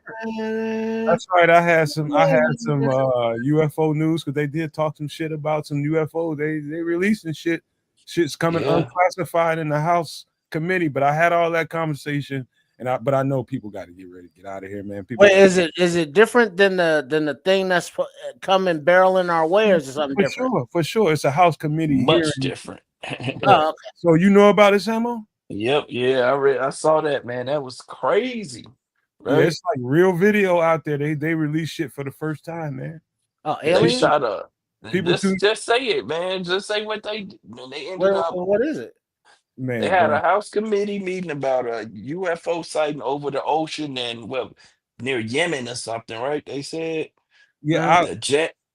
Let me just do this, Keds. Keds, since you the better person at going to Twitter real fast, just show Hellfire. Just tweet in Twitter. Hellfire missile hits UAP. That's all you got. Man, they shoot it with a missile. Oh, that's early. Right? But watch what happens. Hey, welcome. Boom. You're gonna be let me see your papers. You just now see it? You gotta share your screen, bro. Take it easy, man. I'm just looking here. That's real deal Holyfield shit. It is. Oh, let me get us off. Let me get us out the way so you can see it. So is this what you're talking about? Blow your screen up. Wait, what are we looking at now? That whole screen up. So it looks like this is your missile. Kids, open the whole screen up. Yes or no? Oh shit! What am I looking? All right, what are we looking at? We're gonna try this again. There we go. Wait, go back to the beginning. Go back to the beginning. It'll replay in a second. So it's only because I have no idea what. Oh, is that the object that's supposed to be? Okay, is it that? Boom. Yeah, that. All right. No, the object moved around it. Did it? It hit. It hit. It hit, and it kept going, and it kept moving. It skipped right off of it and didn't do no damage. Skipped off of it. Yep. The missile skipped off of this object somehow, and the object moved faster and evaded them, and they lost it. And I know most people, what the fuck was that? Most people would probably want to know what the fuck is a Hellfire missile. And I didn't have time to get it downloaded, but kids, if you want to just put in the words Hellfire missile images and you'll be able to pull up in relation to what a U.S. drone looks like. They carry Hellfire missiles and blow up whole cities. Yeah, it's a bomb ordnance, and it's powerful. And it typically will destroy anything that it hits in the air. But this thing, I guess, if I'm looking at the little ultrasound vision there, that it went around, it did an avoidance maneuver, but it didn't like go way around. It just went like, whoo, or use some kind of deflection thing, or okay. I don't So know, let me before you pull it up, kids. Hold on, since y'all want to talk about this is what happened. I think a day or two ago. But this is a UFO, a House UFO hearing. I'm glad they had it. The crazy ass broad that pulled it together. This is the one good thing I think in her legacy she'll probably have is putting this committee together. And what was unclassified. You talking about 40 to 60 years worth of information came out in this hearing. It was huge, man. I'm talking about, when I say huge, what they were talking about and some of the stuff that came out of these documents. You can look, like, Samuel, if you saw any of this, you know who, like, I can sense bullshit from a mile away. I didn't sense a whole lot of bullshit here, bro. Nah, this was real, man. These the people that testified showed real concern, and they asked them directly, did this scare you? And people was like, should we be in fear? And then people was like, yeah. I said, yes. Well, when did this happen? It's like a couple of days ago, either yesterday or the day before. Yeah. Well, but here's the thing, though. In fear of what? In fear of the fact that Retribution? if that object, if the missile bounced off of that object with that UFO and they are hostile, then what defense would we have against Well, it's kind of late to something ask like that? if they are hostile now after we done shot a missile at them. Exactly, right? I mean, so it's just basically fear of the unknown. You So know? Fear of the unknown. I'm just gonna ask y'all a question. So so look at what we're looking at. Like, first, let's just look at this homie right in the center, left in the back with the like white man's afro. That motherfucker looked like one of them. You mean Beethoven? He looked like fucking Beethoven. So I'm just gonna ask you. Do you guys believe any of these motherfuckers?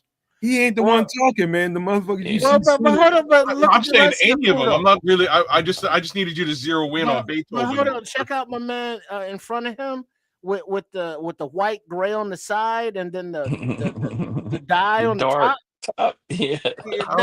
That's a dye job. Like, look at all this hair and this beard and this hair. That's not black on the top like that. Get the fuck out of here. He might be an alien. And what's up with the brother man? No, what the fuck he got going on with his dude? He's the only fly in the milk, bro. When I tell you, he's the only fly in the milk. But the broad that was sitting behind him, woo! I don't know if you noticed that. We can't see her. Woo. Yeah, she was bad. He's look at my man over here. I'm just saying. I don't believe, like, and I'm Canadian, so I just got to preface it with that first. I don't believe the government at all. I think the government's full of shit. Yeah, well, because like what you're telling me is, hey, we've been lying to you guys for 40 years, but now we're not lying to you guys. See what you don't get, and to keep politics out of it, I'm just gonna say this: the people that are in government right now are anti-government. So what you think about what the government is keeping away from people, blow that shit right on out the water. The anti-government people are in power, and so because of that, this kind of shit is happening. And we just leave that there. No. You don't live here. You don't know. Brother, it's not about where I live. It's about the fact that the world is controlled by people who have more money than either one of us. And they want to continue that control. And the modicum of control that exists in making the world fear something is much larger than it is in not controlling them through fear. You want to go down the wrong rabbit hole. What I'm here to tell you is what I think is going on, and I trust my spidey senses, bro. My rabbit ears are telling me that there's something to be said, and something that the people of the world, not the United States, not Canada, not fucking France, not Germany, not everybody, la-di-da-di, everybody, I think there's a precursor to a reveal. And whatever that reveal is, I think some of this stuff is kind of setting everybody up so that when it happens, it doesn't go over so hard. How do you like in this hearing, one of these guys said that he went to Russia. That guy in the middle, Mr. Borland, he went to Russia and he was given access to some of this information. He had documents to back it up. And he said that they said that they tried to shoot down one of those things that was flying around and they didn't know what it was and they were authorized to fire on it, right? That didn't work. The people that were in that aircraft was basically brought down to nothing, and it fell out of the sky. It fell out of the sky. But what they did was chip something on that vehicle. And what they did was take that information or that piece of whatever it was, and what they're trying to do, kids, from what I'm hearing, I'm not sure that it's not only going on in Russia and the United States. I'm pretty sure everybody's probably trying it. They're trying to reverse engineer the information that they have. Of course. And so I don't think people should just blow this off like it's nothing. Brother, that's all I'm gonna say. This is bullshit. And what I mean by bullshit, this is straight up control measure. Right? This is how you control population. And we're falling for it. So that's kind of how that's how it looks for that's how it looks for me. That's just the way your fucking mind works. And that's how it's how I've been trained. It's what it is right out of the playbook of what I've read will happen. Because at some point you got to stop pointing at yourselves as the problem. That like we live in an existence where division amongst people, whether it's racial or religious or what have you, like that's how they keep us fighting with each other as opposed to fighting with the guy who runs the show. Okay, kids. I mean, before you start telling me this long ass story, do me a favor. Go to Twitter again and type in these words: Tic Tac shaped UFO, and show me what you see. Because you got a good answer for every fucking thing. Yo, I love him, but this motherfucker full of it, boy. I swear. I'm full of it too. Shit, every kid believe in conspiracy theories. Like it's I can get him on a dystopian. You're laughing that I believe in conspiracy theories, but y'all believe in UFOs. And I believe in conspiracy theories too. I do. Okay, I'm just checking. I'm just checking. Well, everybody believes in conspiracy theories, but they're conspiracy theories. Your conspiracy theories are fucking crazy, but my conspiracy theories are logical. Right. Tell him. Like I can get him. Hey, that's how it goes. I can get him on the dystopian nightmare, like the world coming to an end and rich people are controlling everything and everybody's a fucking peasant outside, like Handmaid's Tale type of shit. I can get him down that road because that's more realistic to him. But something outside this universe that ain't us, I can't tell him on that. He don't believe it. I need actual physical hard evidence proof of that. And at the end of the day, how do you know this is not man built? Hey dog, you gonna be one of them motherfuckers that be we're still trying to go to McDonald's while aliens trying to fuck you up. Dog, you're gonna be the dude at the aliens' front door knocking on the spaceship saying, "Let me in. Let me hang out with y'all." I'm not trying to get phased out. You know what I'm saying? Maybe I'll be at the Mickey Say not in the first wave, at least. What's that? Say you're not in the first wave, at least. I won't be in the first wave. I'll at least be a couple of waves behind with a Mickey's burger. If that's he's gonna be like, man, just let me get my double QP, man. I'm straight, man. You can do whatever you got to do after that. Right. I'm just saying I don't. Well, but the thing is, whether Nomad is a believer, whether Keds is not a believer, let's just say, just for instance, okay, it's true. There's life out there, and they're sending a probe or a visitor here, and the first thing this fucking planet did was shoot at them. Okay, well they're like, hey, they dived it, so survived it because their technology is obviously much more advanced, and so they was like, did they just shoot at us? These motherfuckers here. Let's tell home base what they just did to us. And so they burn out. And so now home base comes back and be like, hey, y'all shot at our homies. We didn't like that. Now we're gonna eat you. Take all. Everybody just thinks it's violence, but but even if it's a peaceful entity of beings, we shot at them before they could be like, take us to your leader.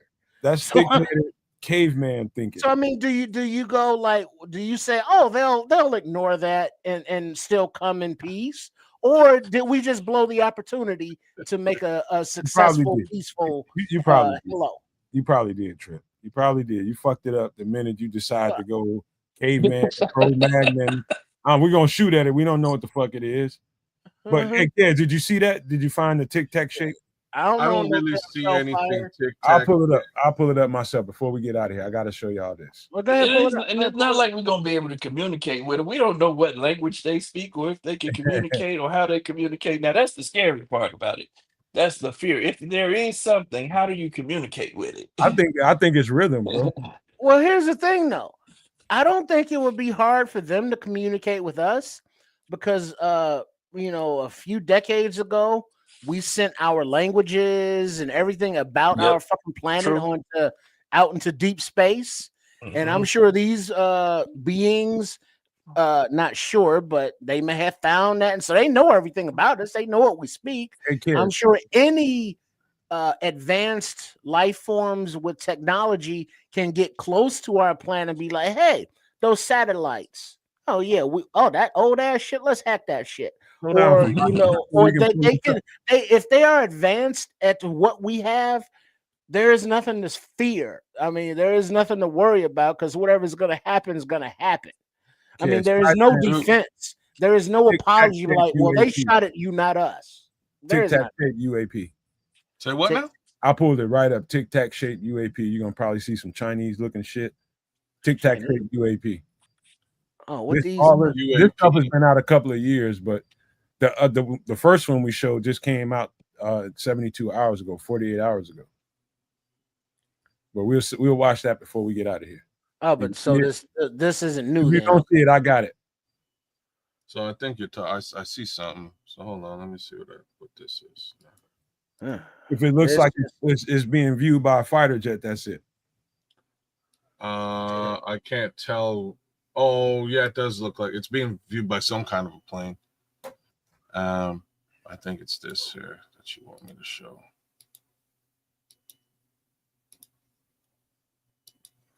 If you ain't got it, I got it.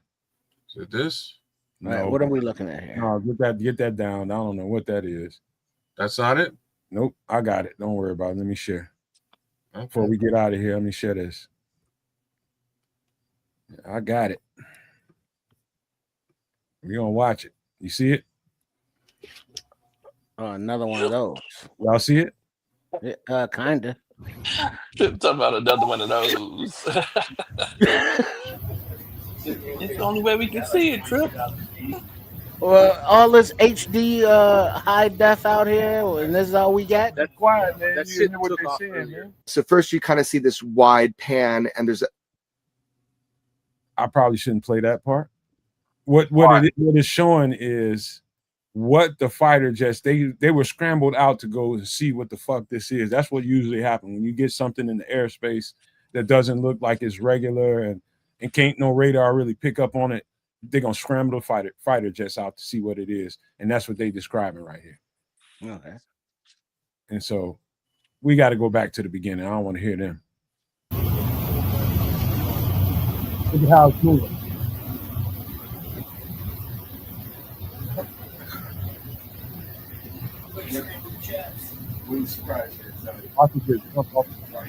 Before the BDSS came back. Like 22,000 feet.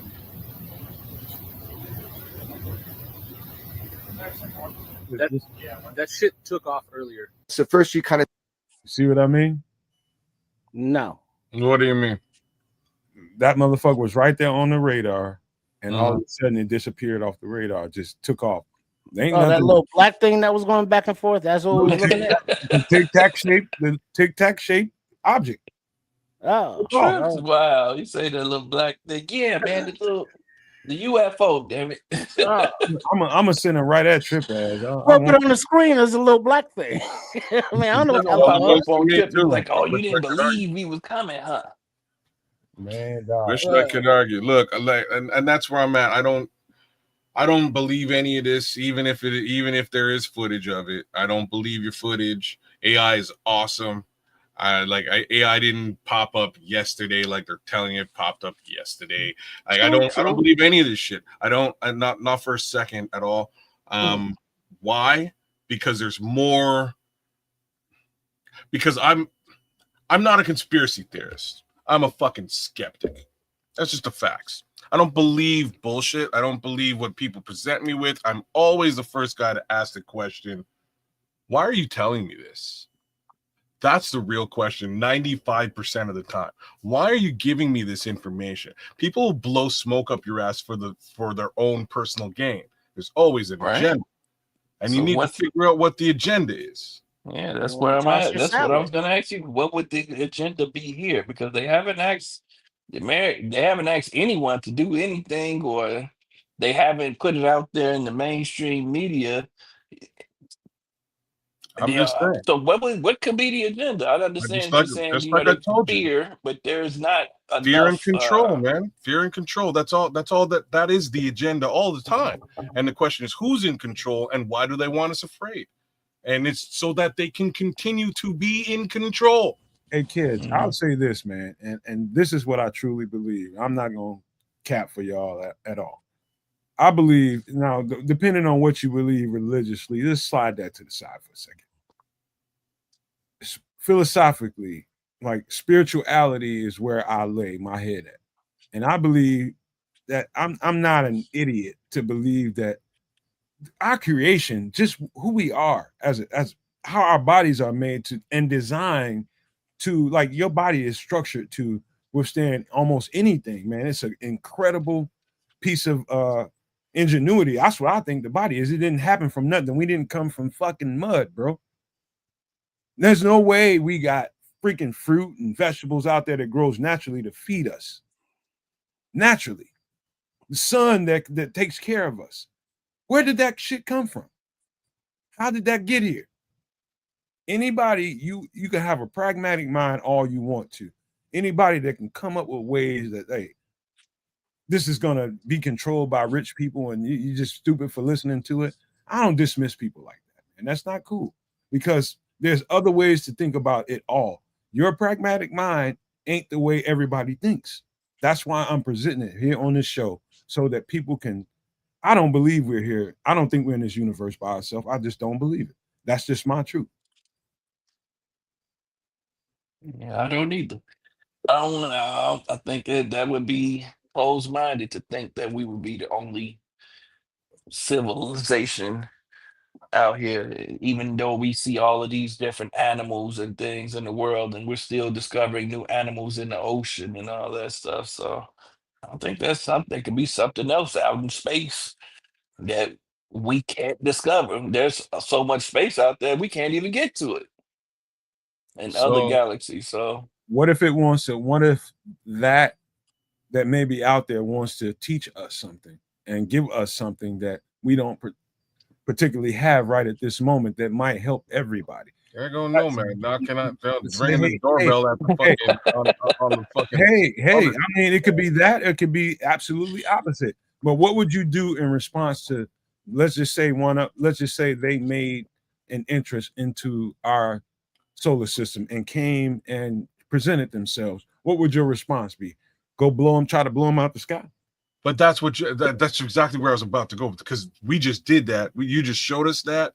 And the missile bounced off that motherfucker. So there's some bonehead motherfucking jarheads in there, man. Hey, man, but like, what if they're pissed off that y'all just try to smoke them?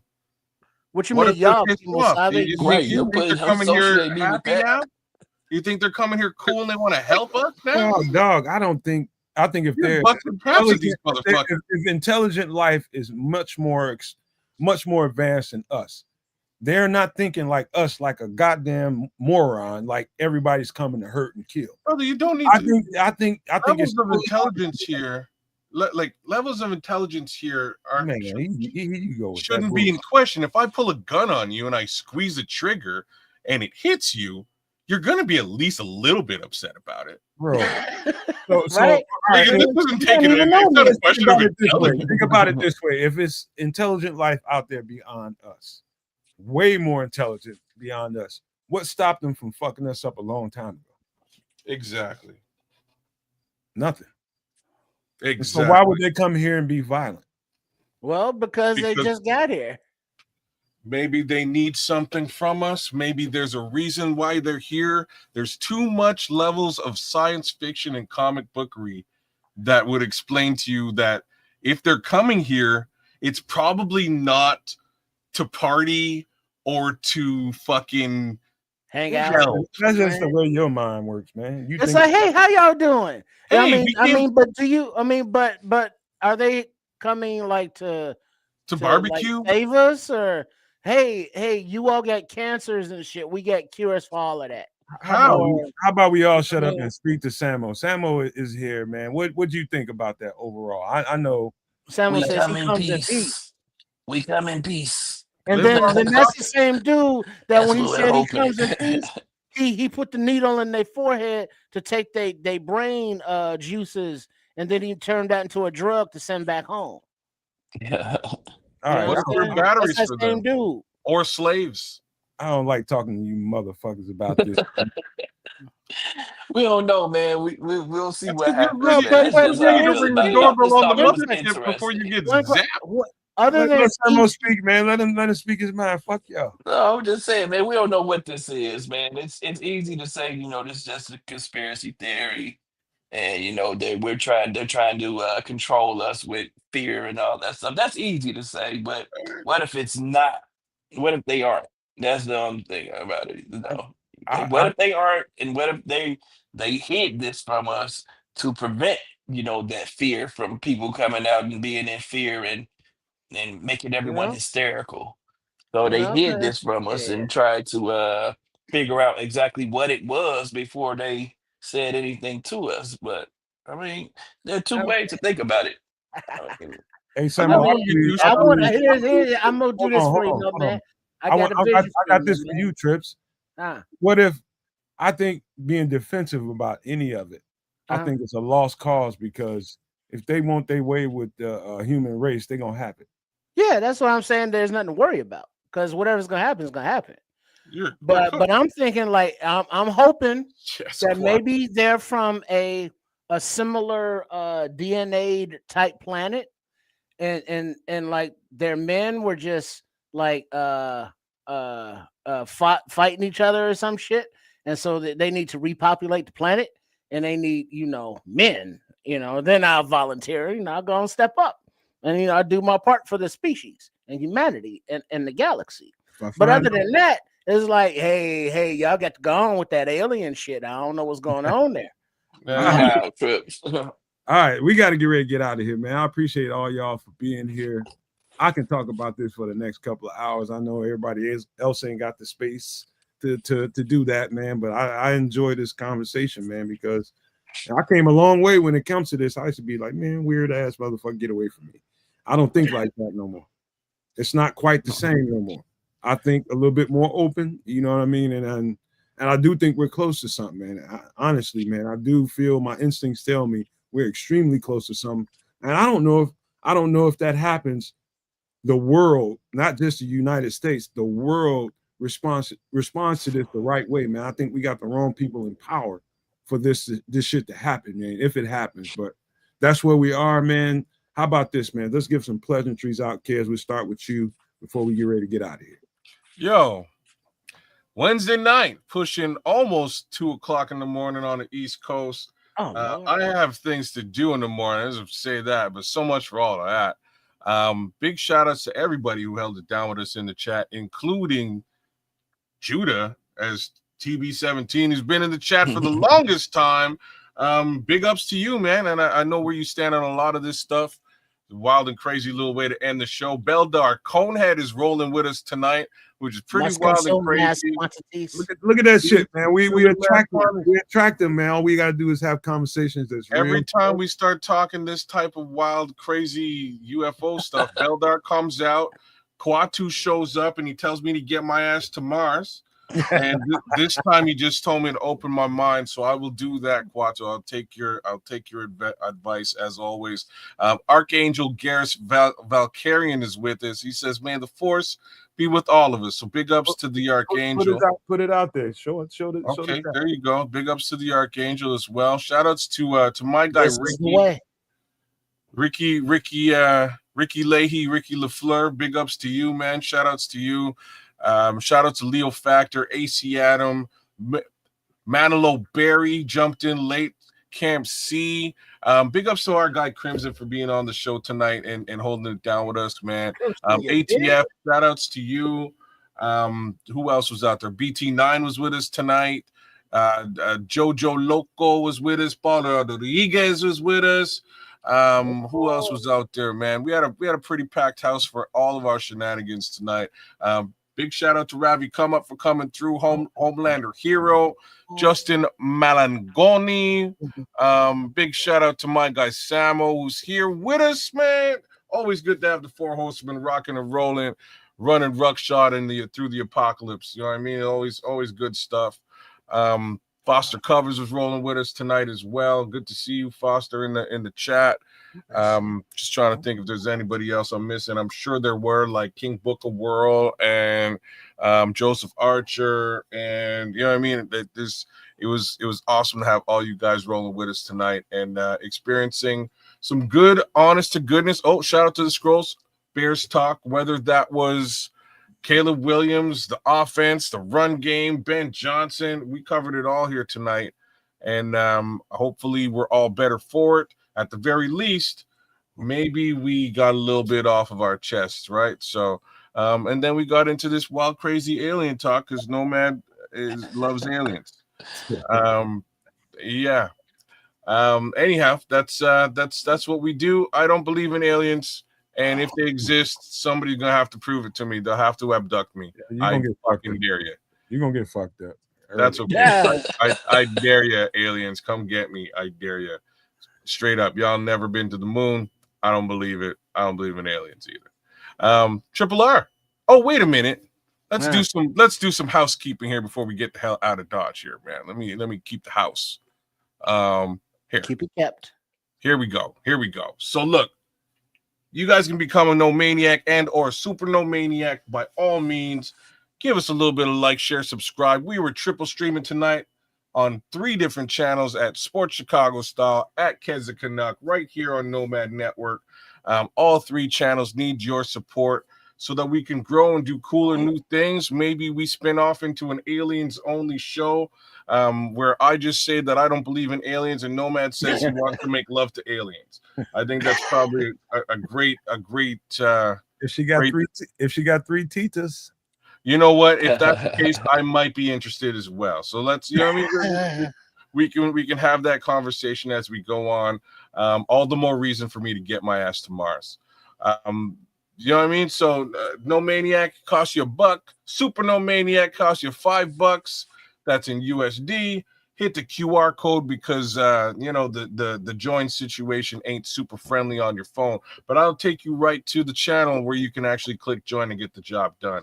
Long story short, man, that's what we do. We will be layering in some discounts for the gear that's coming out.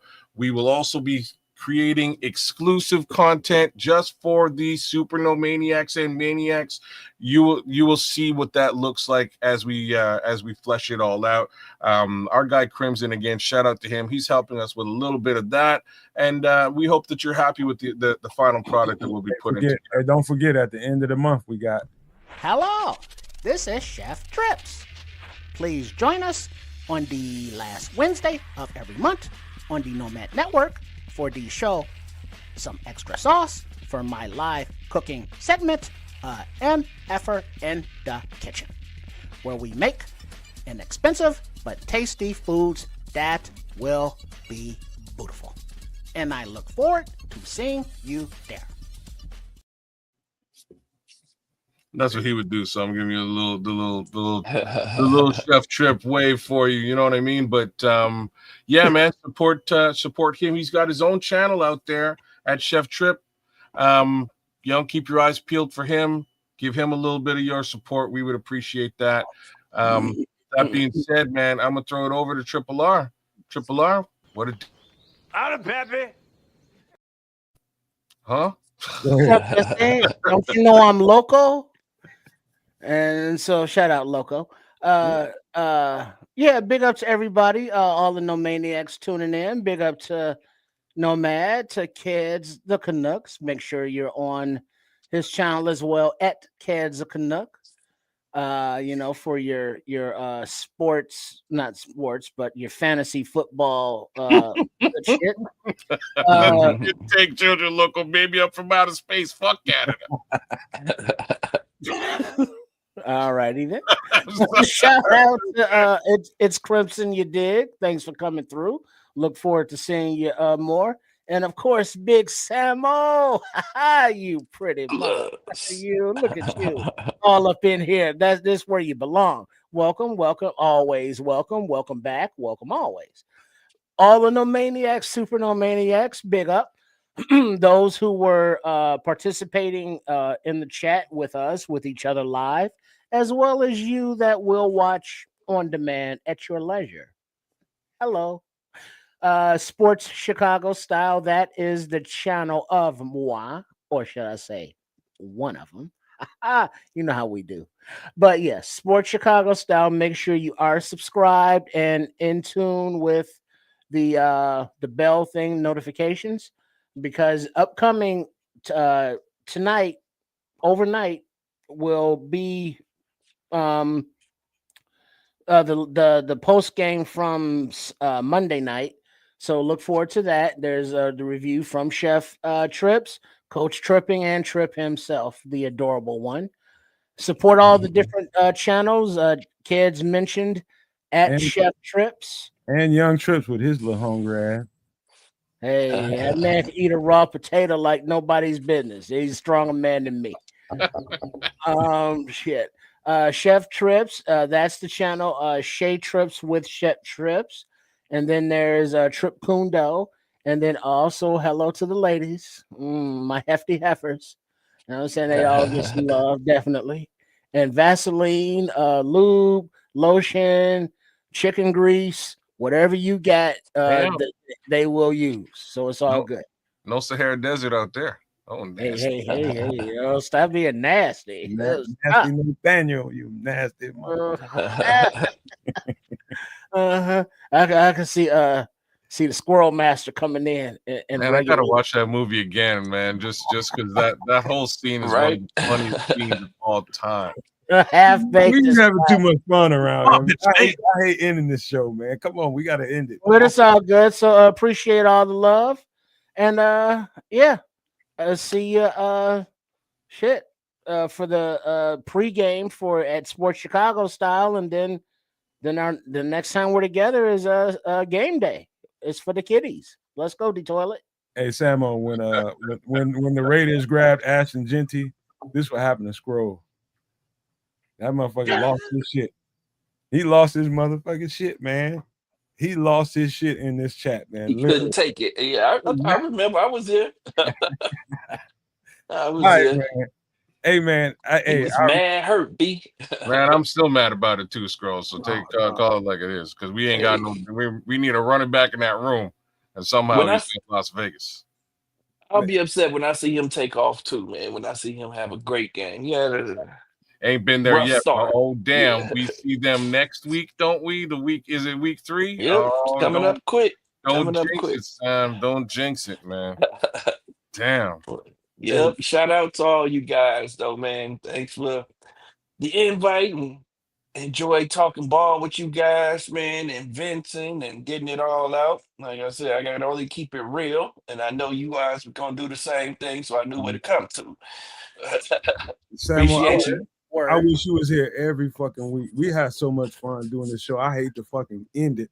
I enjoy this shit every fucking week because I know we're gonna talk personal shit. We're gonna talk what's going on in our lives. We're gonna talk football, and then we're gonna talk about fucking Trips eating too much grease on his off of chicken and his. We're gonna talk about everything, man. So this is the funnest show to do, man, because we get to talk about everything. We get to kind of stray away from the football conversation just for a minute, just to be human. You know, so that's why I enjoy it so much, man. I wish you was here every week, man. Straight up. But thank you. There's a question that was asked earlier, but JoJo needs to know how many times are you throwing up, or were you throwing up at that time of the picture, 225 reps. Oh yeah. I was throwing up 225 then for sure. He better throw up 225. Well, how many reps? Yeah, How many reps? that was lightweight then. Oh, Well, how many reps was you I getting? was repping it. I was getting 10, man. I was getting 10 then. In that picture, I was about 220. I was probably about 220 in that picture. Lean and You mean. can't see it. Lean. I was lean and mean there, man. So people probably will want to know what's 225 look like. That's 2 plates.